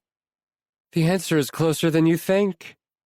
She'd barely got the words out before the fire in the car started getting to her, and all Gage and I could hear were her screams. He and I stood there watching as the car burned. I pulled something out of my pocket to hand to him. "Cigarette?" "Nah, man. I don't smoke." I looked at him, then at the cigarettes, and then back at him. Yeah, I probably shouldn't either. The temptation to light up was still there, but I refrained. My mother would be proud. I thought about my mother and how she thought that her best friend would have been the logical choice to be a guardian for her son once she'd succumbed to her disease. Not even her own flesh and blood was willing to come to her aid during her time of need. I called Anderson and said, "In about 2 hours, arrange to have a car bring Harlow into the city. I'll send the address and an outfit for her to wear." It was time that we had a bit of fun in the city. Soon, I was walking into Elevate, which was still somewhat quiet, given that it wasn't prime time yet. The party atmosphere that I'd seen on the few occasions that I came here was nowhere to be found. But I knew that within an hour or so, the scenery here would do a 180. I was the first to arrive and was brought to a table in the VIP area. No one else was here yet, so I sat down and pulled out my phone to tie up a few loose ends before the meeting with Will. "Can I get you something to drink?" I looked at the server standing next to me. "I'll wait for everyone else to arrive." With a slight nod, the server left me alone once more, and my eyes were glued back to the device in my hand. Once I finished up what I needed to do, I double-checked the plans that I'd made for Harlow and me, and when I looked up, I found Kingston and Gage walking toward me. "Will should be here shortly. Got stuck in traffic," Kingston said as they walked up. "Or he's panicking about being in cross territory now." Both Kingston and I shook our heads at Gage as the two joined me at our table. Damien was going to join, but he had a prior engagement with his fiancée. I nodded, and all eyes turned to look at Will as he walked up to us, with 2 bodyguards flanking him. He shook each of our hands and then took the remaining seat, whereas his guards backed away, but still within distance to do something if they thought there was a danger posed to his boss. "You can speak freely here," Kingston said. I looked at each of the men around the table, and then spoke about all of the information that I'd found out about Falcone so far. "You didn't mention Harlow," Gage said. I rolled my eyes. "She has nothing to do with this conversation." "That's not true at all," Gage said. Will looked at me curiously. "Who is Harlow?" "The woman that Ace bought at Falcone's auction," Kingston chimed in. "You're foolish to get involved with Falcone, man." Will shook his head as he took a sip of his drink. "Tell me something I don't already know. Look, I know what I'm doing, and you don't need to worry about it." Will scoffed. "I'm not worried about who you're fucking, Ace, but you should be." 28. Harlow. My fingers touched the phone screen once more, rereading the text message that I'd received from Ace a couple of hours ago now. Ace. "We are going to Elevate tonight, sweetness. Wear the outfit that I had sent to you. There will be a driver to pick you up." I wasn't expecting to come back to the city, nor had I thought that I would be wearing this short satin red dress or these matching high heels. The coat I had on covered most of it, but with enough legs showing, it was obvious that the outfit I had on was short. Much like the color of my outfit, the effort that I put into my hair and makeup almost reminded me of when I was preparing to go on the auction block. But this felt different.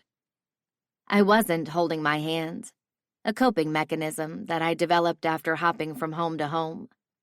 There was no desire to do so because I didn't feel fear. At some point, I'd grown to trust Ace more than I was willing to admit out loud, and it was only now that I'd realized it. I checked myself in the rearview mirror just as the driver looked up to see what I was doing. Instead of making eye contact, I turned to look out of the window. This moment reminded me of when I was driving to Falcone's home upstate, not knowing what my fate was going to be. Dread didn't follow me as I rode through the streets of New York City. Desire and excitement did. Soon we pulled up to Elevate, a club I'd heard about through my work at Bar 53. I'd heard that it was supposed to be super exclusive and very hard to get into. So how had Ace gotten us in? I shook my head. Of course, Ace had no problems getting me into a sex club. I was slowly realizing it was foolish to doubt him. I waited for my driver to come around to my side of the car and open the door.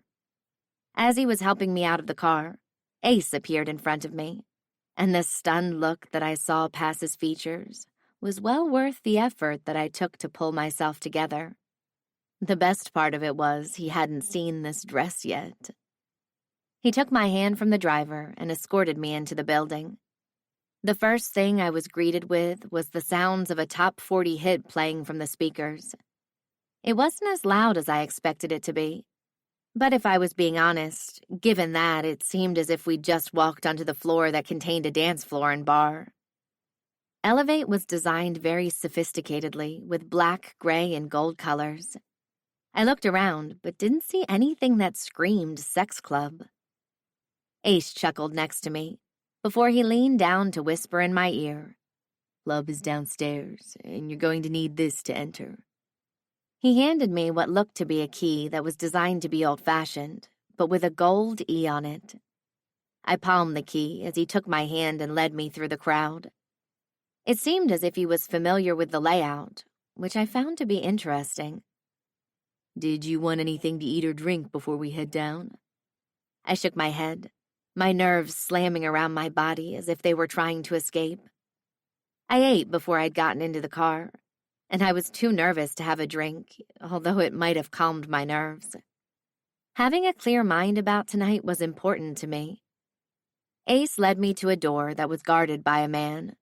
He nodded at us, and Ace pulled out another key and held it up to the scanner.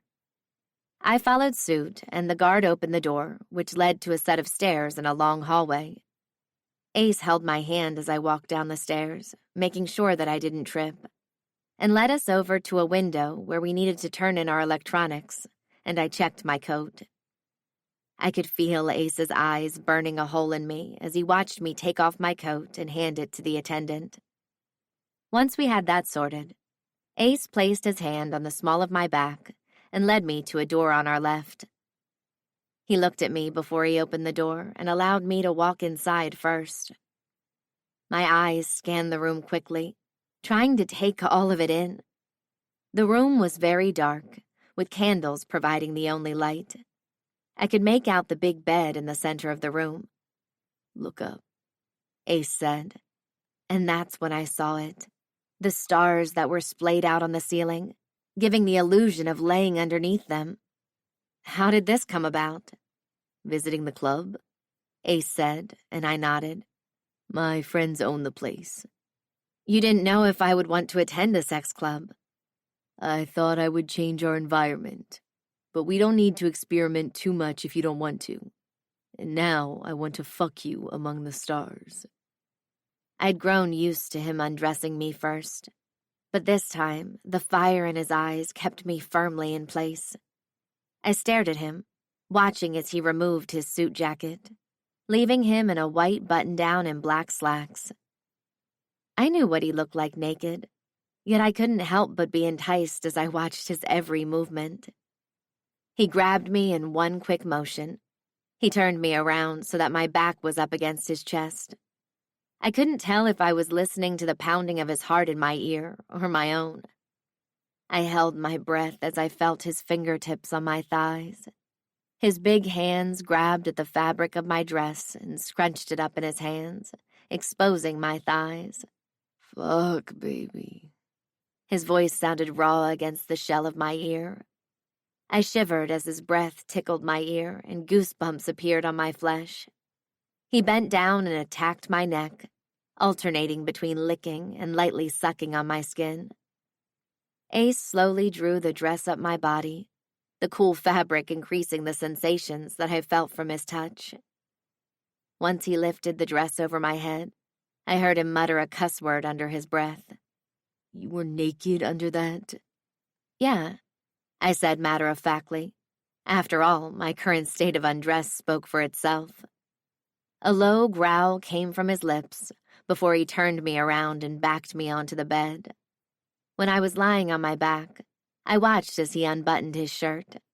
I couldn't help but watch as his muscles moved, and when he shed his shirt, I licked my lips without thinking about it. Soon he crawled up my body, and our faces were only inches from one another. "Was it your goal to be a tease?" he asked, the light ember in his gaze warming me. I could have easily worn a thong or something under it, but chose not to. Daring was the mood of the night for me. "No, I didn't want the lines for my underwear." My words trailed off as the heat in his eyes increased tenfold. Anything other than taking over everything completely was not an option. His lips were but a whisper away from mine, and now I thought might finally be the time he would lean down and kiss me. Hurt flashed in his eyes before the heat returned, and his mouth was on my body. He grabbed my hair and pulled down on it, exposing more of my neck to his gaze. I felt my nipples harden under his gaze. He left light kisses from my neck down to my breasts. As his tongue swirled around my nipples, his hand found its way to my pussy. We both groaned when he discovered how wet I was. He used his finger to tease me, refusing to go any further. And I knew it was more than likely because of him discovering that I wasn't wearing anything underneath this dress. "Please, Ace," I said, and my voice sounded desperate to my own ears. But the shame that I thought I would feel from begging wasn't there. "Tell me what you want." His question was simple, but my answer was more complicated than that. Instead, I chose to stick to the easy answer. "I want you to fuck me. Whether it's with your fingers or cock, I need it badly." The words rushed out of my mouth like a stock car speeding down a speedway. "I could never deny you." Before I could react to what he said, his finger plunged into my center, and my gasps turned into moans when he didn't waste any time getting up to speed. When he added a second finger, it was as if my body took off like a rocket ship. "Oh my fuck!" It was the only thing I could think to say as my hand reached around to land on his shoulders. My grip on him immediately tightened, and before I could blink, I was screaming in relief as I came all over his fingers. "Good girl." His motions didn't cease as he helped me ride out my orgasm. When my breathing slowed down, I watched him through half-closed eyes as he took a step back from the bed and removed his pants and boxers. I couldn't help but stare at his cock while he briefly stroked himself as he stared at my body. Questions about whether I could move or not circled in my brain, as I somehow found the energy to move.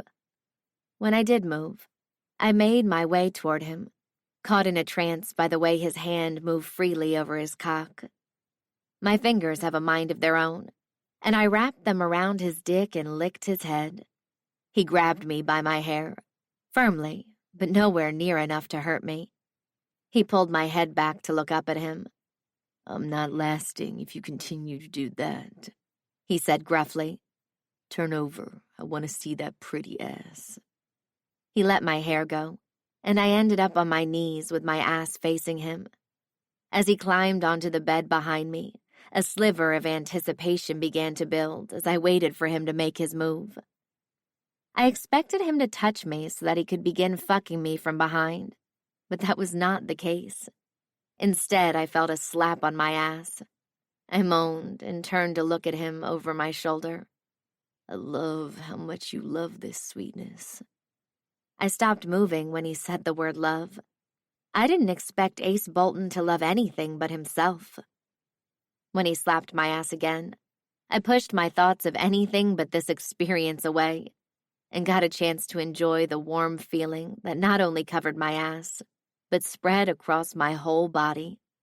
When he slapped my ass for the third time, he took his time massaging the spot he hit before I felt his cock moving across my ass. Please, I said as I waited impatiently for him to put us both on the path to ecstasy. I felt the head of his cock at my entrance, just before he sank himself into my body, inch by inch. My fingers gripped the sheets on the bed as he slowly began moving inside of me. He readjusted slightly, and it was as if a lightning bolt went off inside of him. His strokes became deeper, slowly driving my mind and body to another dimension. The angle that he was fucking me was potent, addictive in nature, and I knew I would never get enough of this. My orgasm hit me unexpectedly.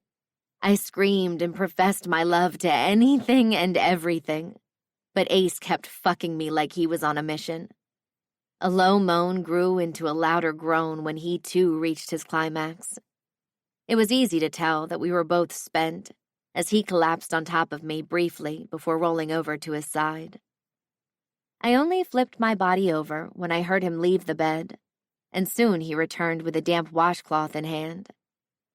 I gazed up at the stars as he wiped a cloth between my legs, and I watched as he gently cleaned me up. This was a complete change from the first time we'd had sex together. As he took care of me afterward, I felt loved. I couldn't remember the last time that I'd felt this way. But with every good thing in my life must come to an end, as I remember how he purposefully avoided my lips. I should ask him why, but for some reason I was afraid to know the answer. The mood was further dampened by Ace's words from when we first met. There will never be anything more to this than just sex. His words rang in my head like a warning siren before an impending crash. Come on, we have to get dressed to leave. Where are we going? Back to your place? To the penthouse suite at the Olympus Hotel. We'll be staying there for a couple of days. My eyes widened as I rose to look at Ace's face. Why are we staying in a hotel? Going back to Ace's home made more sense to me, even though it was quite far from where we currently were. Staying in the same room with him tonight would be an entirely new experience. One that I had wondered about every night when I thought he might sneak into my room. 29. Ace. Staying in the same room, let alone the same bed as Harlow, was a mistake. This was supposed to be a temporary thing, but I could feel her slowly becoming ingrained in my life. There was no way I was pulling her into my shit. It was part of the reason why I'd taken refuge in the living room. The other reason was because a memory of mine decided to run wild, and I didn't want to disturb Harlow any further. Watching Kiki Hastings waltz out of jail like she was the belle of the ball felt like being punched in the gut by an MMA fighter. This right here, trounced any feelings I had that day. Because I was going to end this shit once and for all. Her pleading in the background made me grin. Hearing her cry in the back seat, weeping for her life, fueled my joy. Her fear about what might happen to her made my grin widen. It sounded sadistic, even in my own head, but I didn't give a fuck. It was about time she paid for what she did. I didn't know how many men or women, girls or boys she'd hurt over the years, but I knew there was no way she would be able to do it anymore.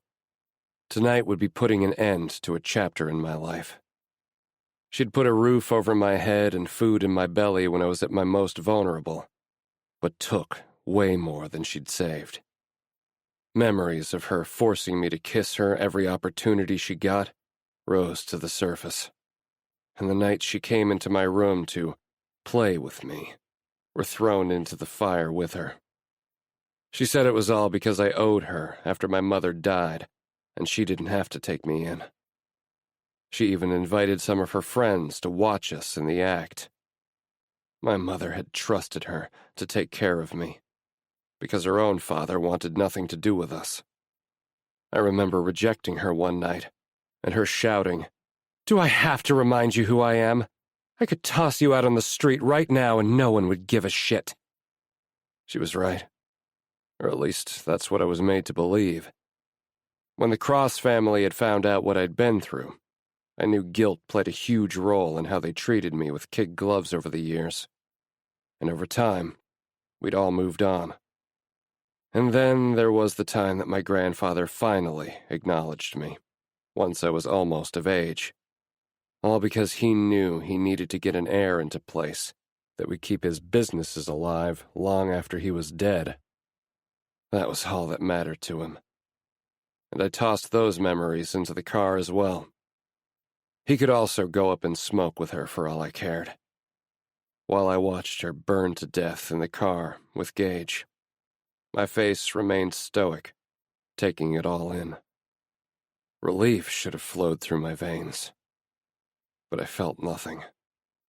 The sound of my cell phone vibrating on the coffee table brought me out of my thoughts of Kiki. I should head back to bed because of how late it was. Harlow and I got back from Elevate a couple of hours ago, just after midnight. We'd stayed longer than originally planned, but I couldn't get enough of her, and she was insatiable. When I opened the door to the penthouse suite of the Olympus Hotel, I carried Harlow across the threshold, tossed a shirt that was meant for me on her, and laid her down in the bed where I thought she could sleep peacefully. My racing thoughts stopped me from doing the same. I looked down at the phone and found a message from Kingston. What the hell was he doing up this late? Kingston. Falcone has been asking questions. Me. About? Kingston. You. Could be trying to figure out whether doing business with you is worth it. That was a good development. I decided to reach out to him in the morning to talk at the very least. I grabbed the phone, turned it on silent, and walked back into the bedroom. Harlow's face was partially covered by her hair, making her appear slightly younger than her years. In her sleep, she looked more peaceful, as if the troubles in her world were sitting right on her doorstep, ready to slam into her as soon as she woke up. It was then I noticed a scar on her shoulder. As if she knew I was staring at her while she was asleep, Harlow turned over, blocking my view of the scar. I couldn't help but wonder how it had gotten there. Was it a childhood injury, or something more recent? I hadn't noticed her favoring that arm, so maybe it was from something that happened long ago. In any case, none of that would be getting answered right now. So I walked over to the other side of the bed and made sure that both Harlow and I were covered by the blanket before pulling her into my arms gently and falling asleep. 30. Harlow. I woke up and found the moon creeping in through the blinds of the window. It took me a second to realize where I was. At some point during the night, Ace had pulled me into his arms, and I was currently laying on his chest, enjoying the sound of his heart beating in my ear. A part of me wanted to wake him up so we could go another round, but we both needed our rest, so maybe it was best to fall back to sleep and enjoy the feeling of being in his arms for as long as I could.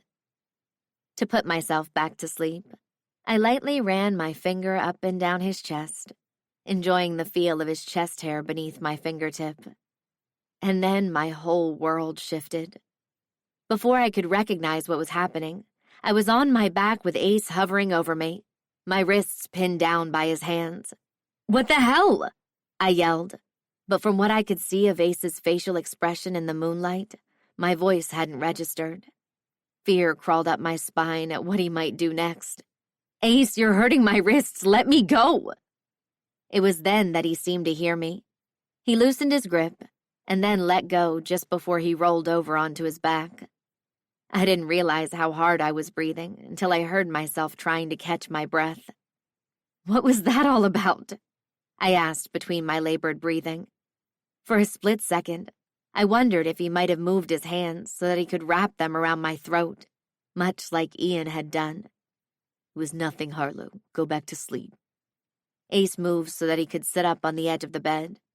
From where I lay, I could see that he was running both hands over his face.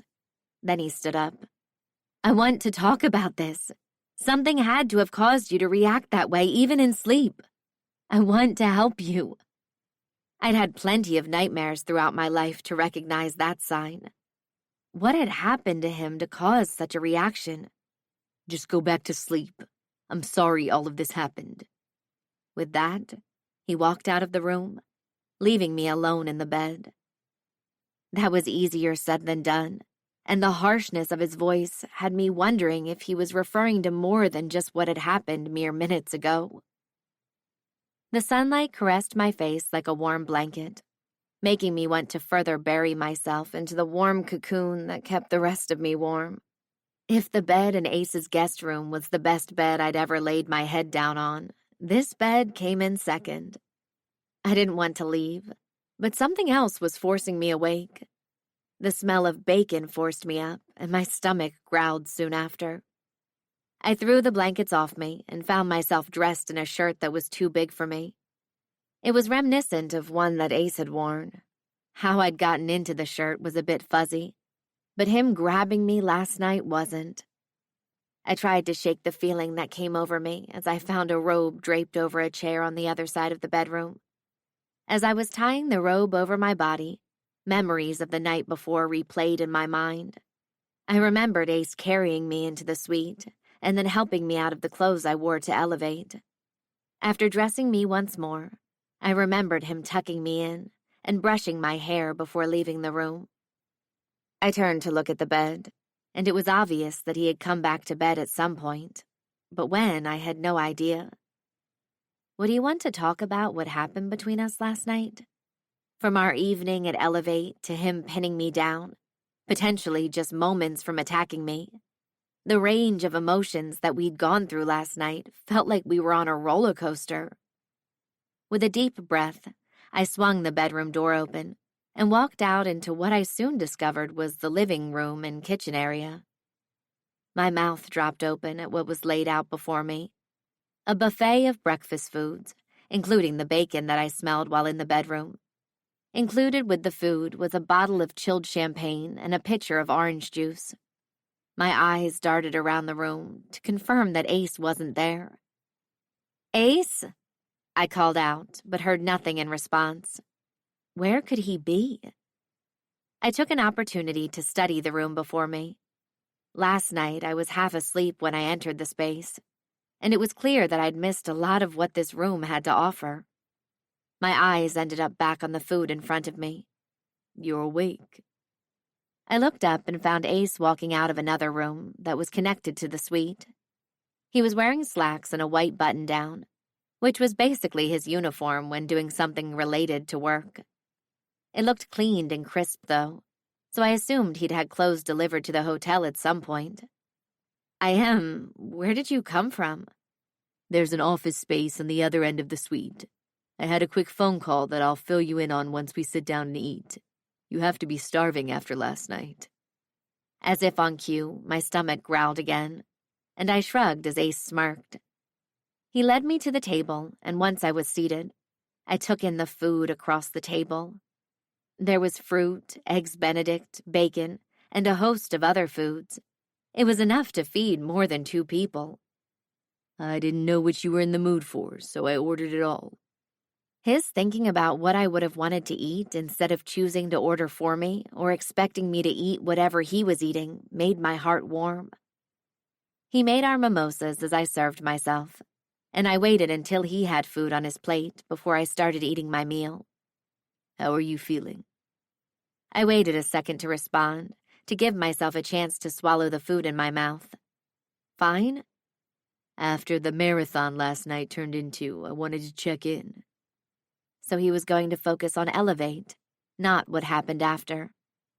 I didn't want to push him, especially if it was something very painful, so I buried the questions I had in my mind. After all, I had my own secrets as well. I smiled back at him, although I wasn't feeling particularly happy. I'm fine, much more relaxed, I have to say. Good, good. I took a sip of the mimosa and closed my eyes, enjoying the taste of the drink. It also provided some liquor courage for the comment I wanted to make. I waited a beat to see if he would say something else. When he didn't, I spoke. I want to go back. I'm interested in experiencing more of the rooms. Ace's gaze met mine, and I saw something flash across them, almost lightening them in a way before it was tucked away in the back of his mind, much like he kept all of his thoughts under lock and key. He cleared his throat before he spoke. Today is going to be a busy day. Really? Why's that? I have a few things that I want to take you to around the city, but I do have a quick meeting that I must attend this evening. I raised an eyebrow at him, because this was the first time he was letting me in on any sort of business dealings he was involved with. Do I know with whom? You do. It's Falcone, but I'll go and do that by myself later. First, whatever you want to do today while we are here in New York City. I weighed the events that he laid out in front of me. I want to go with you to see him. No. I tightened my grip on the fork in my hand. I want to go see him. The business he and I have to discuss has nothing to do with you and could be dangerous. You will stay here. Do you think I'll miss the opportunity to show him that he will never have control over me again? This time, Ace smirked at me. You make a pretty fair point, and I don't think he'd be expecting you to be there, which might work in my favor. Fine. You may come along, but if I tell you to do something, do it. It might be for your own safety. Or is it you getting off on telling me what to do? This time, his hardened stare was the only answer I received in return, and I wondered if my choice to go with him was now a big mistake. 31. Ace. I can't believe you brought me here, Harlow exclaimed as she tried to exit the car as quickly as possible. The heels she decided to wear today hindered her, making her appear more clumsy than normal. Once we'd safely gotten her out of the car, we both walked into the attic, a bookstore near her alma mater, New York University. Given her love of books and the proximity of the store to her college, I made an educated guess that she would want to visit. I was right. Her energy was infectious as she walked up and down the aisles, taking in the books and the place that she hadn't been to in a while. This place made me want to own my own bookshop one day.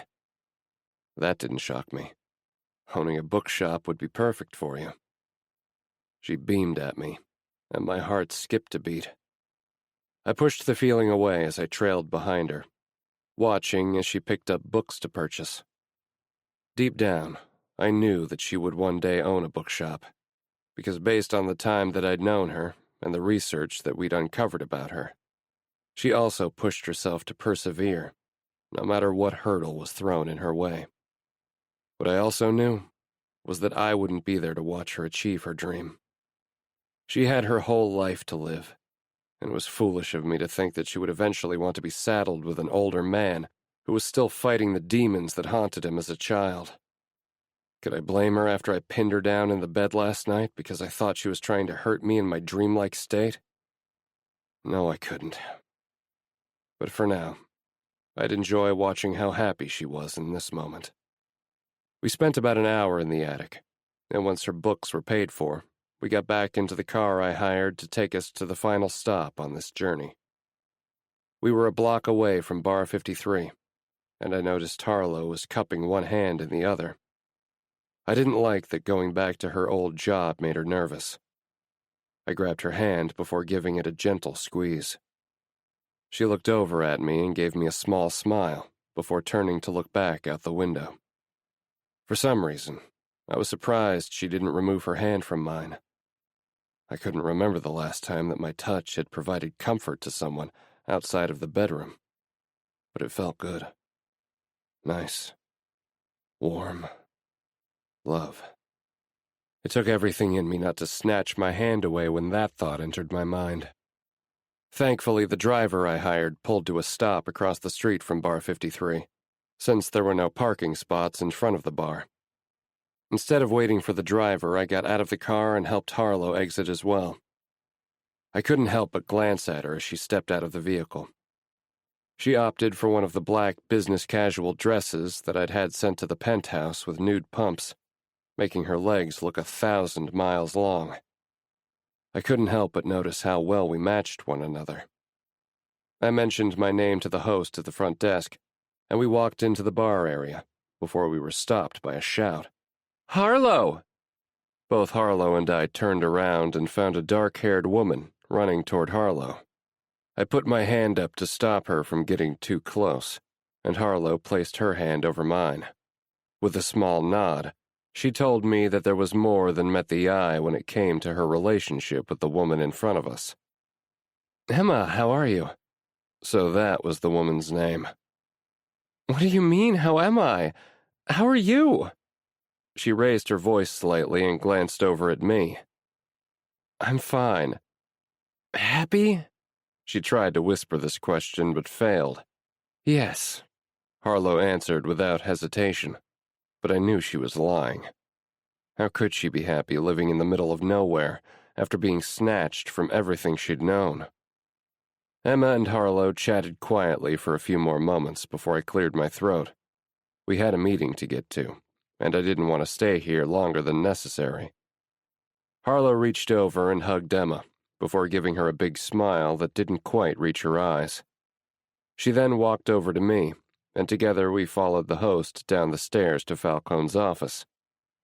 My thoughts shifted once we were in the basement and were just feet from Falcone's door. Nothing looked different, including the guard that usually stood in front of Falcone's door. He nodded as he opened the door for us. I wasn't surprised to find Falcone sitting behind his desk, but I was shocked to find Ian in the room. "Mr. Bolton, welcome. And I see you've brought a guest." "It seems that you've done the same." Falcone reached over and shook my hand, and Ian had no issue doing the same. I noticed that while Falcone looked somewhat indifferent to Harlow being in the room, Ian's reaction was the exact opposite.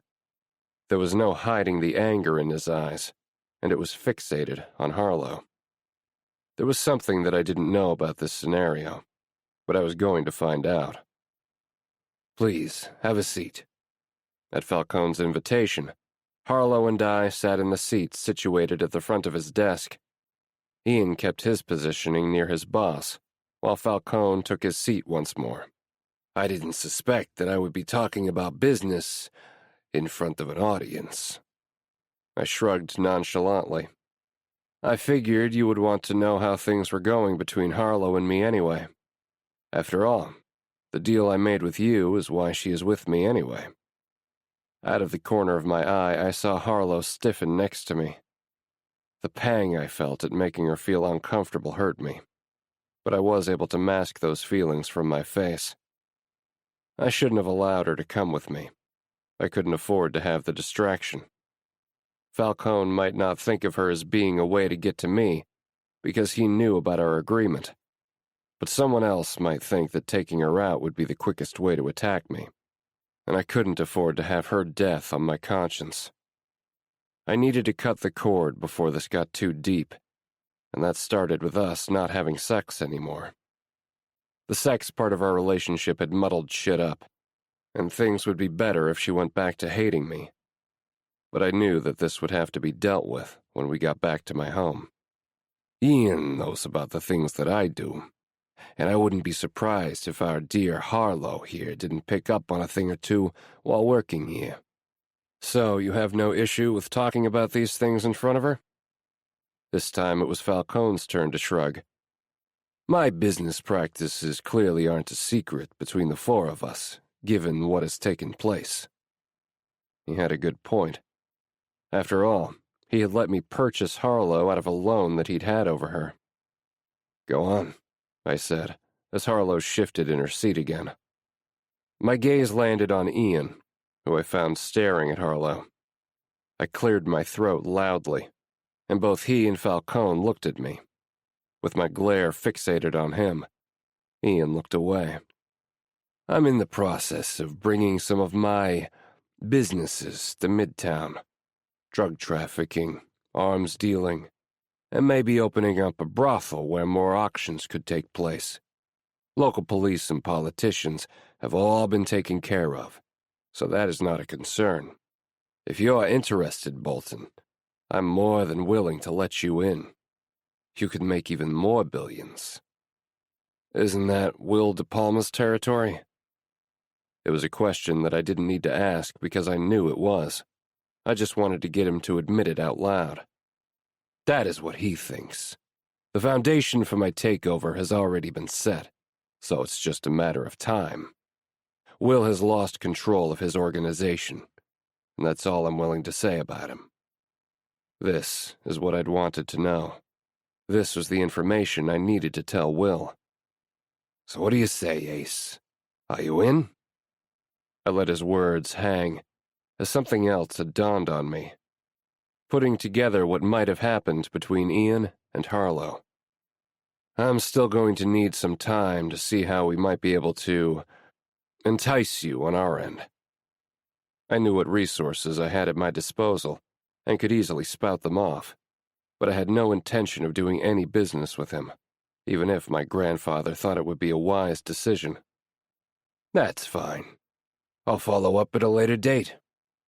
He stood up once more, and Harlow and I did the same. He shook my hand, and then turned to Ian. Why don't you show them to the front door? With a slight nod, Ian walked around and didn't acknowledge me because his eyes were trained on Harlow.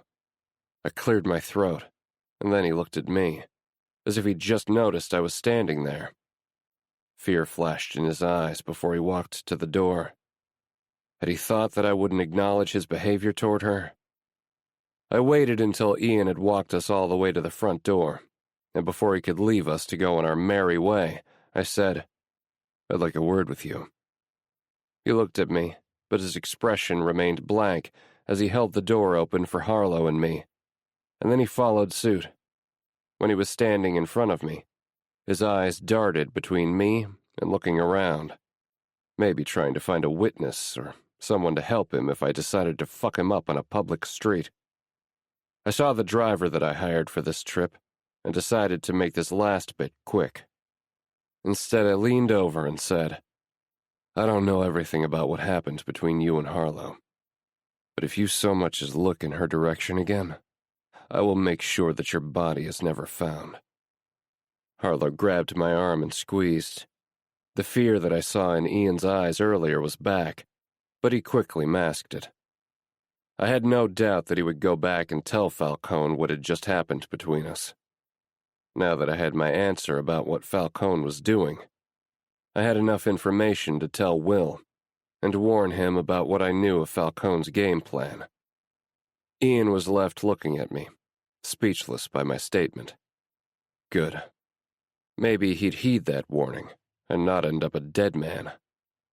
I turned around and lightly pulled Harlow so that she was standing in front of me. I glanced over my shoulder at Ian as we walked to the town car and found him staring at us as we left. I'd settled a score for Harlow that should provide some relief for her when I told her that any relations between us were over. 32. Harlow. Harlow, thanks for coming to my office. We need to talk about something. What's that? I stared at him, noticing the seriousness of his expression. It was the evening after the Falcone meeting, and I couldn't say I was surprised to find that Ace wanted to talk. After he'd stalled Falcone enough to not give him a straight answer on whether he wanted to join him in his new ventures, The mood between him and me had changed. He grew quieter than what had become our norm, and it had put me on high alert. But I wasn't willing to ask him about it because I was afraid of the answer. We need to stop doing this. I felt my eyes widen and my mouth dropped open.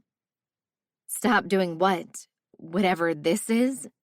I asked as I gestured between the two of us. When he didn't deny what I said, I continued. I'm filling out the obligations that we agreed to. I know, and I'm telling you that you no longer have to do this. You can stay here until the 3 months are up, but we'll pretend as if we are nothing more than roommates who barely see one another. I'll have Anderson switch your bedroom. Wait, what? Do I have a say in any of this? No, this is the only way that it can be between us. I stared at him in disbelief before I recovered. No. What do you mean, no?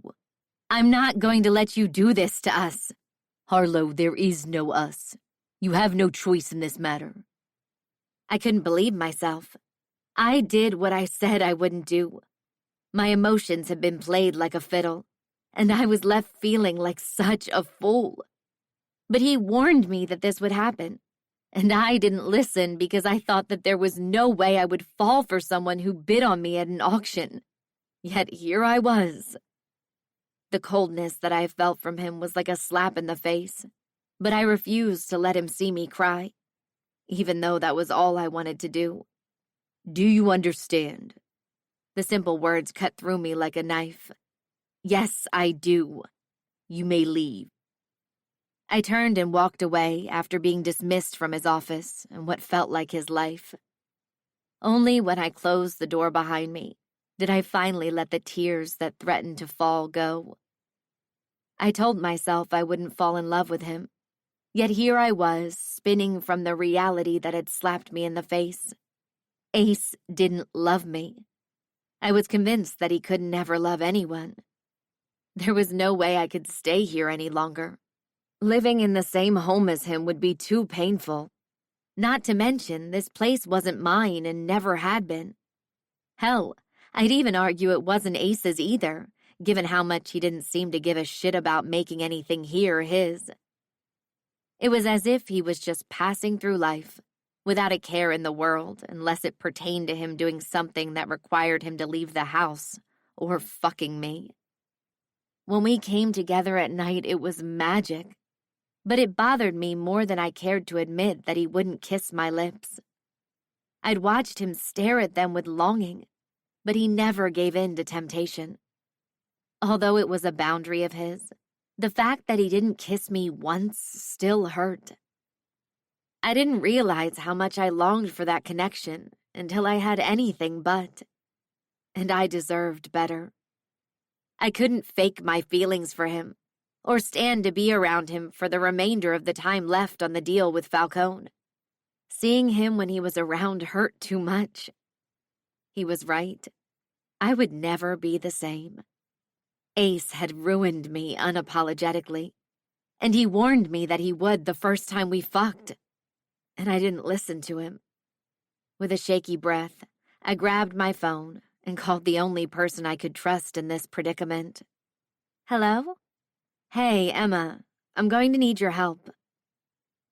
I walked over to the bathroom and stared at myself in the mirror. The evidence of my tears was still there as I looked at my blotched face in the mirror. I wiped at the wetness that was still present on my face. I sucked in several deep breaths to try to calm myself down. Once my emotions were more stable, I found some paper and a pen and wrote a letter to him that I would leave for him once I was gone. Ace, I couldn't stay with you any longer. I know writing this letter is taking the cowardly way out, but I knew saying these words to you in person would lead to more heartache than I could bear to show. The truth is that I can't stay in that house another moment. It has gotten to the point where it pains me to be near you. You are still keeping things from me, no matter how close I thought we'd gotten. It hurts, and I deserve better. I know that this is breaking the agreement we shared, and I understand that. I'll figure out a way to pay back Falcone myself. Harlow. Do you need anything else before you head out? I shook my head, not trusting myself to speak. Anderson gave me a slight nod before I walked across the threshold, and he closed the door behind me, more than likely forever. It took me a couple of days to plan for my escape, but it hadn't been that difficult. Ace wanted nothing to do with me, so that made things so much easier, and I was leaving with even less stuff than what I came with. But it was all that I could manage to pack without arousing suspicion. I sat in the car and looked back at the place that had been my protection in a way. It had protected me from Falcone's wrath and given me somewhere to escape that got me away from Ian after he'd attacked me. It had become my temporary home, and now I had to flee. I played with the bracelet he gave me. It was a beautiful piece, but meant nothing. I'd parked in front of the bookstore and stared up at it, knowing that this would more than likely be the last time that I saw it. It was early enough in the day that it was easy to find parking, and I was grateful for that. Tears welled up in my eyes as I thought about what I'd left behind to get to this point. When I saw Emma pull into a parking spot on the opposite side of the street, I wiped my eyes, grabbed my bag that had everything I owned, and exited the car. I locked the car and walked over to Emma's. She rolled down the passenger side window and unlocked her car doors with a small smile. "Long time no see." I placed my bag in the back seat and closed the door. I walked around to talk to her through the passenger side window. "It's only been a few days. Thanks so much for driving up here to get me." "Of course, you know I would do anything for you." I glanced down at the bracelet on my wrist and took it off. "Here, take this. I know it might not be much, but I'd rather not have anything that reminds me of Ace anyway. Hopefully that could be some sort of payment." "No, Harlow, I won't." "There's one last thing I need to do, and it will just take a minute. Be right back." I watched Emma nod, and I walked away, not giving her a chance to debate with me further. Chances are it would come up again on our ride anyway. I ran into the bookstore and found Chanel. "Harlow, happy to see you again." Her cheerful grin darkened as she studied my face. "What's wrong?" I sniffled quietly to myself and said, "Nothing. Would you be willing to do me a favor?" Chanel looked a little uneasy. "Sure, what do you want me to do?" "Can you give this to Anderson or Ace?" I handed her the set of car keys that I had, and she looked at them as if they were a foreign object. "I appreciate it, but I have to go." "Harlow, wait," she said, but I didn't listen. Every minute that ticked by was crucial. I needed to get out of town as fast as possible. I gave her a small wave before I jogged to the door. I knew that Ace had some sort of tracker on the car, so he'd be able to track it down. This time, however, I wouldn't be anywhere near it. 33. Ace. "I'm glad you were able to accommodate me on such short notice," Parker Townsend said as he took a seat in front of me. What I didn't tell him was I decided to take this meeting in my office in the city because it gave me an opportunity to get away from all things Harlow that seemed to follow me around my home. "No problem. I have to say I've been waiting for you to reach out. I apologize for how long it took for this to happen. I had some business to handle involving the Chevaliers that I needed to take care of before I came to you. But I promise this will be quick because I mostly came here to drop something off." I wanted to ask what that was all about, but I knew he wouldn't tell me. As chairman of the Chevaliers, he might have access to even more information than the Cross family. "I think what is in this envelope will help you clear up a lot of confusion that you have about your grandfather." "How do you—" I stopped my train of thought. Of course he had some information on my grandfather. With him also being a member of the Chevaliers, it made sense. "I can see in your eyes that you're questioning how I have this information. Word gets around, and you weren't exactly being quiet about what you were doing." That was true, and had been done on purpose. He handed a manila envelope to me that I took with an eyebrow raised. You're going to be very interested in what is in that envelope. I'll be in touch." He left my office as quickly as he came, and I was left in a bigger state of confusion than I'd been when he entered. I debated opening the envelope here, but I couldn't. I needed to be home to do the big reveal. Instead of waiting around for a conference call that was supposed to take place today, I decided to take the call from my car. It would allow me to beat some of the traffic back home, and would stop me from thinking of the manila envelope that Parker gave me before he left my office. I glanced at it, sitting in my passenger seat, almost begging me to open it right now. But I needed to concentrate on driving, and on what my team was reporting on this call. As I was pulling up to my home and wrapping up the conference call, I saw that Kingston was calling. "We'll have follow-up questions about the report that was given, I'm sure, but good work.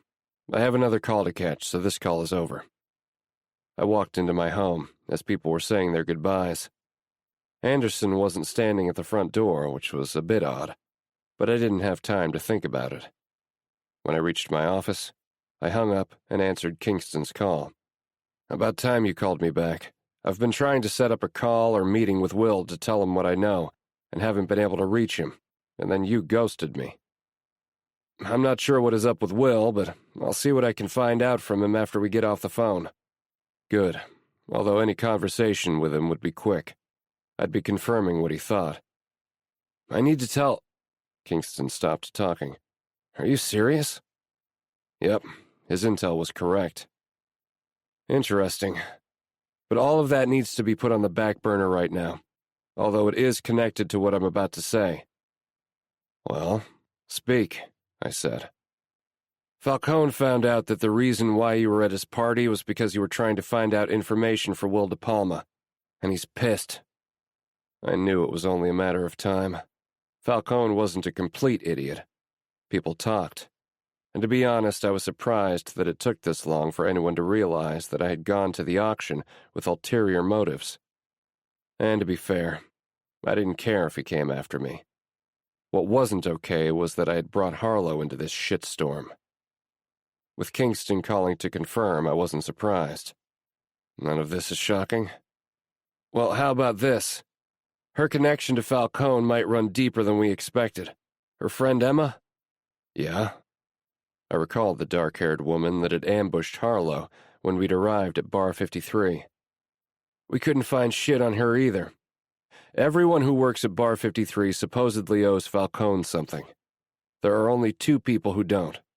Ian, who paid his loan off and moved up to a management role, if you want to call it that, and Emma. So what the hell is Emma doing there? Your guess is as good as mine, but until we find out more, she shouldn't be trusted. Which leads me to my next point. You know Falcone's going to come after Harlow, right? Whatever deal you had to get her has been thrown out the window." "I know. Although we couldn't be anything more than what we were, she deserved to have the fullest protection that I could provide, because Falcone now had a double hard-on for her because of me. Not to mention this probably only enraged his lackey, Ian, further. Do you need some of my men to come out and help guard? I wouldn't say no to extra help, but I know how to protect what's mine." "Yours." The words slipped out, bypassing any filter that I might have had to keep my feelings to myself. I didn't really give a shit if he knew anyway. "Look, we need to prepare for anything this fucker might bring. I'll call you back if I hear anything, and I suspect that you'll do the same." "Damn right." With that, I hung up and was getting ready to send Anderson a message when there was a knock on my door. "Come in." The door opened, and Anderson appeared. "She's gone, sir. Chanel called and said that she left your car in front of her bookstore." When he uttered those words, I was anything but surprised. I'd witnessed how she'd pulled away from me almost immediately, and while it hurt, it was what I thought I deserved. And she and I both knew that she was excellent at running away and doing her best to disappear. "She left this behind." He placed the smartphone, letter, and credit card on my desk before walking back over to the door. "Thank you," I said, and Anderson dismissed himself. I flipped the credit card between my fingers as I read the letter, before throwing it down on the desk so hard that it bounced and fell to the ground. Before it fell, it landed on the manila envelope that Parker had given to me. Why was I upset? After all, this was what I wanted. The bracelet that she wore told me exactly where she was and when. Turned out that my instinct to outfit it quickly with a tracker before giving it to her was the right one. I picked up my cell phone and tapped on the name I wanted to call. Hello? What happened that you needed to call me back this fast? Harlow is gone. Wait a minute, she's what? I couldn't believe the words myself, but none of this deserved to be a shock. I'd pushed her away, so it made sense that she left. What I didn't expect to feel was this pang that I couldn't explain. Harlow is gone, and I'm going to find her. This concludes The Billionaire's Auction by Bri Blackwood, narrated by Jameson Adams and Juniper Young. Copyright 2022 by Bri Blackwood. This unabridged audiobook is published by arrangement with Bri Blackwood, care of SBR Media, and was produced in the year 2024 by Tantor Media Incorporated, a division of Recorded Books, which holds the copyright thereto. Please visit Tantor.com for more information on our growing library of unabridged audiobooks.